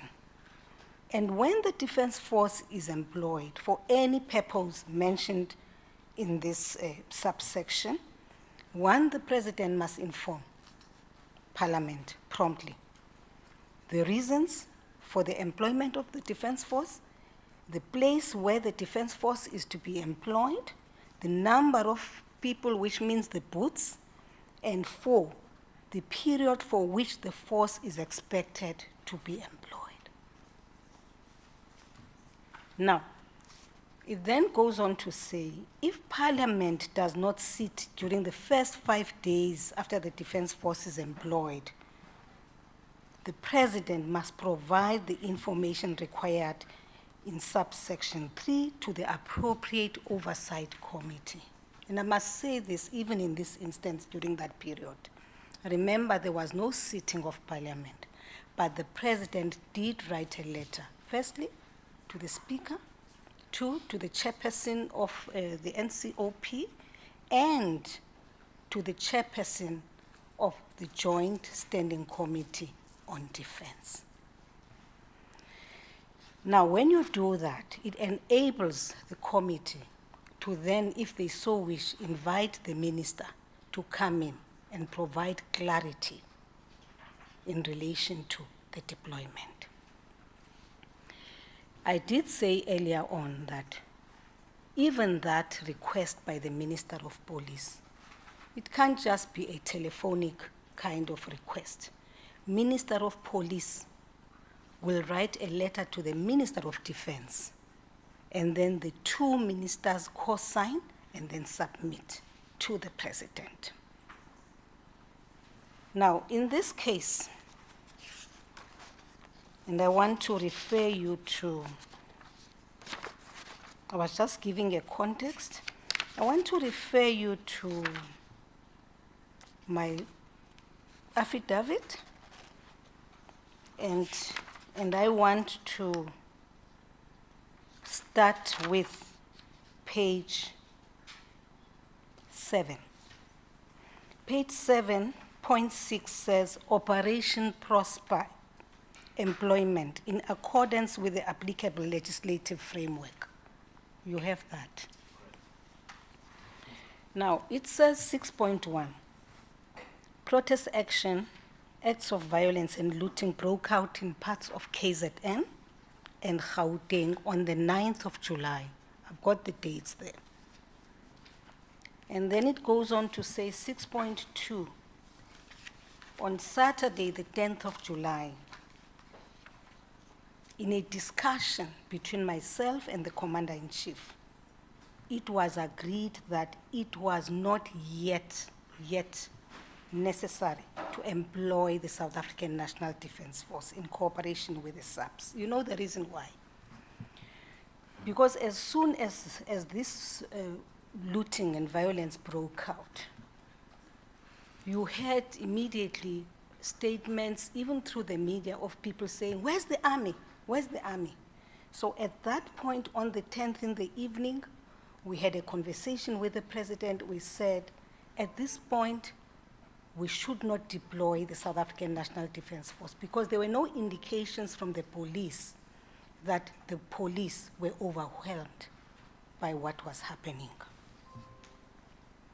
Now, one of the issues which I've had raised here in some of the documents is, what's the role of intelligence? And I want to remind all of us that if you study the Defence Act, you will see that the Defence Force does not have the mandate of collecting intelligence internally. Does not have that mandate. However, even though it does not have that mandate, the Defence Force is part of the National Intelligence Coordinating Committee for purposes of providing state security and sharing information with state security and the police about developments from outside, whilst they will be sharing information about some of the things which may developments which may be happening internally. I'm raising this because later on, I will talk to you about my views on the matter. Perhaps in 1994, when the Constitution and the Defense Act were developed, because of the experiences and the trauma we had of the past, and the trauma in the main imposed by military intelligence on South Africans, a decision was taken that you will not collect internally here. However, it's possible that in view of the geopolitics of the world, that you probably need to review that decision and define and determine at what point do you call on the Defense Force to assist in the collection of intelligence internally. I'm raising this in the context of issues of terrorism, which is what everybody globally is discussing right now, and our surroundings in the region and the challenges which are there in the region, that you may as well at some point take a decision to review a decision which was taken in 1994. Now, on Sunday, the 11th of July, the president called asking for the employment now of the South African National Defense Force. Remember, I had said earlier on the 10th of July, we had had a discussion and agreed that it was not time yet to deploy, because there was no indication from the police that they were overwhelmed. Just a second, yes? Madam Speaker.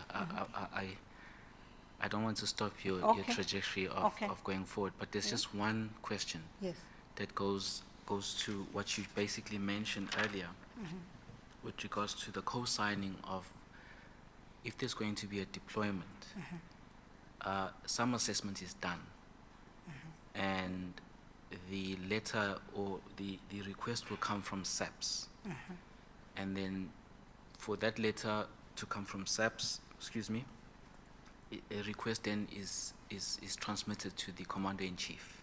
Yes. And it's co-signed by yourself as the Yes. Minister of Defense. Correct. Just a clarity question, so that we also understand. Is that assessment done solely by Saps, and then it comes to yourself as the Minister of Defense? Or is the assessment done by the Defense SANDF as well? Maybe just a clarification on that specific part. In this instance, if you see, I'm saying the 11th of July, ne? Let me start there. President calls me.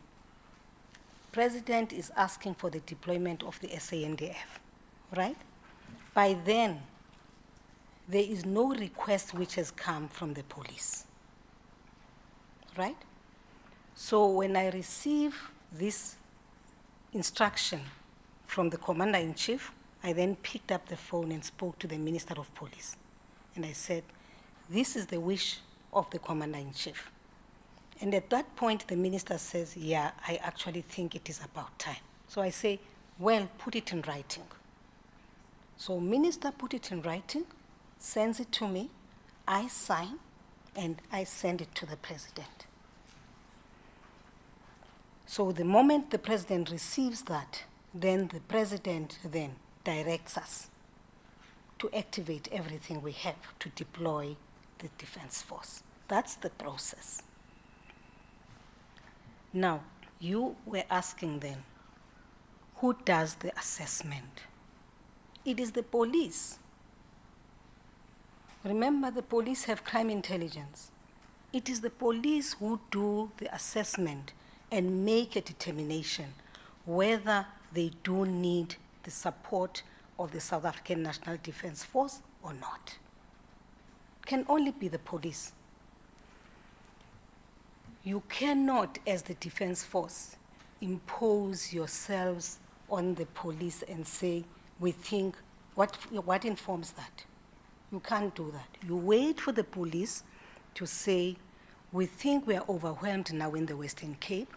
Gangsterism has become a big issue, and therefore we are requesting that we sign a letter to the president and request the president to allow us to deploy the defense force in support. And by the way, it's also important that you note that whenever we talk about deployment of the South African National Defense Force, it will say deployment of the South African National Defense Force in support of the police. Because even in operations, by the way, as you stabilize things in the country, that guidance can only come from the police. The army cannot just move into areas where they have not been directed by the police. It is the police who determine which areas where they need assistance, which areas where they need patrols. For instance, after this decision was taken, the first thing which the Defense Force did was to take care of the national key points. Okay? Because at the time the police were saying, okay, we think that we can still manage this, the crowds and so on, the looting, but we request the South African National Defense Force to focus its operations on the infrastructure protection, in particular the national key points, and that's what we did. That's what we did. And of course, somewhere you will have a list of where, for instance, in KZN, the starting point were the oil refineries in Port, in Richards Bay. That was the starting point. And then, of course, the route coming between Johannesburg and KZN, which is a trade route. Because remember, at that point, that route was taken over by the looters. So in order to ensure that trade continues in the country, they then had to move into that area and make sure that the trucks are able to have passage. Now,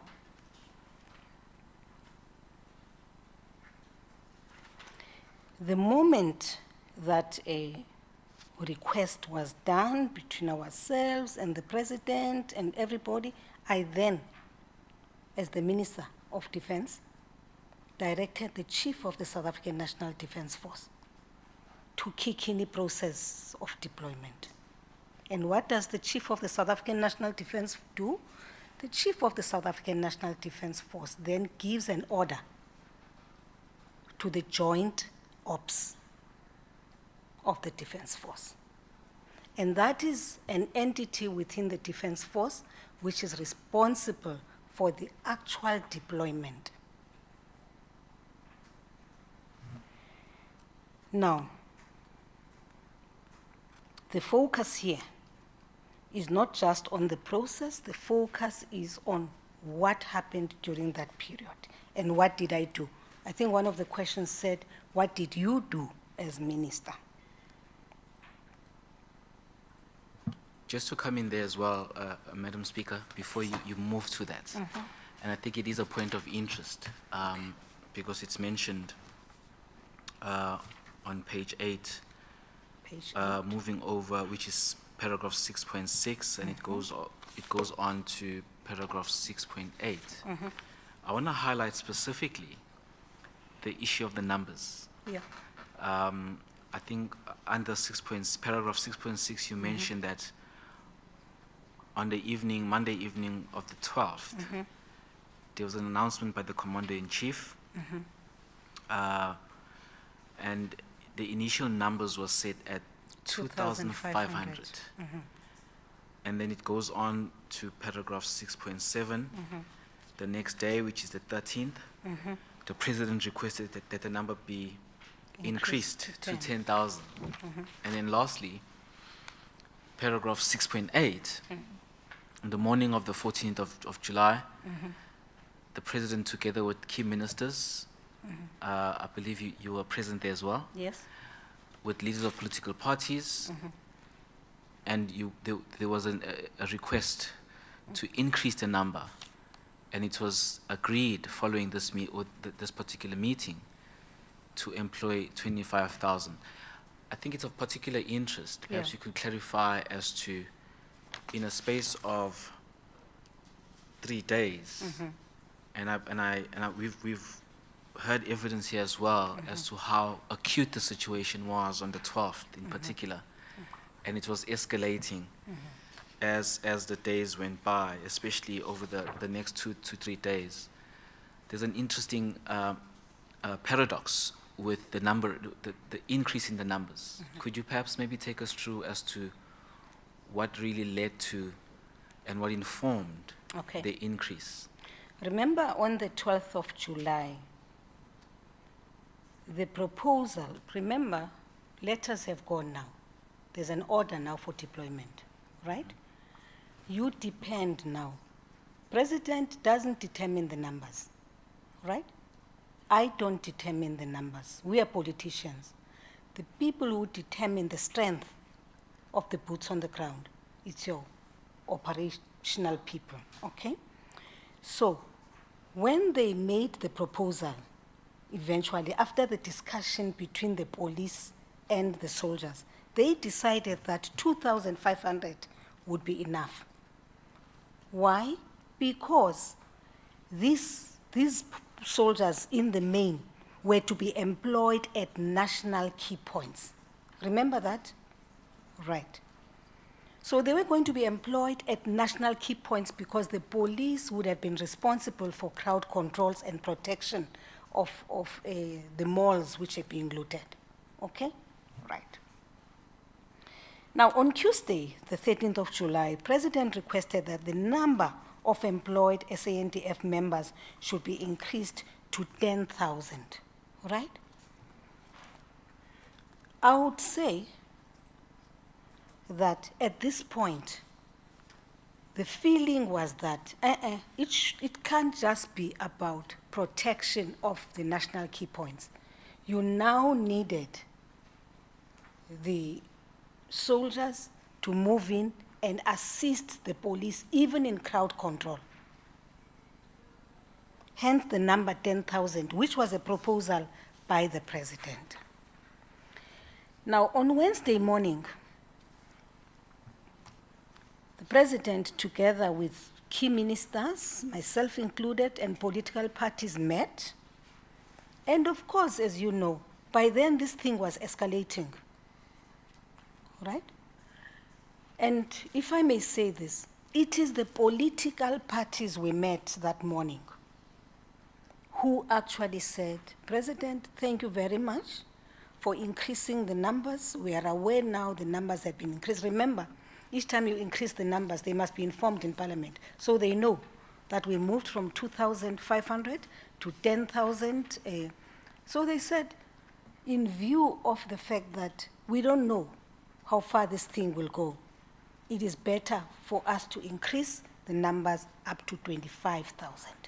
So that 25,000 was based, it was a pure political decision taken by political parties together with ministers of the JCPS and the president. Immediately after that, I interacted with the chief of the SANDF to inform him that now the papers have to change. Remember, you submit papers which said you want 2,500, and then the numbers increased the following day. Then you changed your papers. You now submit new papers which talk to 10,000, and it's not just 10,000. You then have to say exactly how much that will cost, right? So the moment the parties then said, well, we think that it should be 25,000, you then have to submit papers to Parliament now, which are saying 25,000 and what that 25,000 will cost. Okay? I hope I've answered your question on this one. Yes, no, thank you very much, Madam Speaker. Maybe you can proceed because I think I stopped you there and you were on a Okay. trajectory. Okay. I'm not sure if we are just, we are following the order of the Well, affidavit. I'm trying to look at the pertinent issues which I believe I should clarify to you. Okay. But you have all Welcome the to come in. right to take me through the entire thing. I prepared the affidavit. I lived it for those few days, so I'll be able to answer the questions. All right, maybe I will stop right there Okay. and hand over to my colleague because there were some specific questions as well Okay. that were relating to some aspects of the affidavit, and of course, I think you have answered the questions that I had in relation thereto.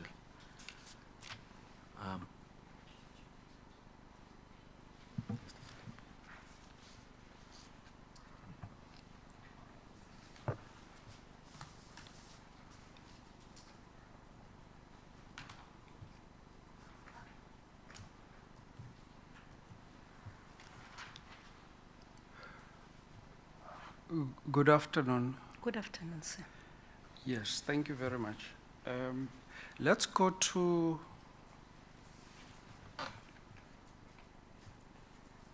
paragraph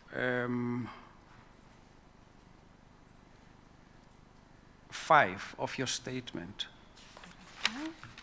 In particular, where it makes reference to Section 9 of the Defense Act. Just a minute now. That will be page 5 of your sworn-in statement. Okay. Thank you. Now you would see there, it says on page 5, Yes? it quotes Section 19 of the Defense Act. Can you please read that into record? Section 19 of the Defense Act of 2002 further regulates the employment of the SANDF in cooperation with the South African Police Service. This section must be read together with Section 20 of the Defense Act, which outlines the powers and duties of South African National Defense Force members when employed with the South African Police Services. These sections are provided in full below, but the main issues to note in relation to employment under Section 19 are the following. 1, there must be a written request from the Minister of Police to the Minister of Defense to initiate the consideration of employment in cooperation with the police. We've talked to that. 2, the Minister of Defense must, within 24 hours of such employment, give notice in the Government Gazette, which I did, which is attached to your file. 3, a code of conduct and operational procedures must be approved by the Minister of Defense according to Section 19(3)(c) of the Defense Act, which I did, which is attached, which is somewhere in your file there. I thought that's what you want. Should Yes. I continue? Could you please continue only to 19, which is highlighted there in bold? That sentence only, Okay. that paragraph only. Okay. 19 says employment in cooperation with the South African Police Services. Ne?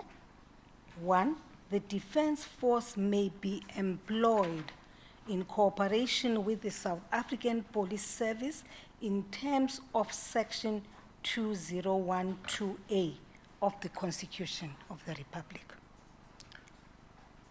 In the, Now, in the prevention and combating of crime and maintenance and preservation of law and order within the Republic.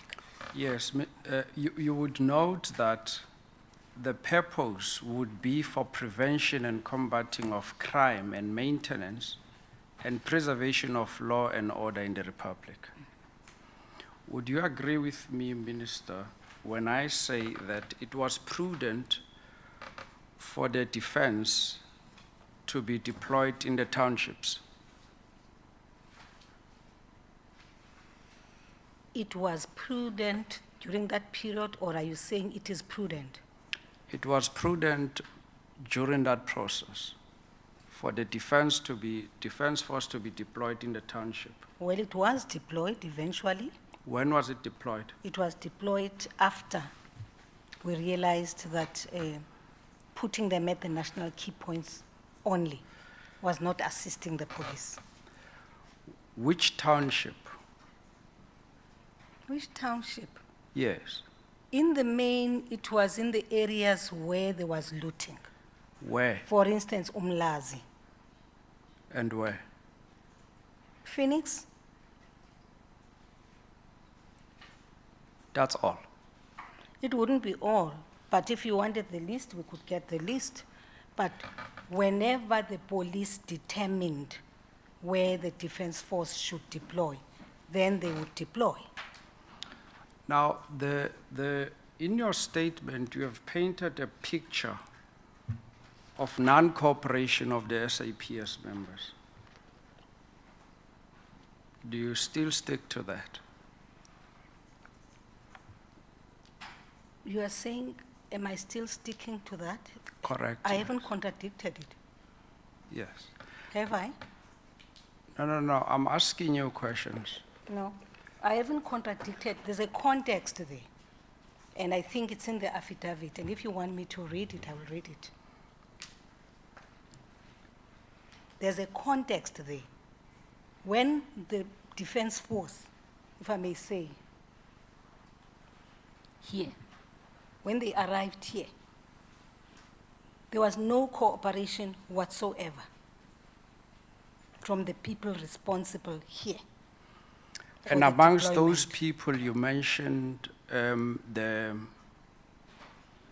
provincial commissioner It's of. not amongst the person you cooperate with when you get to a particular province. The first point of call will be your provincial commissioner. Can I please finish before you interject? Yes, Yes. okay. According to your statement, the provincial commissioner of South African Police Services in KZN was not cooperating with the persons that you have delegated this crucial responsibility.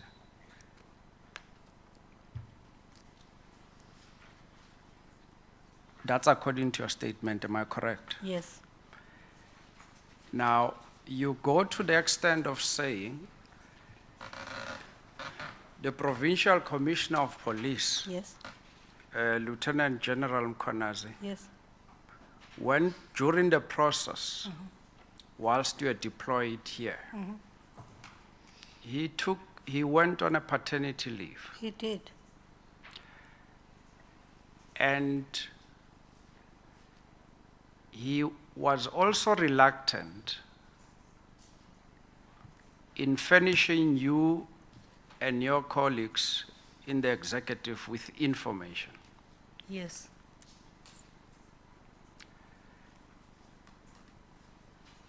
And you say that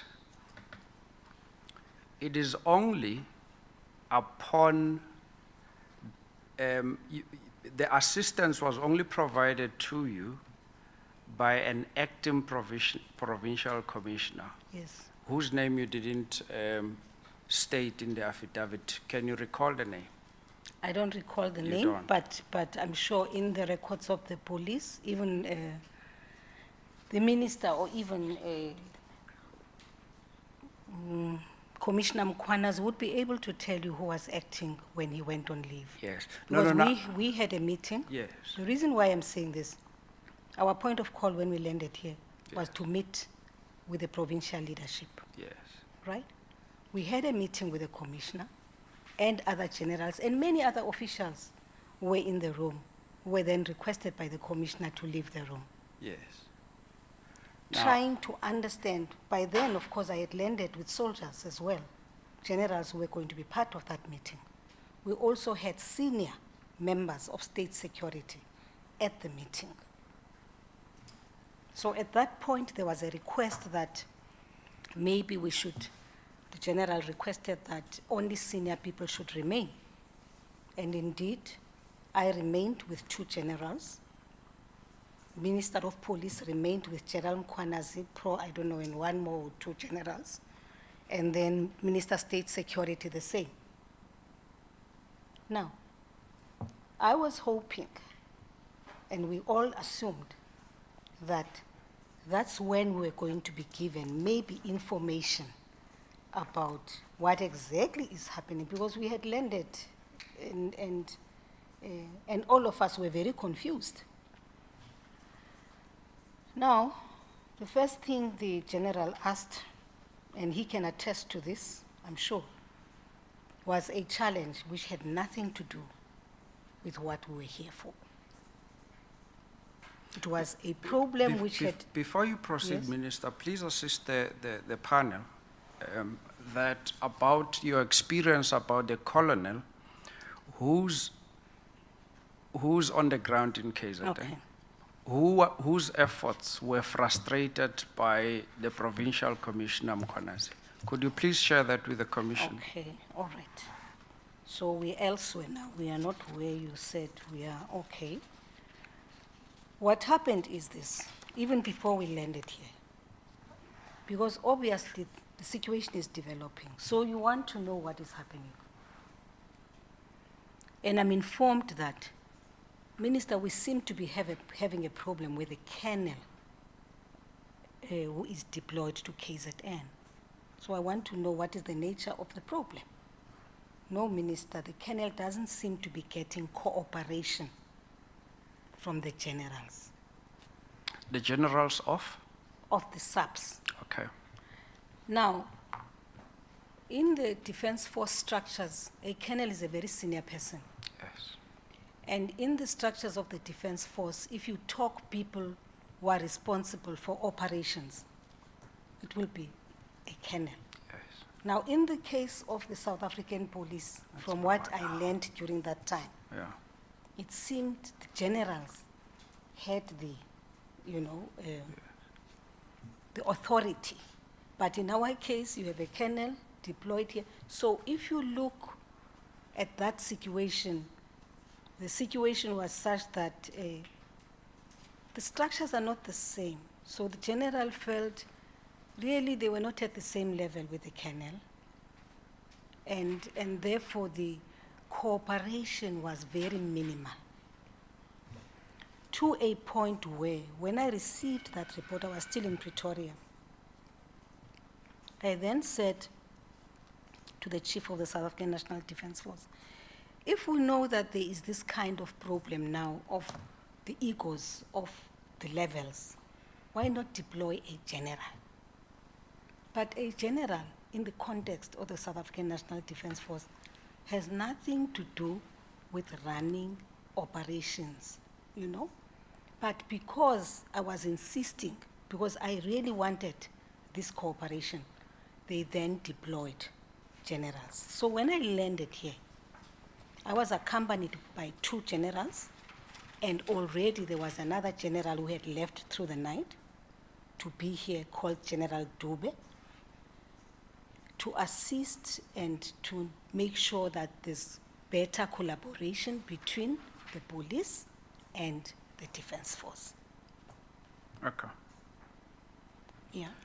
Now let's go back. May I just, Madam Speaker, you say I had also received a report about the issue now about the colonel and the interaction, which was problematic. When was that? Can you remember which day was that in July that you received the report that this thing about the colonel and the general is not going to work? It was a day. Let me just check what day I arrived here. Because it was on the eve. Perhaps, It was the eve of my... Perhaps, Minister, arrival. let's take you... please don't mind when you call you Minister or Speaker, because Okay. we're still adjusting. It's okay, thank you. Let's rather, in pursuit of answering what the chairperson is asking, let's take you to paragraph 6 Paragraph of your... 6? No, paragraph 6 of your statement, which is at page 6. It's operation prosper employment in accordance with the applicable legislative framework. Let's let's be chronological and take you through everything. Okay.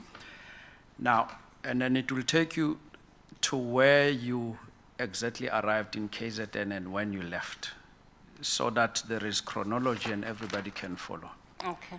Now, you said paragraph 6.1, protest action, acts of violence and looting broke out in parts of KwaZulu-Natal, KZN and Gauteng on 9 July, correct? Yeah. And then 6.2 is important. It pertains to your discussions with the President on the 10th of July 2021, and whereat it was agreed that it was not yet necessary to employ the SANDF in cooperation with the Saps to maintain law and order. That was Yes, the correct. situation. Yes. So do I assume that this was a telephone discussion between Yes. yourself and the President? Yes. At the time, on the 10th, Saturday, on the 10th of July 2021, were you and the President armed with any intelligence report to make that call?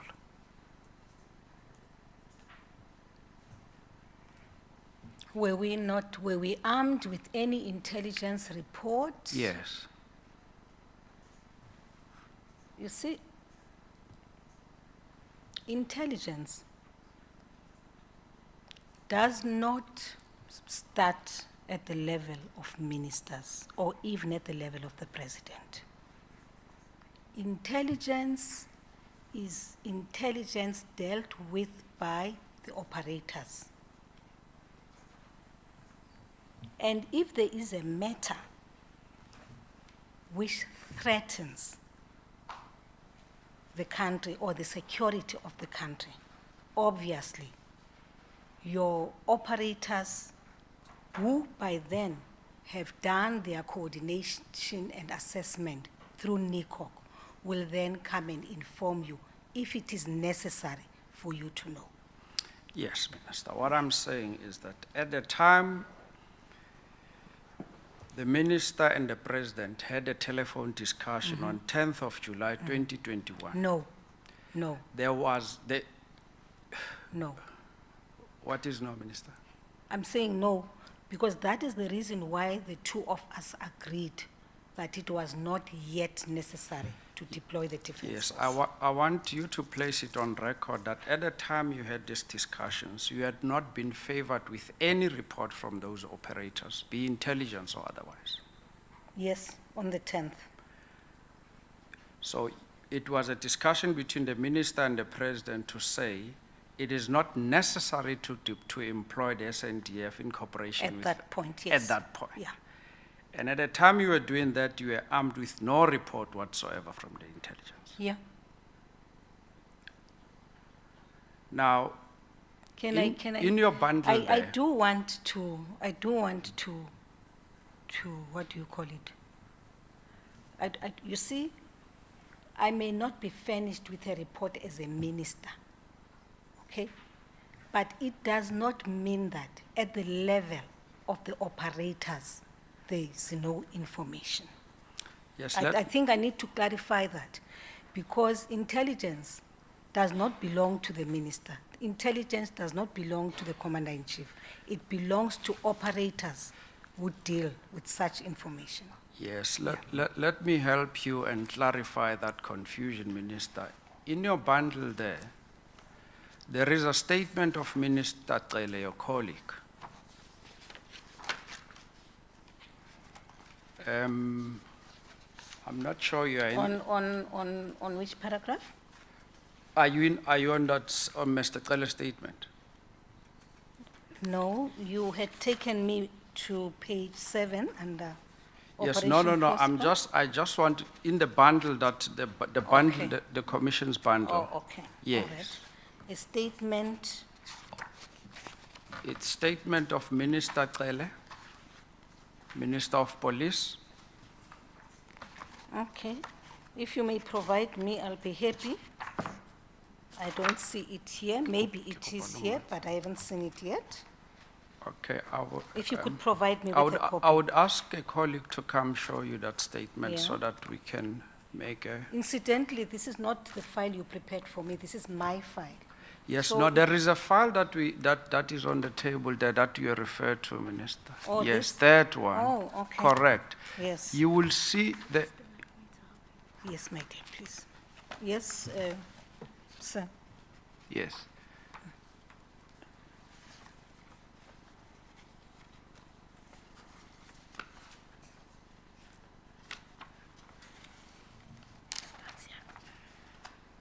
Thank you. Yes. That should have been your bundle, Minister. That was not clarified. We apologize. Please go to page 5 of that statement, of Mr. Cele's statement.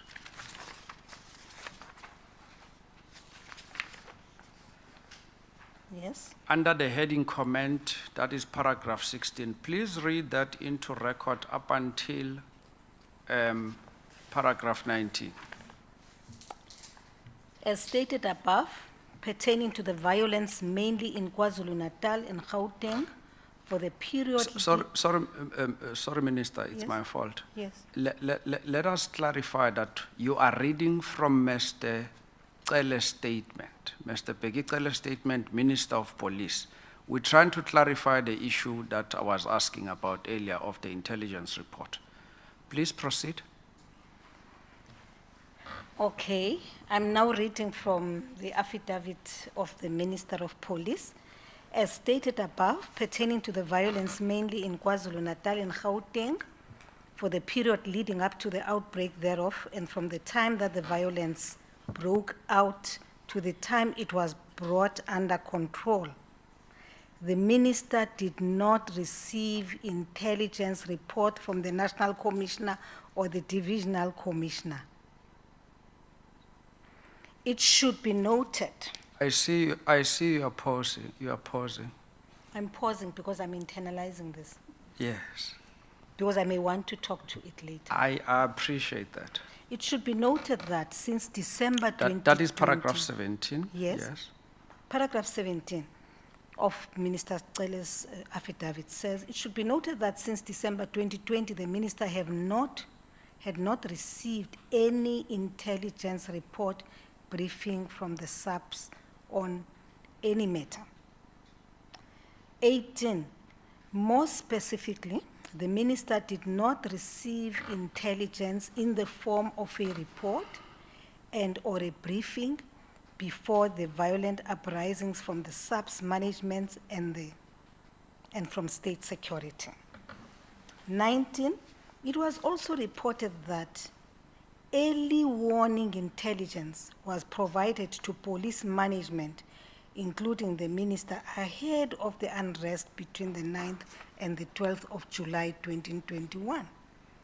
The office of the Minister and or the Minister himself, however, did not receive any such early warning intelligence from the South African Police Service. You said I should stop there? Please go to 20, which will be the last. The office has subsequently learned that this report was seemingly distributed to inter alia the National Commissioner, General Sithole, the Lieutenant General Masemula, and senior managers within the Division Crime Intelligence. Yes, Minister. You said there's something that you have internalized, which was paragraph 16, which made you to pause, and you said you want to speak on it. No. You see, I'm happy that I've read paragraph 12. Paragraph? Sorry, paragraph 20, which says, the office has subsequently... This office? Yes. This office has subsequently learned that this report was seemingly distributed to inter alia the National Commissioner, General Sithole, Lieutenant General Masemula, and senior managers within the Division Crime Intelligence. But before you proceed, Minister, paragraph 21 is also of assistance. He said there, Minister Cele, furthermore, The minister is not aware of any intelligence report that was generated by the Crime Intelligence Division of the SAPS. It is expected that the Crime Intelligence compile and dispatch multiple intelligence reports in order to enable the executive and the minister to provide better executive direction during the unrest, which did not occur. Yes. So what do you want me to do, to say about this? What you have internalized, you wanted to tender some explanation. You see, I will speak and take responsibility for everything which relates to the South African National Defence Force. But on an affidavit submitted by the Minister of Police, I think it would be appropriate that the Minister of Police clarifies to you what he means in his affidavit. I think that that would be fair. I think it would be incorrect of me to sit here and want to unpack what Minister of Police was trying to say here. He should do that. I can talk to issues relevant to defense. I can also talk to issues relevant to the work we were doing as a unit of ministers. I take that. I wanted to get to that point of paragraph 6.2 of your statement. That's the reason why I'm taking you through that. I'm saying between you and President, you were not furnished or armed with any intelligence report to make that decision that you made. You see, 6.2 is informed by, there was everybody, I mean, if something happens, it's quick to say, army, feeling the military must come in without people having applied their minds as to what exactly the army will come in and do. So when we took the decision at 6.2 with the president, it was correct that we take the decision that it was not yet the time to send in, because the Minister of Police would have advised us. In fact, you'll recall that I said to you, after the president gave me the directive, I am the one who then put a call to the minister to say, here's a directive, what do we do? Can you prepare a letter? And then we sign for the president. Otherwise, I don't think it would be fair of me to respond to issues, because you see what I've read here now, which is being said by the Minister of Police. It talks to the internal workings of the police. It talks to how, he actually says, Saps management therefore failed to inform the minister, leaving the minister to rely on his own resources. It goes on to say the National Commissioner... Does it say resources or sources? Resources. Okay. All of that. This affidavit is not my affidavit, sir. It is not. It is an affidavit of the Minister of Police, and I think it would be appropriate that you direct these questions to the Minister of Police. No, Minister, I'm directing this question to you so that you know what your colleague in the same security cluster says about how things were structured. Yes, you are correct. Yes. But you're not saying for information. When I was reading it, yes, it's for information. Yeah. But if you are going to probe me on the basis of an affidavit which belongs to the Minister of Police, and you expect me to provide you with answers as informed, I think that's unfair. Now that we know Minister Cele himself had not been furnished with any intelligence report, do you accept that he would not have even shared that with you and with the President? I will not speak for Minister Cele. Reason why I will not speak for Minister Cele is that, Excellency, just for you to know, in the area of intelligence, you work on a need-to-know basis. There may be occasion, for instance, where the state security will provide information to the police. I'm just They will provide information to the police, and it will have nothing to do with defense, and therefore we will not be privy to that information. So exchange of information amongst intelligence services, it will have to do, we work on a need-to-know basis. If you don't need to know this information, that information will not be brought to you. And of course, when the time for me to demand information be brought to me, I was given information.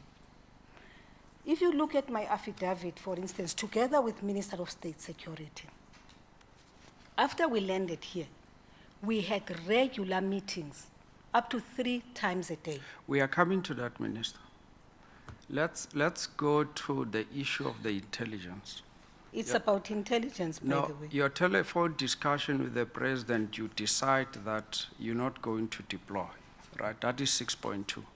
Please read 6.20 of your statement into the record. 6.20. 6.20 of your statement into record.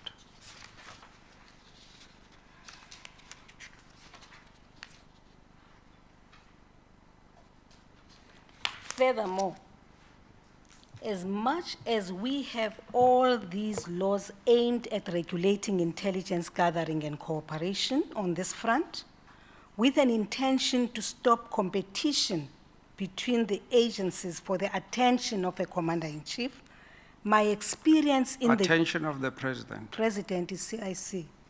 My experience in the July events has since been that we have not overcome this issue at all.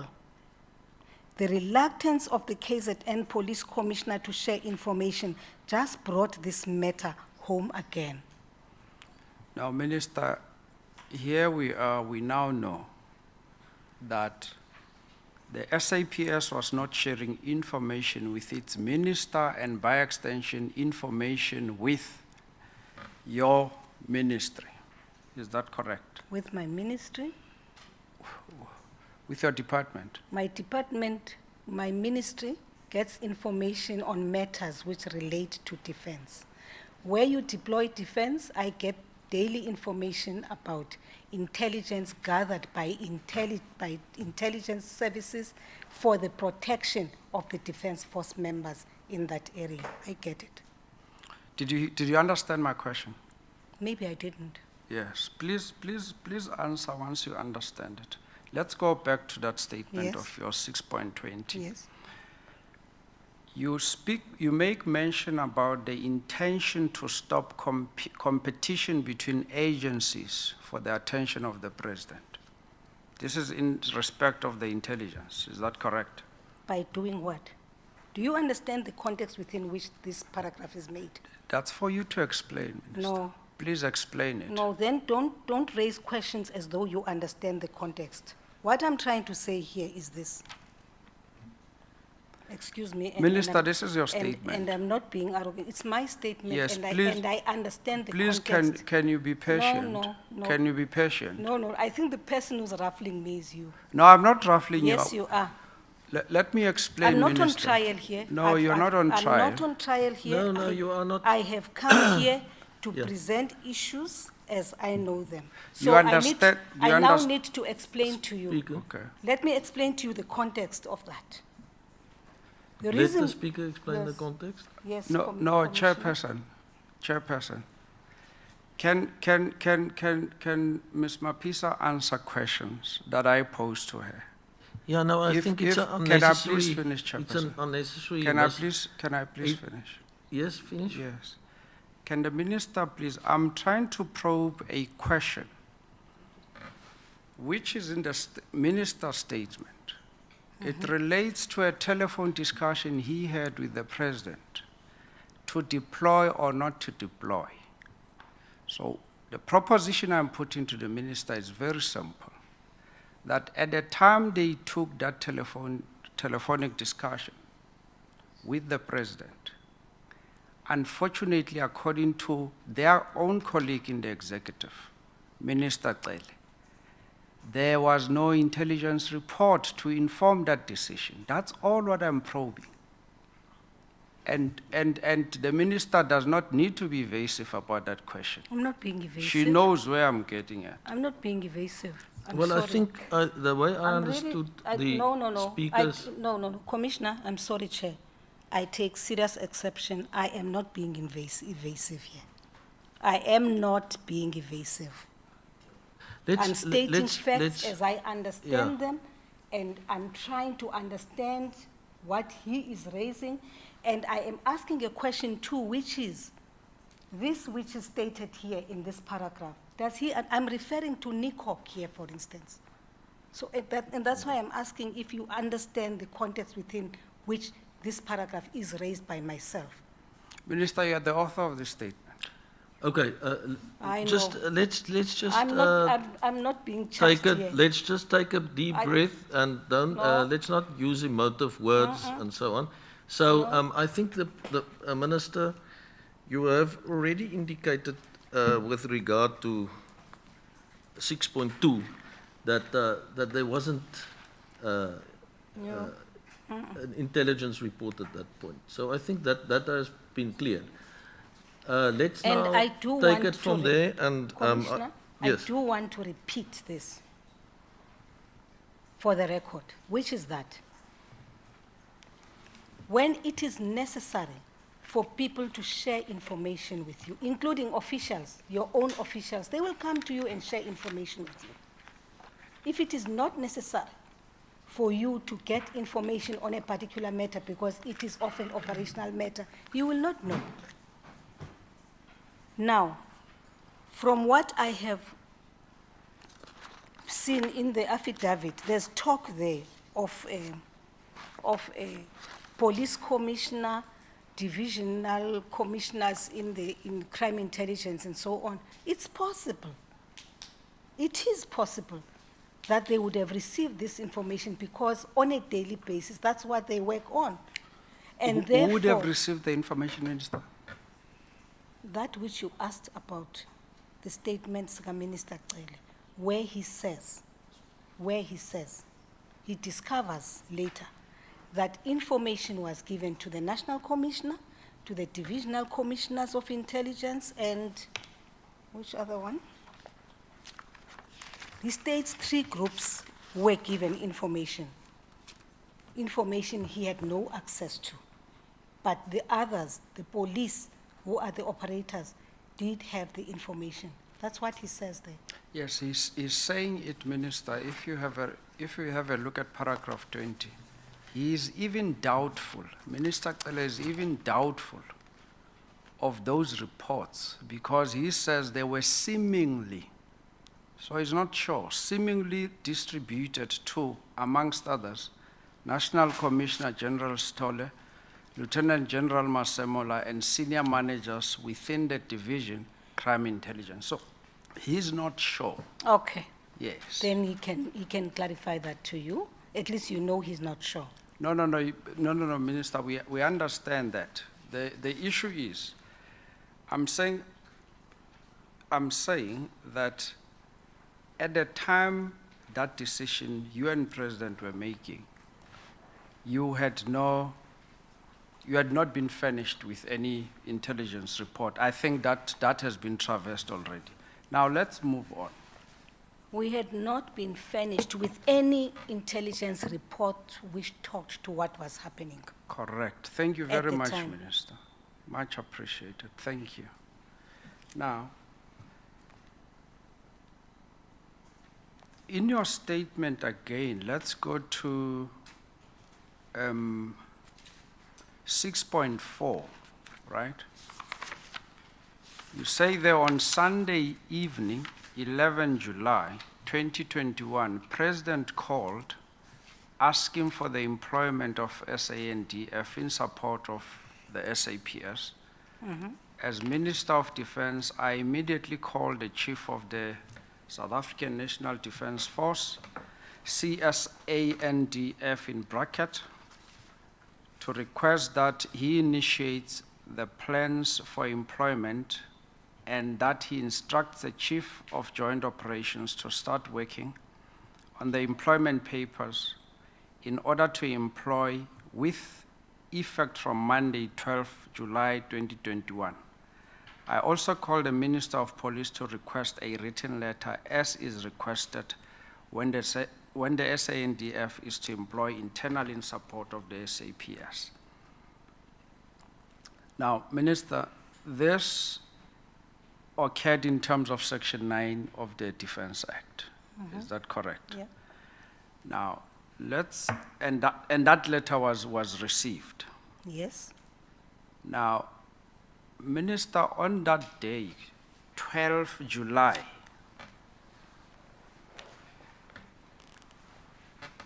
people were attacked in Phoenix, Bambai, Khan Road corner in Pietermaritzburg. Do you know about this? Yes, I know. At the time these attacks took place, this deployment had not been effected. Yes.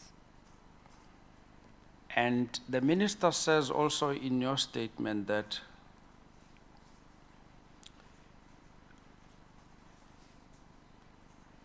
you were ready with your generals to assist. But the problem was that there was no coordination from Saps. Do you confirm that, Minister? I confirm. After the directive by the President, Yes. and letter having been written to the President, directive having been issued, yes. And surely this ought to have frustrated you. It ought to have frustrated all of us. Ministers were responsible for security. Prompting the minister to come to Durban. It prompted me to come to Durban because we wanted to be on site. Yeah. Not so much we were prompted by lack of cooperation or coordination.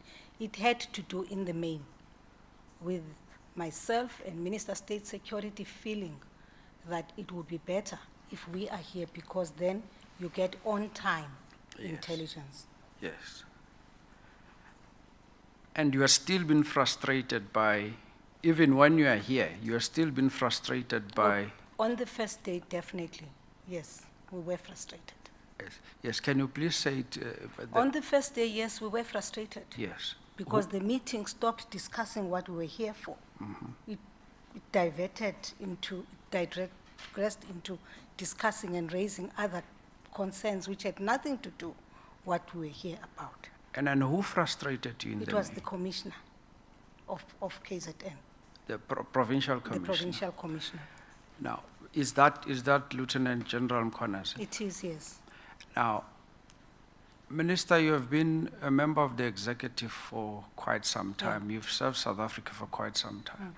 And it ought to have worried you that instead of getting cooperation, you are being frustrated by a provincial commissioner. Yes, each one of the officials were in that room on the day, had a minister. State security senior officials were there. There was Minister Dlodlo. I was there. My generals did not in any way show signs of undermining. And the Minister of Police was there. And therefore, the Minister of Police has a responsibility to talk to his generals or even commissioners when a commissioner shows signs of disrespect, actually. Do you think the provincial commissioner was disrespectful? I think he was. I think he was. To be honest, he was. And I'm sure his minister and the other minister can attest to that. I think he was because, as I say, the issues he started raising with us had absolutely nothing with what was happening in KZN at the time. They had everything with other issues which we as the JCPS cluster ministers had not approved for the police to do. They have absolutely nothing to do with what was happening at the time. And it was like we pushing our backs against the wall. Like if you had approved this, we wouldn't be in this situation now. You know, if you had approved that I get the grabbers for the police, would have been able to pick up this information. But the people who have a responsibility of collecting, of intercepting communication, it is the mandate of state security. And then the state security then shares the information with the police. And I think for me, that for me was what was frustrating, because I didn't think that was the appropriate forum and time for us to discuss what had happened in 2020 January. Now, and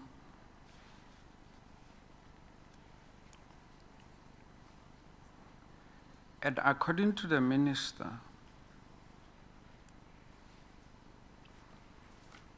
not only that, you say in your statement here at 6.9a, I also received a report that the SANDF person in charge on the ground in KZN was at the level of a colonel, which is usually the level at which the SANDF pitch the operational leader in the theater. But in engaging with the SAPS hierarchy, this was proven to be problematic, as they were excluding our colonel from intelligence briefings to such an extent that SANDF was not even clear on where to deploy. Yeah, that's correct. Did you raise this matter with your colleagues in the executive, Minister Lodlo, Minister of Police? The three of us were there. The three of us at this meeting, the three of us were there. The three of us were there, and the generals were there, and the colonel consent was also there. The commissioner of police was also there. Now, seeing that there was, the members of the executive, including yourself, were being treated with disrespect, did we escalate this to the person you were reporting to at the time, the president? Well, if I may say this, the president has established a panel which is headed by Professor Sandy Africa and with Mr. Sokupa and Advocate Muchangu Kumbi. That panel started its work immediately after the reshuffle, and I must say that I was invited to make my presentation to the panel, and I think I was given a very good opportunity to express myself about how things happened and to make suggestions about how we can improve the way we do things. So I think that the president, through that panel, because I'm sure by now he should be having a report, through that panel must have received a report and is aware perhaps of even things which we as ministers never disclosed directly to him, because it was a quiet kind of panel. So you had ample time to engage with the panel on the developments of that time. So I'm now assuming that the president, having received the report, that is, if he has received it, that the president is aware of the challenges.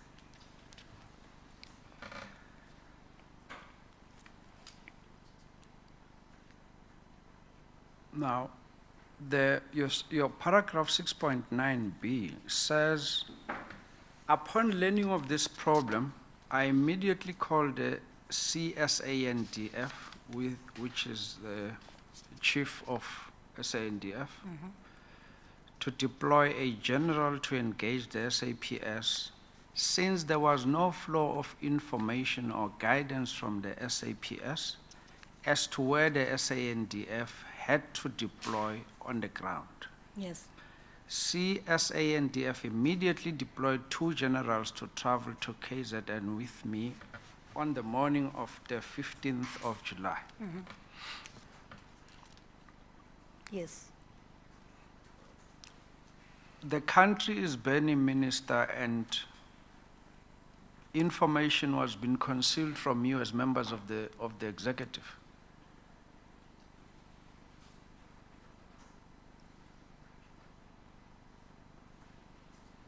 You are right, country is burning, and information and little cooperation, yes.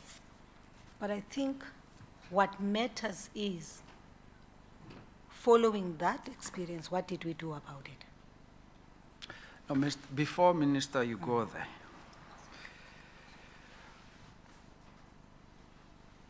you are receiving reports that things are not going well in KZN. You send people, still, they are not being furnished with information. You come down to KZN to be on the ground, still, you are not being treated with respect by an official.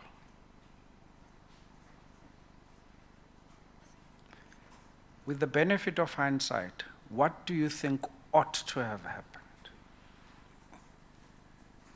I see a smile on your face. No, I'm smiling because I know that it wouldn't have happened in my environment. No, I wasn't going to Gauteng, but in the 9 years that I've served in the Defense Force, I don't remember a general who has undermined my authority or even undermined the authority of a collective of ministers, or even undermined an instruction. If I issue an instruction, it's an order, and I expect it to be carried out. So for me, what was important for us, and I think this was the attitude of the 3 ministers, was not to quibble over the matter. We didn't have that time. What was important to us was, we're having this problem now, we need guidance now, soldiers are here, we need you to guide us and give us information about where the soldiers should deploy. Pause there, Minister. Yeah. South Africa has got international responsibilities that it has to fulfill. Deployment of soldiers even outside the country to go assist in Mozambique. It's one of the primary tasks. And you've got vehicles that are parked in Kimberley, which is almost 800 kilometers from Durban. The minister is on the ground, and yet she's not been assisted.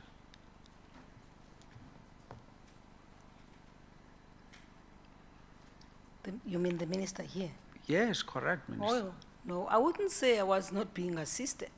No, you are not being assisted because here you have deployed SANDF members. In consulting, everything has been written, notice, blah, blah, blah, right? The president has authorized it in terms of the Act, the Defense Act. You are here in the province of KZN. There is no coordination. That's my point. There's no coordination. You are being frustrated by an individual. Well, I hear you, and I understand what you're saying. I accept what you're saying, but the point is, you have a minister who's directly responsible. The person is accountable to his minister. And all of this, as it was happening, the 3 ministers were there. But for me, which is what I was still saying to you, what was important was, Commissioner, beyond that time, when we were trying to iron out things, what happened? Yes. What did we do? Now you are talking about lack of support, non-cooperation, I hear you. Then you also bring in the issue of vehicles which are in Kimberley, which have nothing, absolutely nothing to do with what we are dealing with for now. But if you want us to talk to that issue, we can come back to it. No, Minister, maybe you misconstrued me. What I'm saying is, you went out of your way to ensure that necessary papers are signed, co-signed by yourself and Minister Cele. President authorizes it for the employment of the boots on the ground. Correct. You went to the extent of ensuring that members were ferried by, C-130. correct, to be here. Yes. When they are here, there's no plan where to deploy them. I hear you. Do you understand me I now? do understand. I do.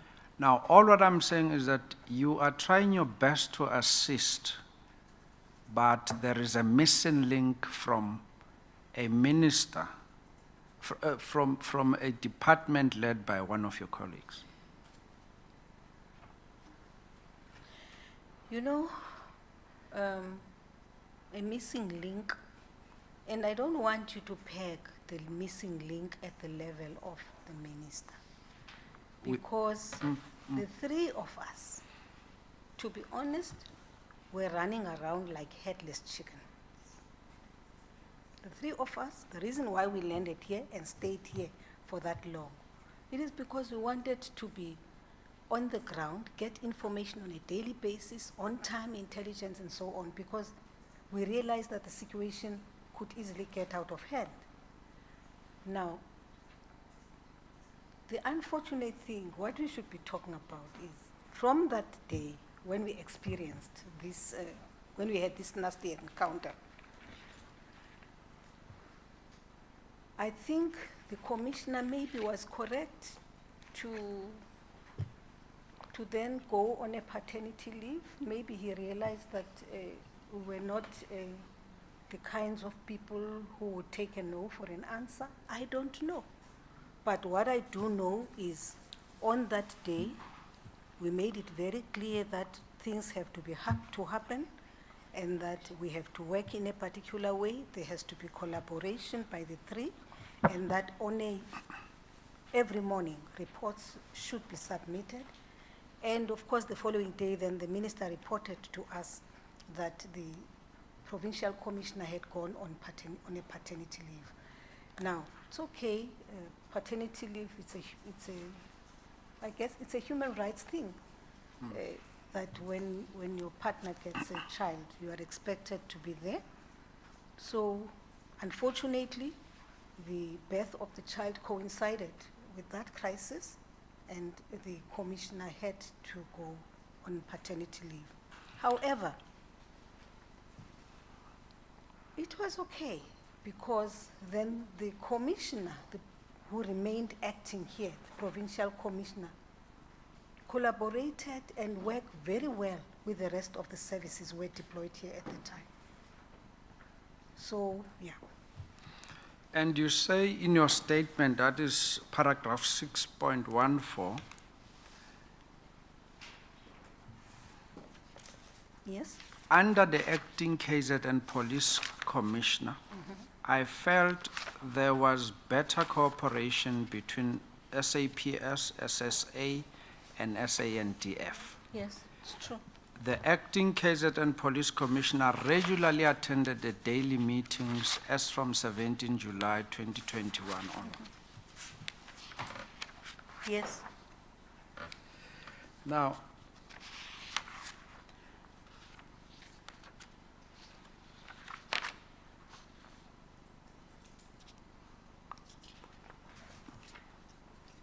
Now, Minister, you stayed for 9 days here in the province, 8 to 9 days. During your stay, you were with, Minister Cele was also here. Minister Lolo was here. And regularly, you'll meet 2 to 3 times a day to discuss or to get briefings. Did you get an opportunity during your stay, 8-day stay, to visit Phoenix, Bambai, Maoti, and Pietermaritzburg? The Minister of Police. The Minister of Police did. Okay. Minister of Police did visit Phoenix, Bambai, and Maoti. yeah. No, the minister did. Okay. Yeah. You didn't get the opportunity? No, not that I didn't have an opportunity. I could have had an opportunity. I did not. Yes. It was the minister, together with his team, who visited the areas. Not that I have no other things to do. There was a lot of work related to the same operations which we were running here in KZN. No, I understand. Yeah. I understand. Now,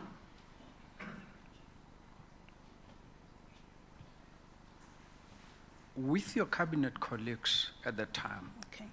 do you know exactly how many people were killed in Phoenix? I don't want to mislead the commission. I cannot say exactly the number, but I do know that people were killed. We did receive reports about what was happening, and if I may say, even though the police were in that operation, at some point, because of the gravity of the situation, we then requested that we also allow the soldiers to go and give support to the police, which they did. Now, soldiers gave support to the police, right? And then you said you had to strategize, and you came to a conclusion that you have to protect national key points. In the beginning, our focus was on the first day of deployments, was focused on national key points, right? So when the situation allowed us, remember now, we now had 25,000, okay? Yeah. So you could spread beyond national key points and actually assist in actual law enforcement by the police in these areas, including by then at the malls, which were by that time anyway already looted and gutted. And according to a statement, a few SANDF members were deployed to protect and secure infrastructure such as malls. Yeah. And so is the oil refinery in Richards Bay. Yeah. Are those government properties? I don't understand that.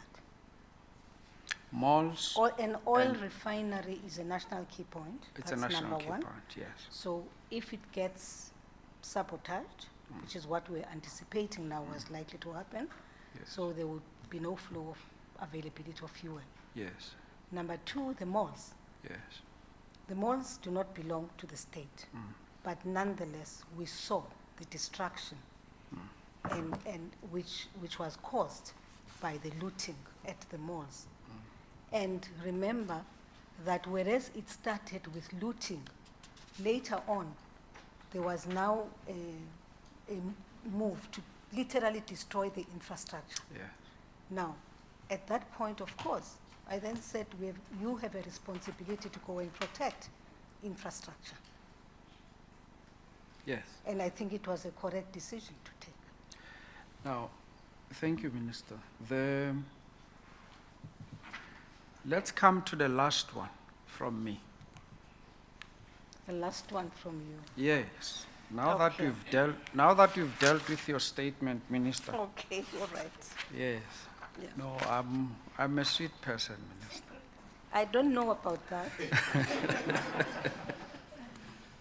I suspect you told yourself that I'm going to deal with her this one. No. But I had no. But it's neither here nor there. I think all of us are trying to find a common purpose? No, I had no such intentions. No, I think so, Minister. actually. Yes. Okay, thank you. Minister, let's talk about your public statements. Yes, my public statements. The one that contradicted with that of the president. Is that the mandate of the Human Rights Commission, by the way? No, let's talk about it. No, but I want to know. Is that part of your terms of reference? Let's talk about it, Minister. I'm asking to. Minister, the commission... No, I'm asking. No, I think I need help. I'm asking. Because my sense is that it has nothing to do with what happened during that time. It's a relevant question. I suspect you creating unnecessary controversy. No, I'm not. No, that's not the idea. I think, Minister, yes, we're looking at the causes of the unrest as well. Talk about causes of the unrest. So it is for us quite important to know, to try and establish, if we can, if this was spontaneous, if it was, by what was it motivated, whether it was organized, planned or not, whether it was an insurrection or not. So it's within that context. I don't know if it was organized or planned, but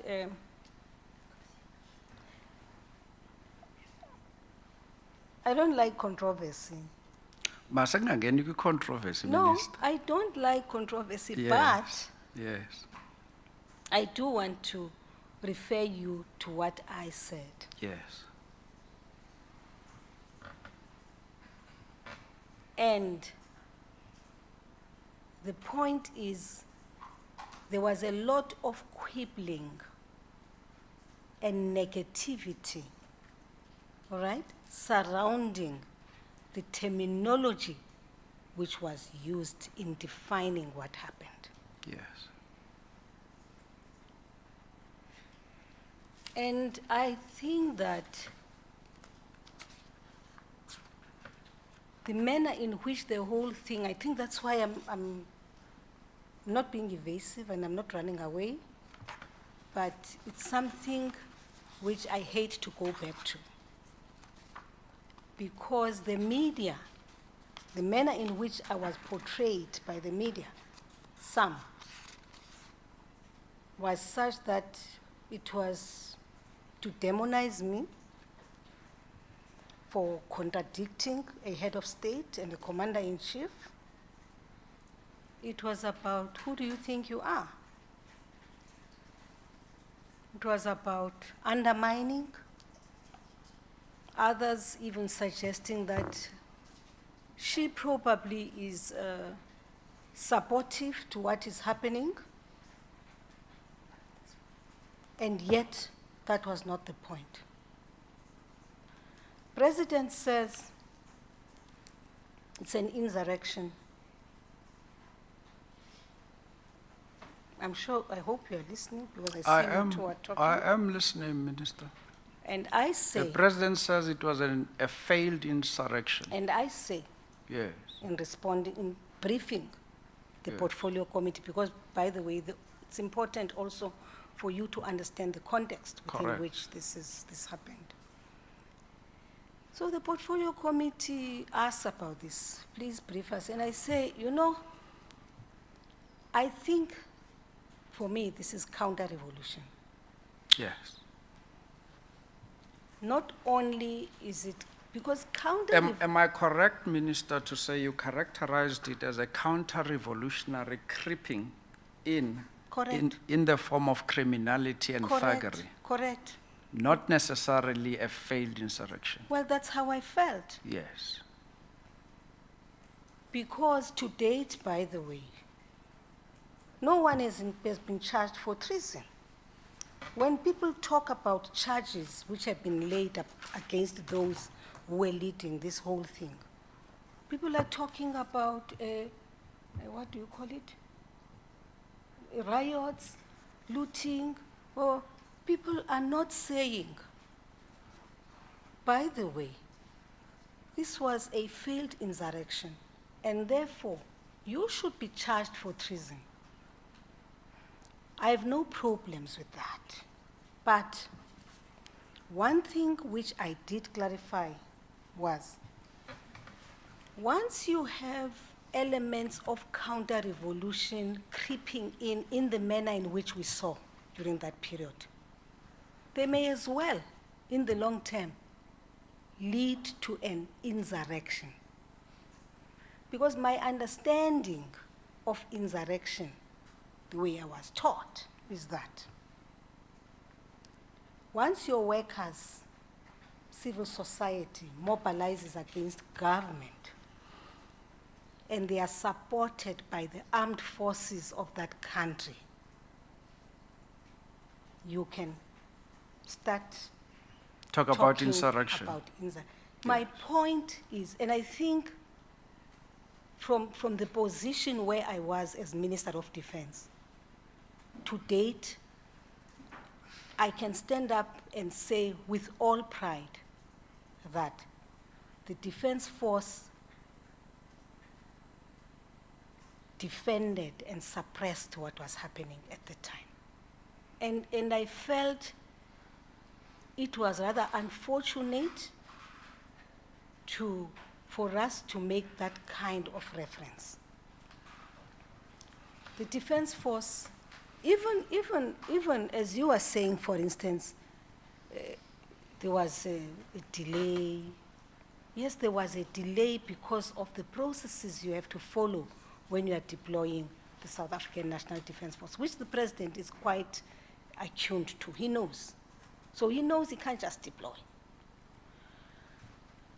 Take time, documents, papers, this, and it's the right thing to do if we are to protect the constitution of this country. So, Minister then takes a stance, not because you are seeking to undermine your Commander-in-Chief or the President of the Republic of South Africa. But I am here, I am talking to these soldiers every day. I am directing them as though I am a commander myself. I'm on the ground, I'm running around. And I don't see resistance from the soldiers. That I must say. I don't see resistance from my soldiers. If anything, I see a bit of frustration, which is informed by the fact that, by the way, a soldier can't go and conduct a raid without the police. I'll use an example here. A report, we receive a briefing in the morning, one of the days. There's ammunition which is lost somewhere from some container. Of course, my immediate... Is that ammunition, put it in context, is that ammunition that was lost in a container? Yeah. Okay. During that period. During that period, yes. At the harbor. And my immediate reaction is go after them. Because if you lose ammunition, then we don't know what they are going to do with it. Let's go after them. Later on, same day, information comes that there may be a hint of where this ammunition is headed to. Okay? All right. You guys are the collectors. You have an idea, but go for them. Go. Let's move. And of course, such an operation wouldn't have been your normal operation, which would have been carried out by an ordinary soldier, or you needed a particular skill in order to, if the information was true. Because I need to qualify that. So my immediate reaction was, okay, if there is such a report and you have an idea of which direction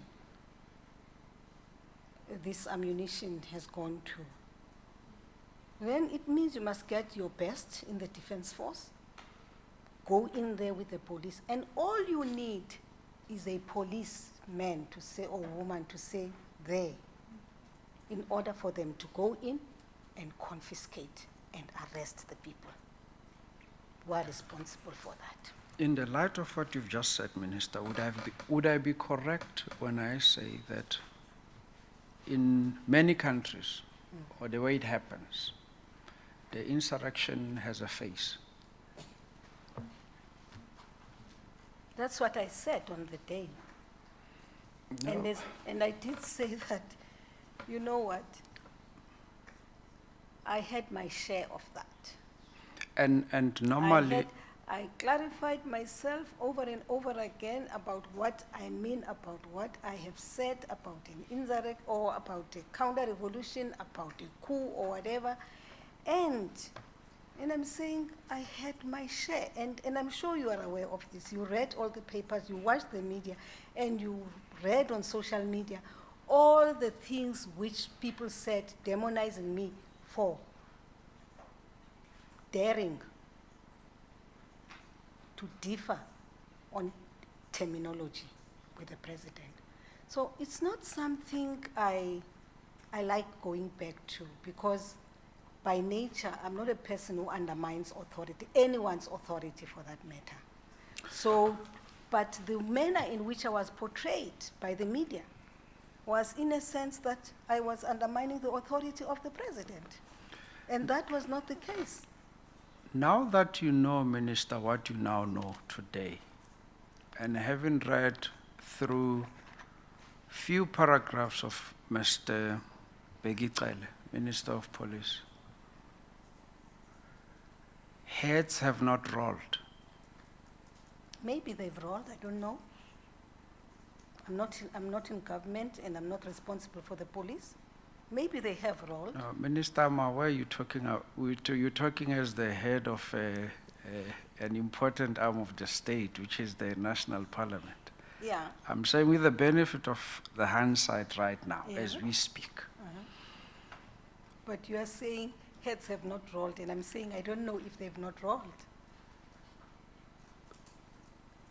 The provincial commissioner of police in KZN is still on his job.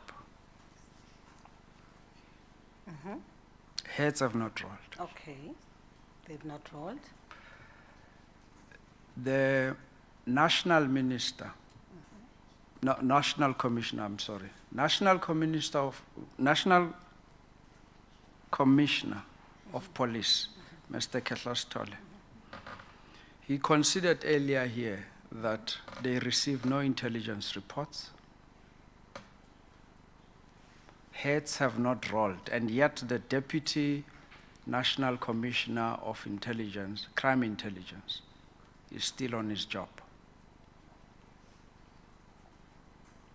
The Deputy National Commissioner of Crime Detection is still on his job.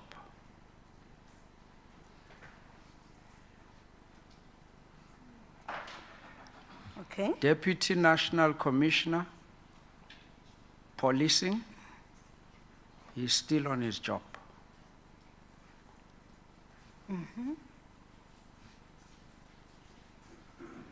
Minister Cele's last received intelligence report from Crime Intelligence on 2020 December. I don't know that. I repeat, I don't know that. No, that is a sworn-in statement. His affidavit is there. I'm saying I can't attest to that because it's his sworn statement. Equally, I cannot challenge his statement. It is his statement. But I know that from where I am as minister responsible for intelligence, defense intelligence, if something happens here in the continent, like it has happened now in Sudan, I would have received information on day one. Correct. Like I was receiving information on what was happening in Cabo Delgado at the time, because that's where we're preparing to. So I the generals would have found a way. It doesn't matter how busy you are, they would have found a way of giving you information so that you are aware that there's heat across the border. Now, under your watch, is there a report that you addressed to the president regarding the conduct of the SAPS during that period? No. Why? There's a minister responsible for police. No, but you encountered and you experienced what you experienced. Did you report or did you escalate this to the president? I think earlier on you did raise the same question, and the manner in which I responded to that question was, the good thing is that the president established a panel to investigate precisely what we are doing now. I understand that, Minister. And I think we all had the opportunity, myself included, to open up to the panel as much as is possible about our experiences and what we were exposed to during that period. Yes. So I'm assuming now that the president should have that report. Now, I'm going back to my question. Under your watch, did you, as Minister of Defense, address a letter to the president No. or a report? No. You did not? No. Why? I can assure you that where I was in my department, if there's any challenge with regards to the chief of the defense force, I would drag him and would appear before the commander-in-chief, the two of us, and deal with the matter, and it's over. Kodwa, Minister, ndithi kutheni? That's how I'm Why? saying, Yes. I'm saying, me, that's how I operate. I don't even go to the commander-in-chief and say, my chief has done A, B, C, D, and E. I drag him along. We go sit before the commander-in-chief and say, the military command has done the following, and I am unhappy about it, and how do we deal with it? And we discuss and deal with it.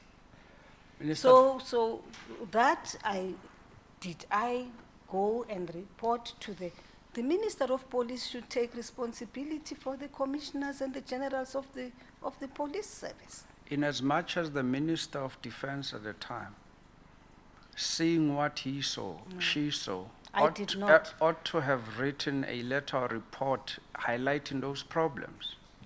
But You did not. This was not a personal experience. it's not it was an experience of the ministers. I would have expected, like what I said earlier on, that I would have expected, for instance, that the minister would have, even at the meeting,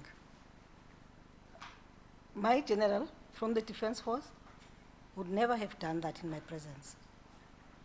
So it was incumbent upon the minister to say, no, we're not here for that. We're here for the following. You're not going to be raising those questions. The issue now is people are looting. It's not about interception. Now, in short, you are saying if a general had, in your department, had conducted himself the way Lieutenant General Mkhwanazi conducted himself, heads would have rolled. I don't know if heads would have rolled, but I know that on the spot it would have been attended to because... Please explain, Johnny. No, I don't have, personally, I don't have time to postpone things. Yes. You do something now, we deal with it right on the spot in the presence of the people who, you know. So I'm what- saying in my case, if it had happened, and on many occasions in the Defense Force, in your military command council, for instance, you'll have one or two incidents, not of being undermined, but maybe of a person who's difficult. And you deal with it on the spot. And I had no business to be the one who now takes to account what the commissioner of, the minister is there, the minister is here. We're being undermined in his presence. And the minister has a responsibility to make sure that the commissioner accounts. The commissioner accounts, not me. I'm really sorry. I didn't do that, and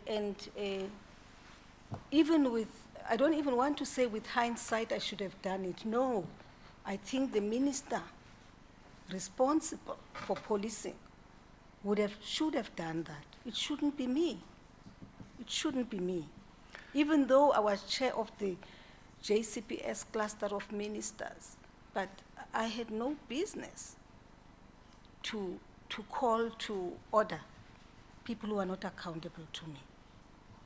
No, I did not do that. Including people who were constraining your deployment, the deployment of the SANDF. But the good thing is that that did not prevent us from stopping what was happening. For me, the one thing I will forever be proud for is that against all odds, the soldiers moved in and it was quiet, and we succeeded. In spite of all odds, in spite of all those challenges, the soldiers moved in, they got an order, and we said, you work against everything to make sure that there's stability, and that was it. Now, this international, the intergovernmental coordination of deployment of persons to support KZN, SANDF deployed 25,000 members.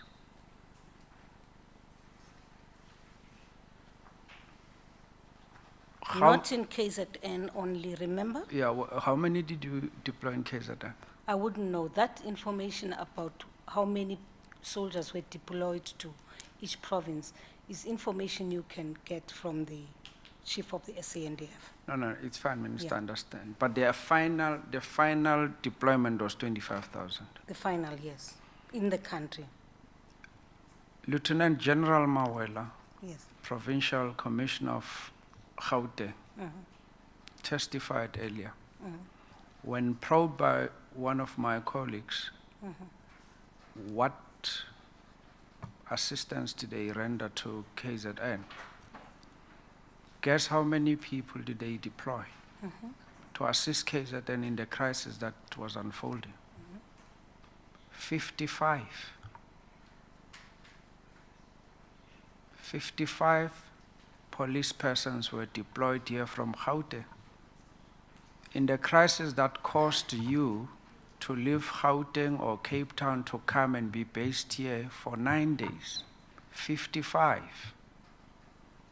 Your comment, please, Minister. Yeah, Katas. Inzi. Masiyeke apho, Minister. Thank you very I think much. so. Thank you very much, because Ding- I am dingak shocked. stress. I am, and I'm Minister. not in that space right now. Please allow me. My apologies and condolences Thank you. once again. Thank you very much, Minister. Thank you very much. My colleagues would want to at least take it from here.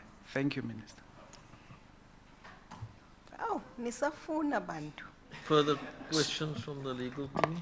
I thought yes. Madam Speaker, Yes. Chairperson, Yes, I think Advocate Locks. the legal team will end here. The evidence team will end here. There's no further questions from us. Thank you. Thank you very much. Questions from the panel? Commissioner Thuli. Mama Ngagula, thank you very much for your time to echo the sentiments of my colleagues, particularly considering the bereavement in your family. Thank you. I have one or two questions as follow-ups to your submission this afternoon. The first one relates directly to the last question that was asked by Advocate Sitini in relation to your engagements with the President. You've indicated that you had left it to the Minister of Police, which may be understandable, but an unclear issue there is whether you were able to engage with the Minister of Police regarding the Provincial Commissioner and his behavior, particularly considering that you had engagements with the Minister on a daily basis, multiple meetings on a daily basis. So there must have been, one assumes, that in your engagements with the Minister as well as the Minister of Intelligence, you would have noted the behavior of the Provincial Commissioner. Could you inform the panel if you did raise this with the Minister of Police, and if so, what was the nature of those engagements? No, I think we did. In a very civil manner, polite, to say we were rather uncomfortable with the reception. We did. And we were also uncomfortable about the issues which were raised, which were, diverting our focus from what we were here to do. And the minister understood that. He too had noted that. In fact, maybe I should say that I think he was embarrassed by what happened. I don't think it's something which he expected. I don't think, and I don't think it was, I didn't think it was necessary for one to hammer. It was just enough to say, the reception was not as good.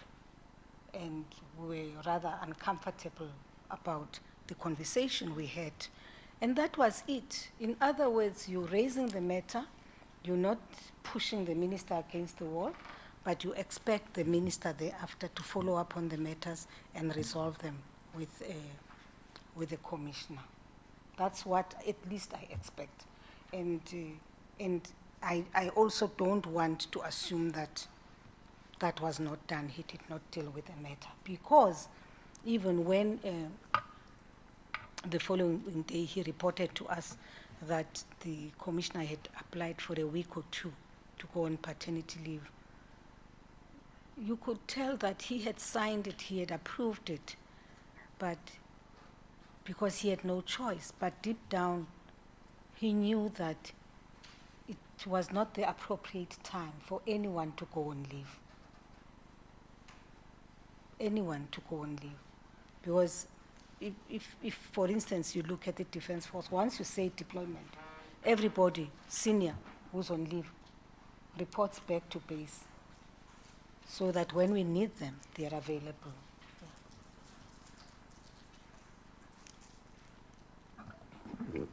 Thank you, Mamo Ngagula. On that same note,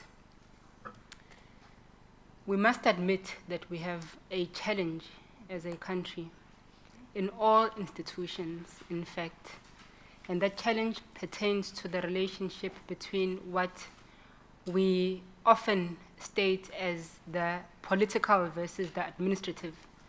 You see it in ministries, you see it in many institutions where there are political offices and administrative offices. There are tensions with regards to who does who, issues of egos, issues of whose work belongs to who and who must do what. And we are unable, or we seem unable, to get past these challenges. Now, you have noted this in your own submission, and you have pointed to also issues of ego, or egos. Now, the environment you work in is particularly patriarchal, particularly militaristic, both the South African National Defence Force as well as the South African Police Service. So the egos there are more accentuated, questions of power, questions of masculinities, and the ways that they are expressed in these institutions.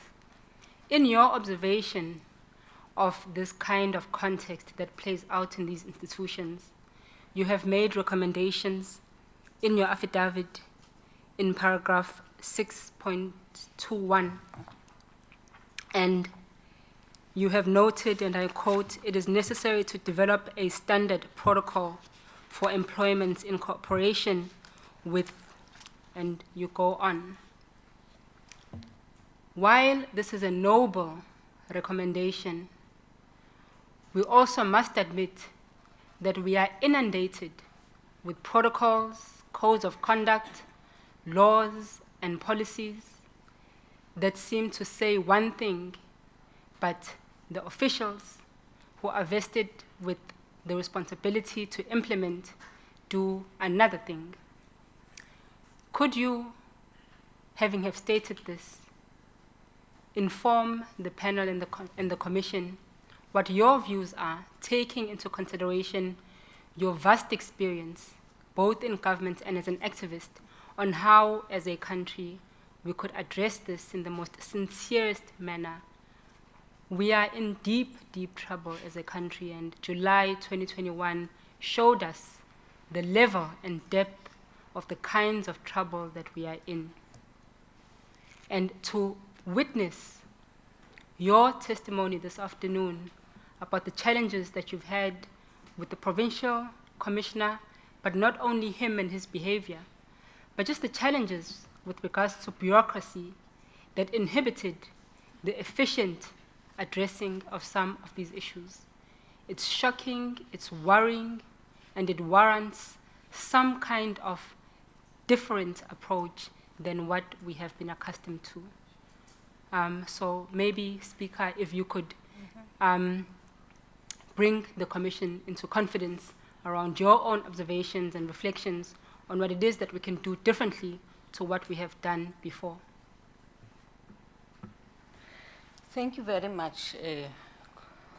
Thank you, Madam Commissioner. You know, after the drafting of the new constitution, and when the Intelligence Services Act was developed, part of that Intelligence Services Act, if you go through it, you will see that there is a whole section which deals with National Intelligence Coordinating Committee. And the reason why people felt strongly that you needed to have to establish a National Intelligence Coordinating Committee, it is because at the time, we had received information to the effect that the manner in which, for instance, the intelligence services operated prior to our democracy, there was a lot of competition, unhealthy competition, for the attention of the head of state. Hence, you found a situation where a head of state then would be associated with a particular intelligence service, ne? And another one will be associated with a particular intelligence services, because information which would be given to the heads of state was information which was not coordinated, which was not properly verified, and therefore anyone could walk up to a head of state with information, and that is dangerous. So when we were developing the Act, we all said, let's have a coordinating structure, a structure which will ensure that whatever information is given to a head of state, the commander-in-chief, is information which is verified, so that a head of state is not misled by bureaucrats. Now, the intelligence services in this instance is state security, crime intelligence, and defense intelligence. And I must say that for some time, we did not see this kind, we didn't see this kind of competition.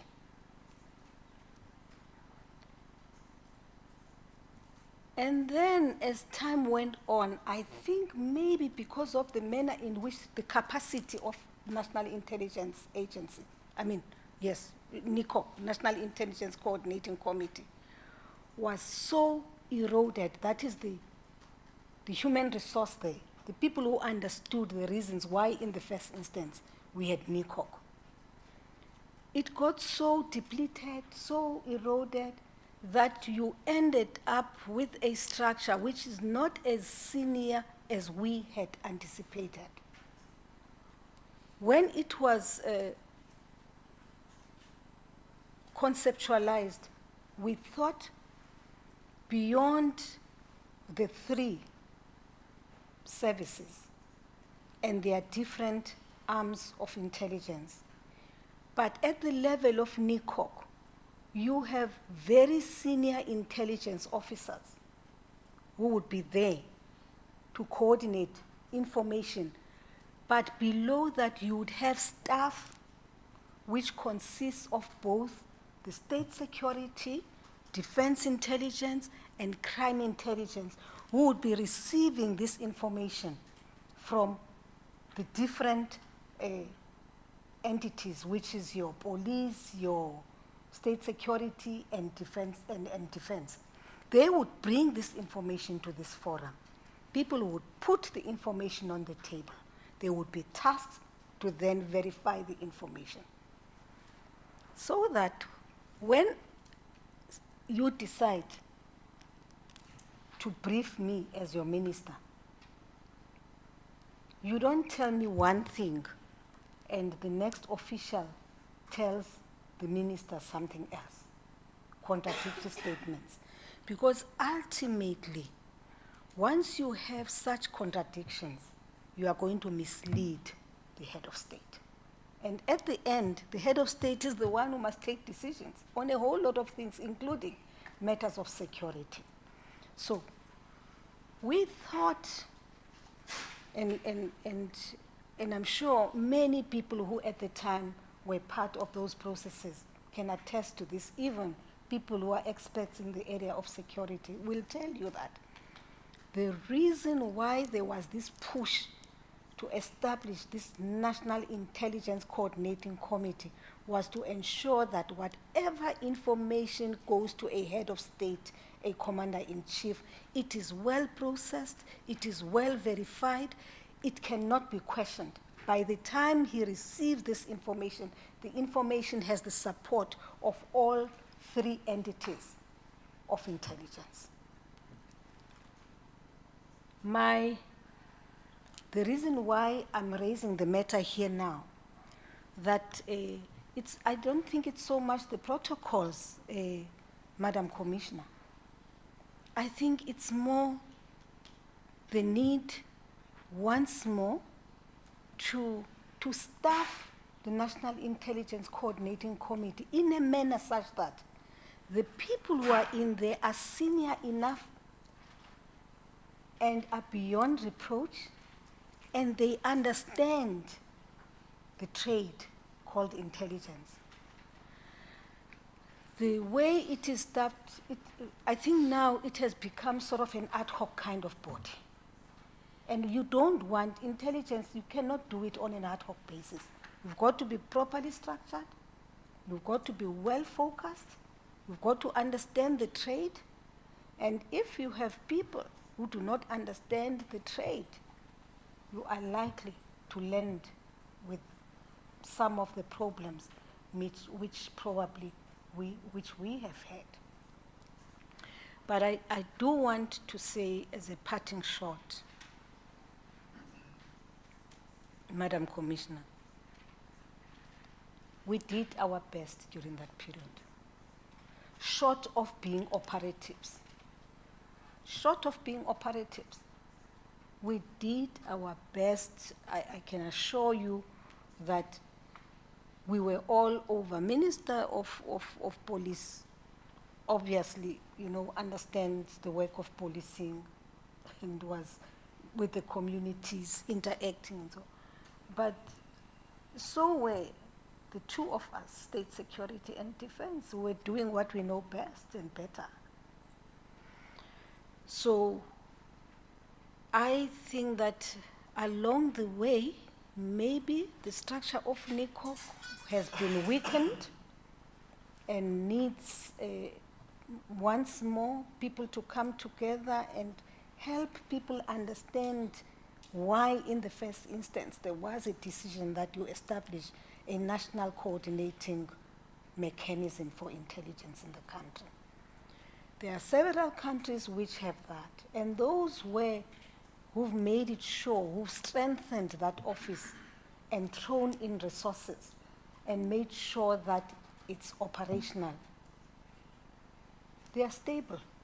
You will not have the kinds of challenges which we have. I'm not saying they don't have their unique challenges, they probably do. But I am saying you will not find this competition of contradictory reports, because once you have intelligence services which will not give you or interpret information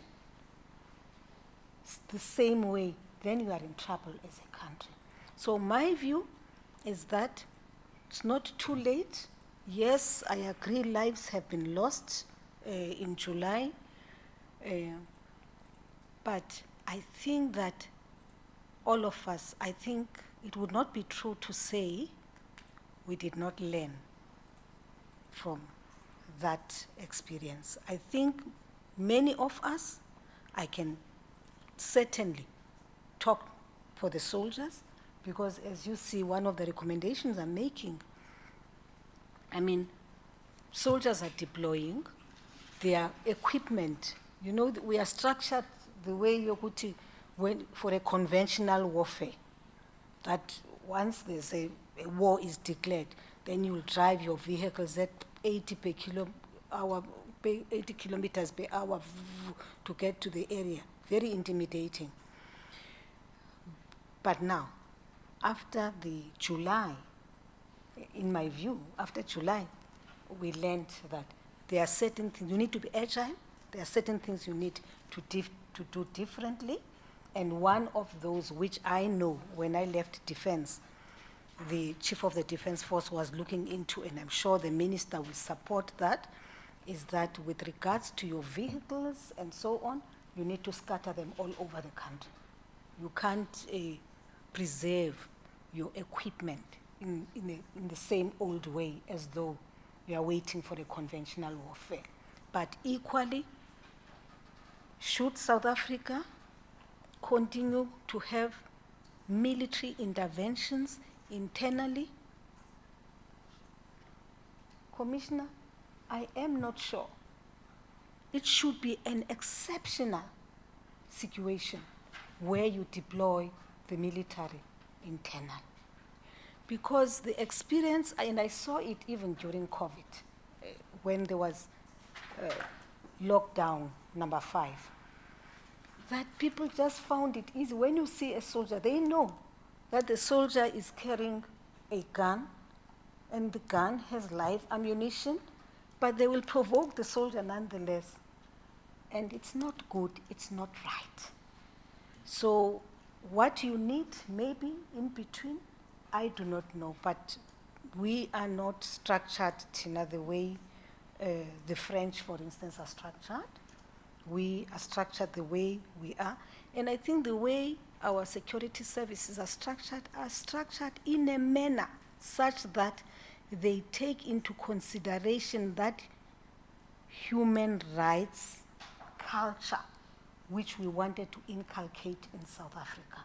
We never thought we would find ourselves in a situation where soldiers would have to move into an area to stop people from looting. No, we thought that the society we're building would be a society that would protect the human rights, and that as we protect the human rights, our people will also have an appreciation of what their obligations and responsibilities are. I think for me, the most important thing is, and I think this lies squarely at your doorstep as the Human Rights Commission, the social mobilization of our people, building, nation building, social cohesion, cannot lie in the hands of a few people. It must be embraced by the entire society. People need, and it's not political parties which are going to do that. It's us, civil society together, who must hold hands and build a society that appreciates that people have rights, but they also have obligations. Because some of what you see in the main has to do with inability to understand that your rights comes with responsibility. Thank you, Speaker. As I conclude, a clarity question. You had mentioned in your affidavit that the vehicles move from Kimberley to Durban at 80 kilometers per hour. Do you have an understanding of how long it takes for those vehicles then to travel for the more than 800 kilometers at 80 kilometers per hour from Kimberley to Durban?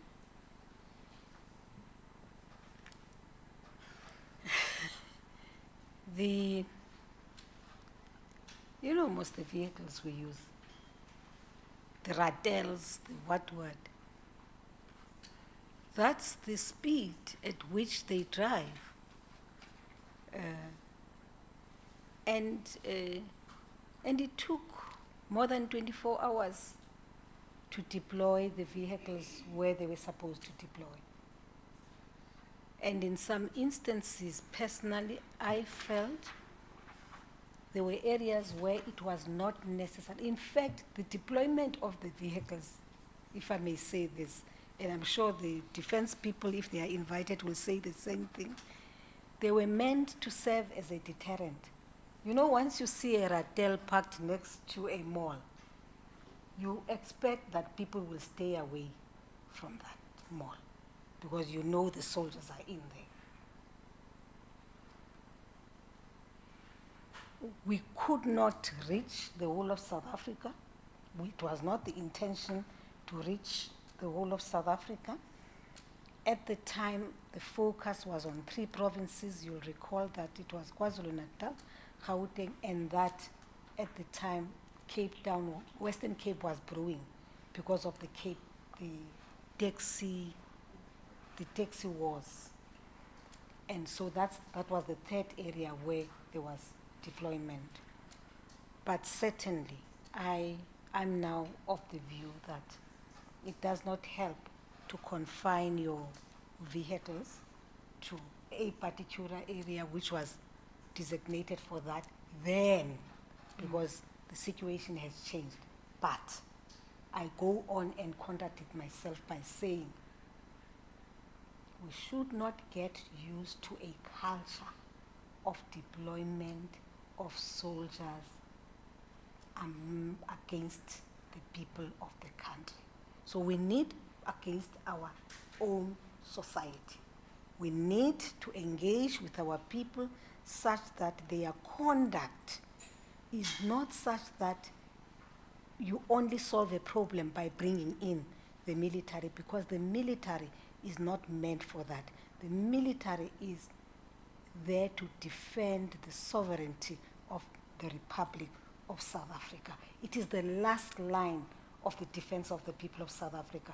And therefore, to use it against the people of South Africa, it's sometimes, it's unfortunate, but it is the people themselves it's the people who are doing that. And therefore we have, my view is that we have a responsibility, a huge responsibility as South Africans, something which I think we've not done in the past 25 years, to educate our people about their responsibilities, to educate our people that you can't just provoke a soldier who is standing there, who's guarding an installation, because there will be some kind of reaction. So there is a lot which we left maybe undone, which we need to reclaim.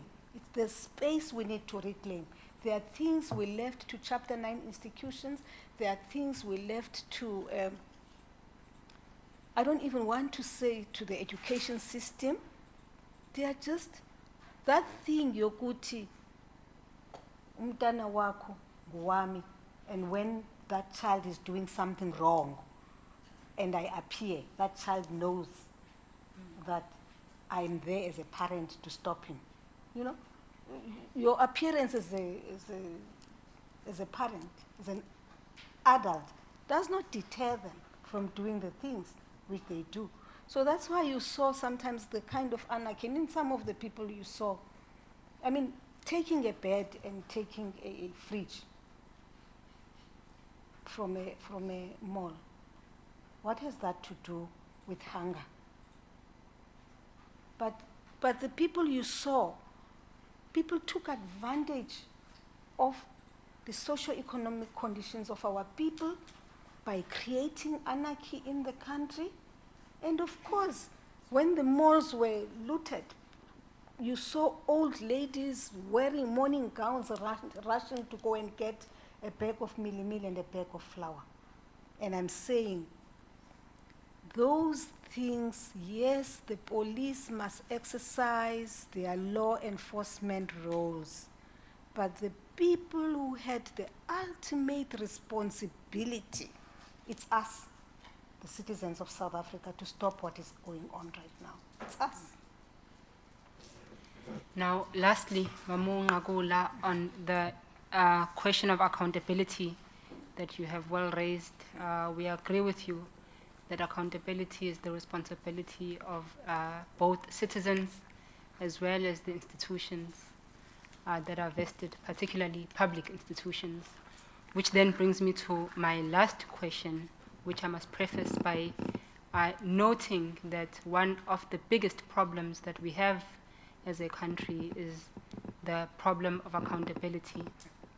Our institutions, particularly our public institutions, are failing and falling because of a culture of impunity. Those who do wrong have been accustomed to the idea that they will not face any consequences for their wrongdoing. I make the statement in relation to your own submission on or observations with regards to the state of NICO currently. Now, it cannot be overstated the implications of the failing of NICO for the preservation of South Africa and its sovereignty. It renders us vulnerable if NICO is not well equipped and well focused, to use the words that you have used.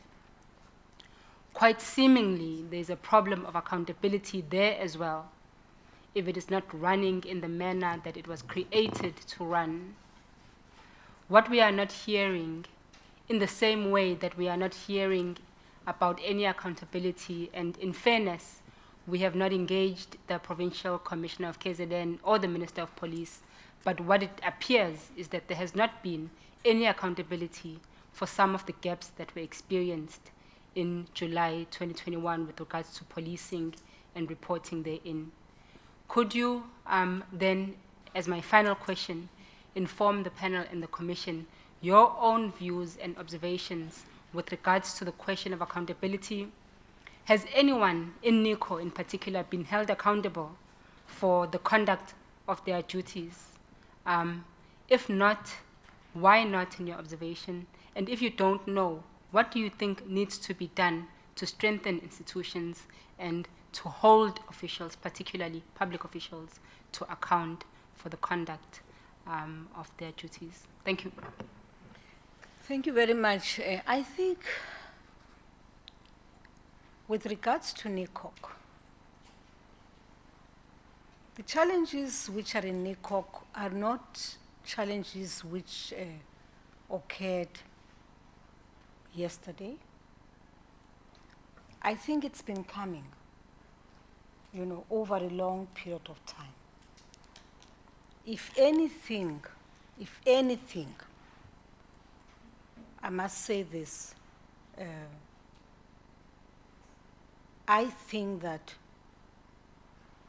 the former Minister of State Security, and when I say former, I'm saying former because she's not there. My understanding is that there's no minister now, there's a deputy. The former Minister of State Security, Minister Lolo, was hard at work to restructure that entity. And I think she was hard at work to restructure that entity because she understands the importance of having a well-oiled machinery and a well-resourced machinery called NICOC.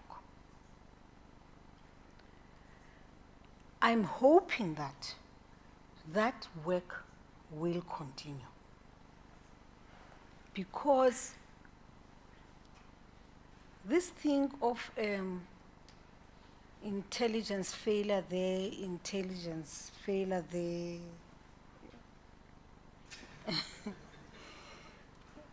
No, Minister, I'm no longer asking questions. This thing of intelligence failure, I think it's more about the structuring and how you process information and how you communicate. Not that no work was being done or there was no product. I think there was a product. Question is, how do you get the product to people who are going to act? Because to get a product and you read the product, and information is power, mustn't it? And see, hey, and you sit back with it. It does not solve the problem. What is important is you go through the product, you give it to the ones who are supposed to act on it, and they do what they know best. So I think that there was an effort, there was an attempt to try and restore the glory of the intelligence services. There was an attempt to do so, and I'm hoping that this will continue, because I think even the minister, the reason why she was now pushing to make sure that there is this restructuring process, it is because she got to appreciate that there are challenges within the National Intelligence Coordinator. It's not structured the way we had conceived it. It's like, I think it was beginning to be like a forum where you just come in quickly, yeah, what do you have? Yes, what do you have? That's not how you do it. There has to be a permanent structure which is located somewhere, which gets information from the services, brings it here, process it, and that's the only work those people do. So I am, if the bit which I can say, I am still of the view that there are things which we can rescue, and I believe that our intelligence services can still be rescued, and I also believe that with training and there's institutional memory, man, in this country. It shouldn't be that when I come in, it's like it's the first time things are happening. There's institutional, there are people who were there before me who have created the building blocks for us to move forward. So it should be now that which we're trying to do then, that we can rescue it. I believe we can still rescue it. With political will, we can rescue it and ensure that the people account, as you are saying, so that there's no confusion about who did not give information to who. No, when information was available, information was made available. Information was made available. The question is, why keep the information? Why keep the information? Why not pass it on to those who are supposed to act in defense of the country? I think that's the only thing now I can say. And I think, I do want to say, I think all of us, those who were involved in this operation, learned the hard way. We learned the hard way, but we tried our best, I can assure you. We gave it our best shot. If there were mistakes committed along the way, God forbid, they had nothing to do with lack of movement. There was movement. And as for the Defense Force, I really want to emphasize this. Because somehow, there is this thing that there was a failure. The Defense Force did not do this. Defense Force did its best, and where it moved in, immediately, it stopped. Where the Defense Force deployed, there was silence within no time. The mere appearance of a soldier stopped people from doing some of the things they were doing, unlike in some of the footage which we have seen on TV, where people will go and loot, and a police is waiting and watching, and is not even making an effort to say, oh no, please don't do it, oh no, okay, maybe shoot KwaZulu or something. No. I don't remember seeing a footage where the defense force was deployed and they did not move in and act, or at least stop people from embarking on the kinds of actions which occurred in July 2021. I hope I've tried to explain myself. Thank you very much, Mama Ngogola. That will be all from me. Thank you. Thank you. Thank you. Thanks, Commissioner. Thanks, Chair. Madam Speaker, just I was concerned about the 4 recommendations that you made on page 11 and 12, and you've dealt with it in terms of answering Commissioner Tuli's questions around it. The 4th recommendation we share with you, because as this Commission also, we're also concerned about budget cuts and so on. So, but I'm just worried now that you're no longer the Minister of Defence, whether that will continue. But obviously, as you said, that you've spoken and to the Chief of the Defence, and certainly, hopefully, that will be carried forward. I can confirm, Madam Speaker, that when we came here in July and early August, we could see the presence of these South African Defence Force members did indeed have a calming and stabilizing effect. And in fact, it was nice of us even to talk to them, particularly the Mooi River Plaza, which was a very key point of where people were severely under pressure because of the layout, the physical layout of the Mooi River Plaza, because of the hills and how easily burning tires can be thrown onto the trucks and stop, and all sorts of objects. And we could see the stabilizing effect that the South African Defence Force members had in that area. Just one last thing, Madam Speaker. It is, of course, that the wish of everybody in this country that the security forces should be working together, because we're all in it together. And going forward, we'll be seeing a lot of, we can just predict, if you think about what happened in the last few years with the service delivery protests, and some of those protests become very violent. But it's our wish that we all need to work together. And your challenge to the South African Human Rights Commission on social cohesion, part of this hearing has also got a social cohesion component, and certainly would make recommendations in regard going forward. Thank you, Madam Chair. Thank you, Chair. Thank you very much. Just 2 very quick questions from our side, and then we'll release you, Madam Speaker. The one is, yes, I hear what you say, and obviously one would agree that, the Defence Force, the deployment of the Defence Force should be a last resort. But one also gets the impression that if the police was actually deployed from the outset in numbers and did what they were required to do, there might not even have been a need for the Defence Force to be here in the first place. So we have evidence before the panel that the police, well, let's call it dealing with the police's absence to a large degree, or their lack of deployment in proper numbers. Do you have any information in that regard from your side? There were witnesses that came to us and said, on some days there were virtually no police, for example, in Durban. I think the Chamber of Commerce CEO of Durban testified to that effect pertaining to the 11th and 12th of July, for example. The Peter Maritzburg CEO had something similar to say in terms of that.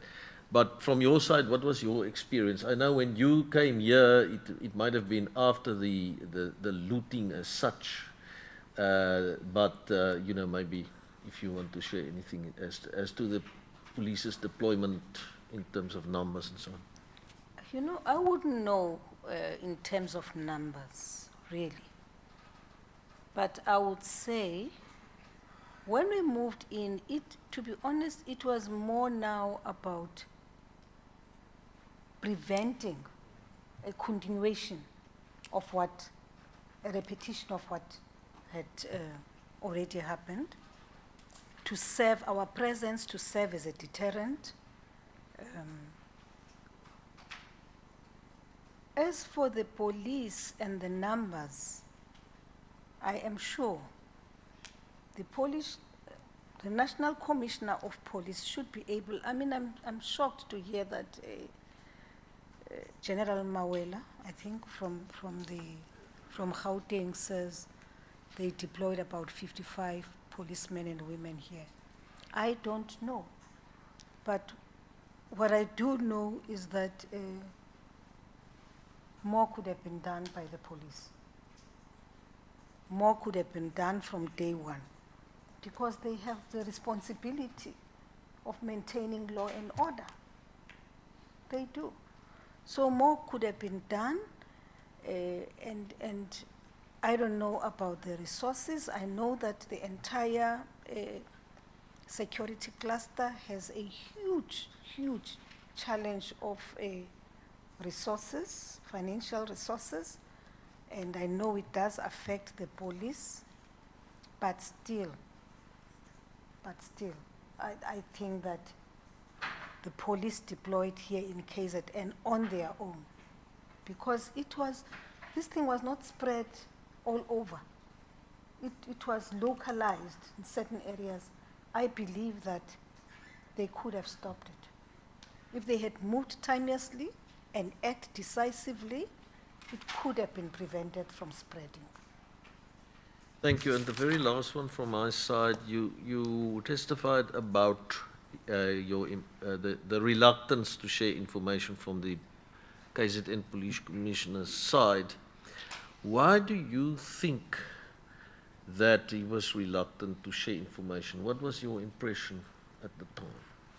You know what? I just saw a bit of immaturity, ego, and yeah, it's me here. It's me here, I'm in power.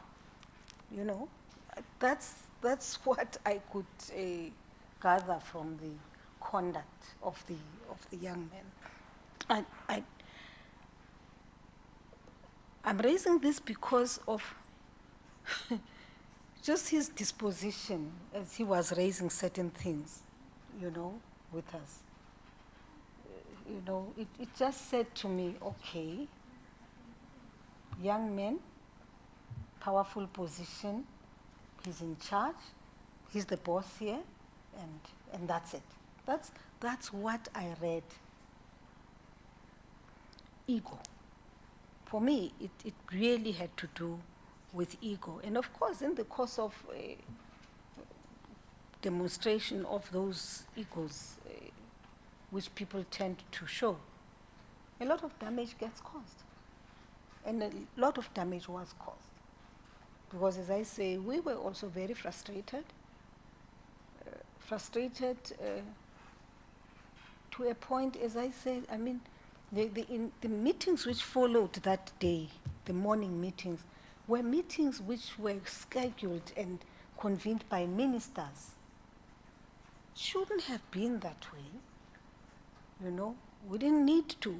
Ours should have been to just receive reports at the end of the day, but we now had to sit, convene meetings, call them in, get reports from the police, from the generals of Defense Force. State Security was pumping us with a lot of information, you know. Yeah, it could have been done. It could have been better. It could have been better, but I think we all gave it our best shot. Thank you very much, Madam Speaker. We really appreciate that you came today, also in view of the bereavement you and your family are experiencing. And once again, thank you for the example you are setting to everyone, all public office bearers and representatives and so on, as to the constitutional assistance that should be provided also to the Commission when the Commission looks into any matter, but in particular an important one like this one for our country. We appreciate it. Thank you so much. Well, thank you very much, Commissioners, but there's just one matter I would like to raise. I think that with you having raised all the issues, I think it is fair that I shouldn't leave here without expressing how I feel. You invited me to appear on the 24th of November, if my dates are right.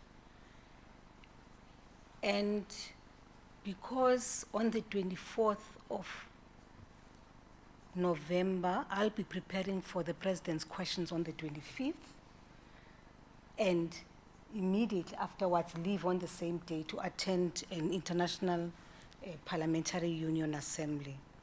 So I then requested my office to negotiate with you to bring the hearing forward, hence the date of the 22nd. I prepared for the 22nd, which is today, without any problems because I have nothing to hide. But the one thing which disturbed me, and I should say this to you, is on Thursday, when I was coming back from Cape Town, I received a report that we had an emergency in the family. Now, I'm sure you know I have a husband and he's 79, turning 80 next year, and I don't encourage him to drive anymore. So when I arrived at home and I received this report, I then decided we should drive the following day to Mpumalanga, on the other side of Nelspruit, which is about 4.5 hours. We drove, we got there in the morning, and the situation we found was very dire, hence the condolences from you, which I really appreciate. Thank you very much. I really appreciate. The one thing which I did not appreciate, and I must say this, because the Human Rights Commission is a commission which deals with issues of Ubuntu. Ubuntu. We arrived in Nelspruit. Situation was bad. Somebody had been discharged from hospital in a very critical situation with a stroke, in a coma, bed sores, I mean, a whole lot of things. And we had to intervene immediately. But I think the most important thing is that at least Charles, who is the uncle who brought up this child, had all the time to say their goodbyes, because this child had demanded to see him. Now, this is a personal matter, and this should not be a matter which is a subject of the commission. But the reason why I'm raising it is that after that whole chaos, at around 2 o'clock, the ambulance arrived at the house. And maybe it's another task for you, commissioners. Minister Pasha really helped us. Got an ambulance to the area. Patient was put in the ambulance, and we drove behind the ambulance to the hospital. Hardly 10 minutes from the village. On the freeway, ambulance stopped all of a sudden, opened their doors, only to find the person we were taken to hospital had passed on. So we then had to redirect the ambulance to a mortuary. Now, we're not young, we all have responsibilities. Obviously, we then had to take quick decisions. Firstly, take the body to the mortuary. 2, go back to the family, bring together the children, inform the children that their mother is gone.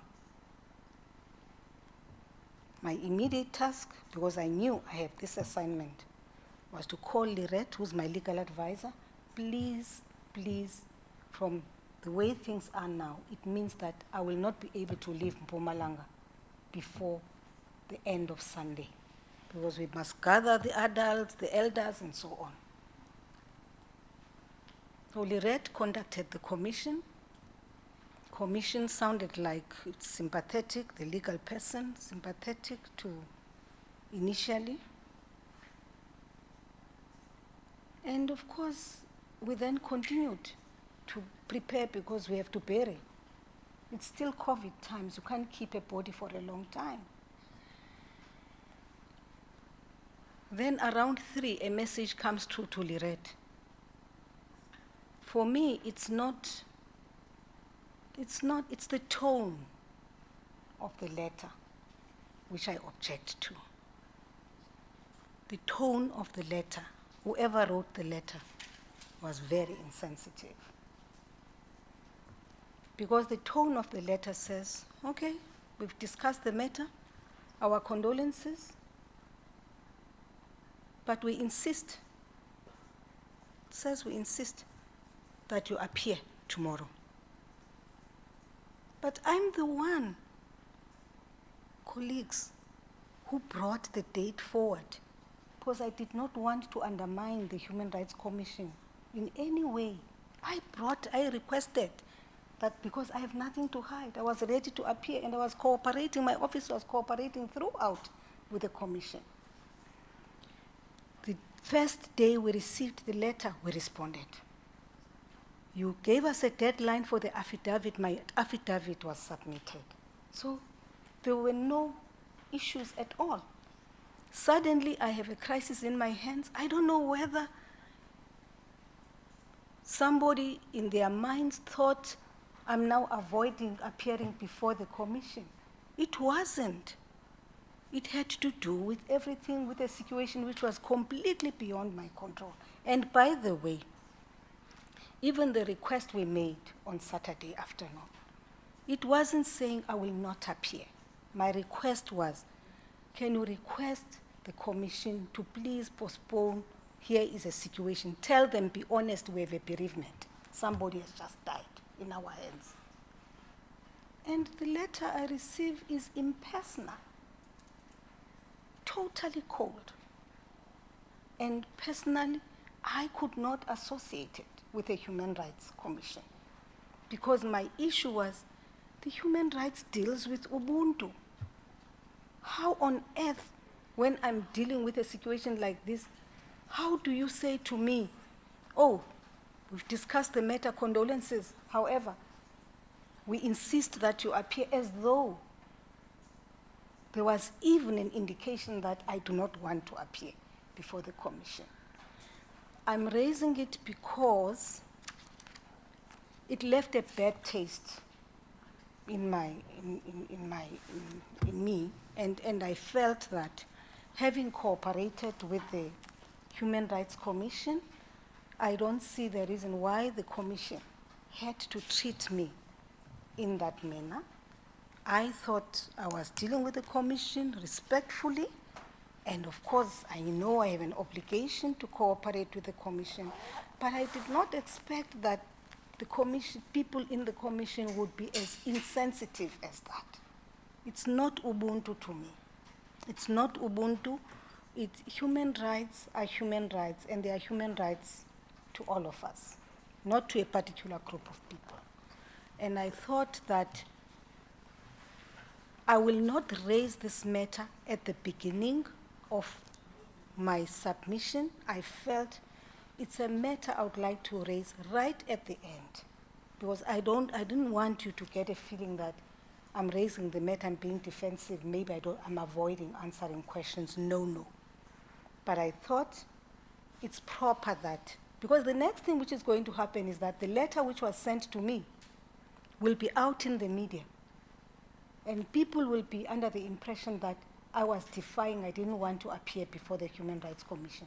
Because when it says, but I insist, we insist, it suggests something about me. So I'm just saying, For the record, there was no time when I've not cooperated. For the record, I am very unhappy with the manner in which this matter was handled. For that matter, this is a family issue. It's a family matter. Your grief is your grief. It's our grief. It didn't have to be a matter of public discussion, as I'm doing right now. But I think for future, you will be dealing with people as you have been dealing with people for years. But there are certain things people need to be sensitive to, and one of those is this which has happened to us. And of course, thank you. I really appreciate the condolences which have been given to us, but I'm very uncomfortable with the manner in which the matter was handled.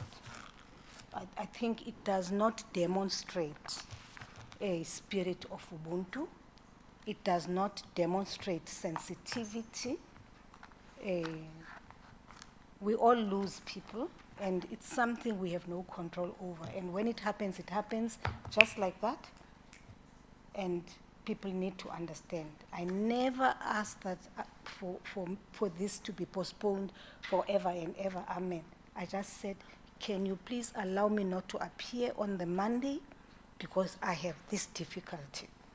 But the tone of the letter suggests that I was completely misunderstood. And thank you very much for giving me that opportunity to raise the matter, because for future you will deal with other people and the same thing will happen again, and these things we must prevent them from happening. Yeah. Thank you. Thank you very much, Madam Speaker. Let me say that I agree with you that it was insensitive to deal with the matter in that manner. And whilst it was not on the insistence of the panel, we do want to apologize on behalf of the Commission that happened to you. We are really sorry. It shouldn't have been done that way. And, you know, if we were aware at the time, we would have insisted that you be given the opportunity to grieve. And you are quite correct that you have cooperated with the Commission in all respects from the outset. So I am very sorry, and I'm with me the other two members of the panel as well. Commissioner Nissen, you wanted to say something, Commissioner Tuli? Yes, thank you, Chairperson. Madam Speaker, yes, indeed, I would like to add my voice to that and so on, and confirm that it's your intentions was never to delay or whatever, but because of the bereavement that you have, and we apologize unreservedly for the manner in which he was treated. And I propose that we do that same in writing to you, so that we can have it on record, also that you can have it on record, that our apology will be in writing, and we really appreciate your presence here today. And we cannot overemphasize the fact that you have showed great leadership in the fact that even when you were confronted by an ego, you still continue to work and be on the ground in solving and stabilizing what could have turned into a major catastrophe. But thank you for your leadership then. Thank you for your leadership here today as well, which you've demonstrated. And please, may you and former Minister of Police travel safely back to the home. Thank you. Mamungangola, one of the questions I had wanted to ask you was whether you thought the state had done enough in terms of our African cultures to observe the death of more than 30 people in Phoenix. But I thought that might be an unfair question to put to you, so I reserved that question. Now that you are raising this, I think it important not to ask you, but to inform you that it was foremost in my mind as I engaged you.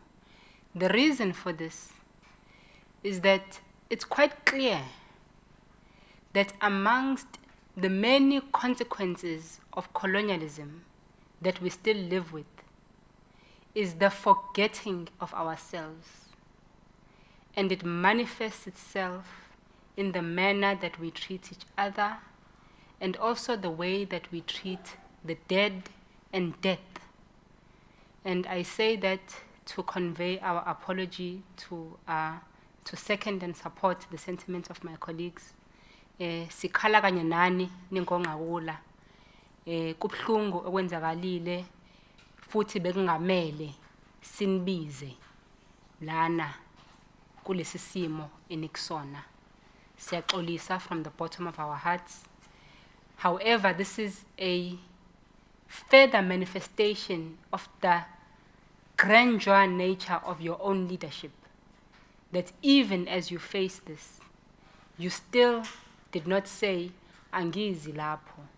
You still honored your word and you came. For that, we truly appreciate you, and it must be stated that it is this kind of leadership that we need in our country and in our continent. Siyabonga mama, to you, your husband, and your family. Sikhala kanye nani. Oh, thank you very much, commissioners. Thank you. But I think that now that you've raised this issue, I think I should respond by saying the situation in Phoenix is so volatile that if we are not careful, we may see a repetition of what the people of this country experienced before. I recall that in one of the fora I belonged to, there was an agreement that this cannot be a government matter. It should be a matter all of us were seized with. We move into Phoenix and engage with the people of Phoenix, particularly because it has taken the shape of a racial, conflict. And South Africa cannot go back to that. It can't. I recall that as we were engaging people during that period, some young people were saying, this is not 1948. This is 2021. And we got worried when we heard that. So I'm therefore saying the Phoenix conflict, massacre, because people died there, obviously must be properly dealt with. But in my view, it also, the challenge was also in the fact that it took so long to arrest people who had murdered so many people in such gruesome manner. So we have to find a way of moving into that area, make sure that we continue with post-conflict initiatives, bring the people together, because, one old, says, I've lived here. Since I was born, I've been here. And I'm not going to leave Phoenix. And this one is my neighbor, So we're going to live here and we're going to die here.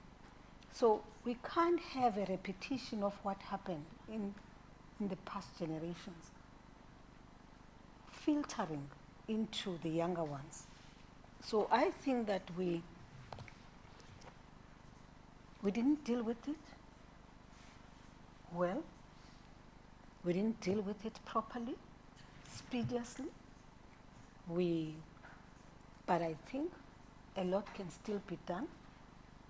But for me, and I keep on saying this, that what is of paramount importance is education, education, education, empowerment of our people, understanding that our socio-economic problems, because that's the problem you find there. The socio-economic problems with our people have are going to take some time to remedy, but equally, it should not make us enemies. We need to find a solution, a way of dealing with those problems, because you have a combination of the have-nots and the haves in the same area. So I just think that we can do better, we can do more as a society. Thank you.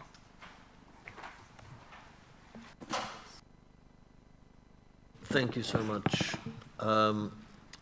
We will adjourn now, and you are excused. Thank you very much, Madam Speaker. Thanks again. We are adjourned for the day.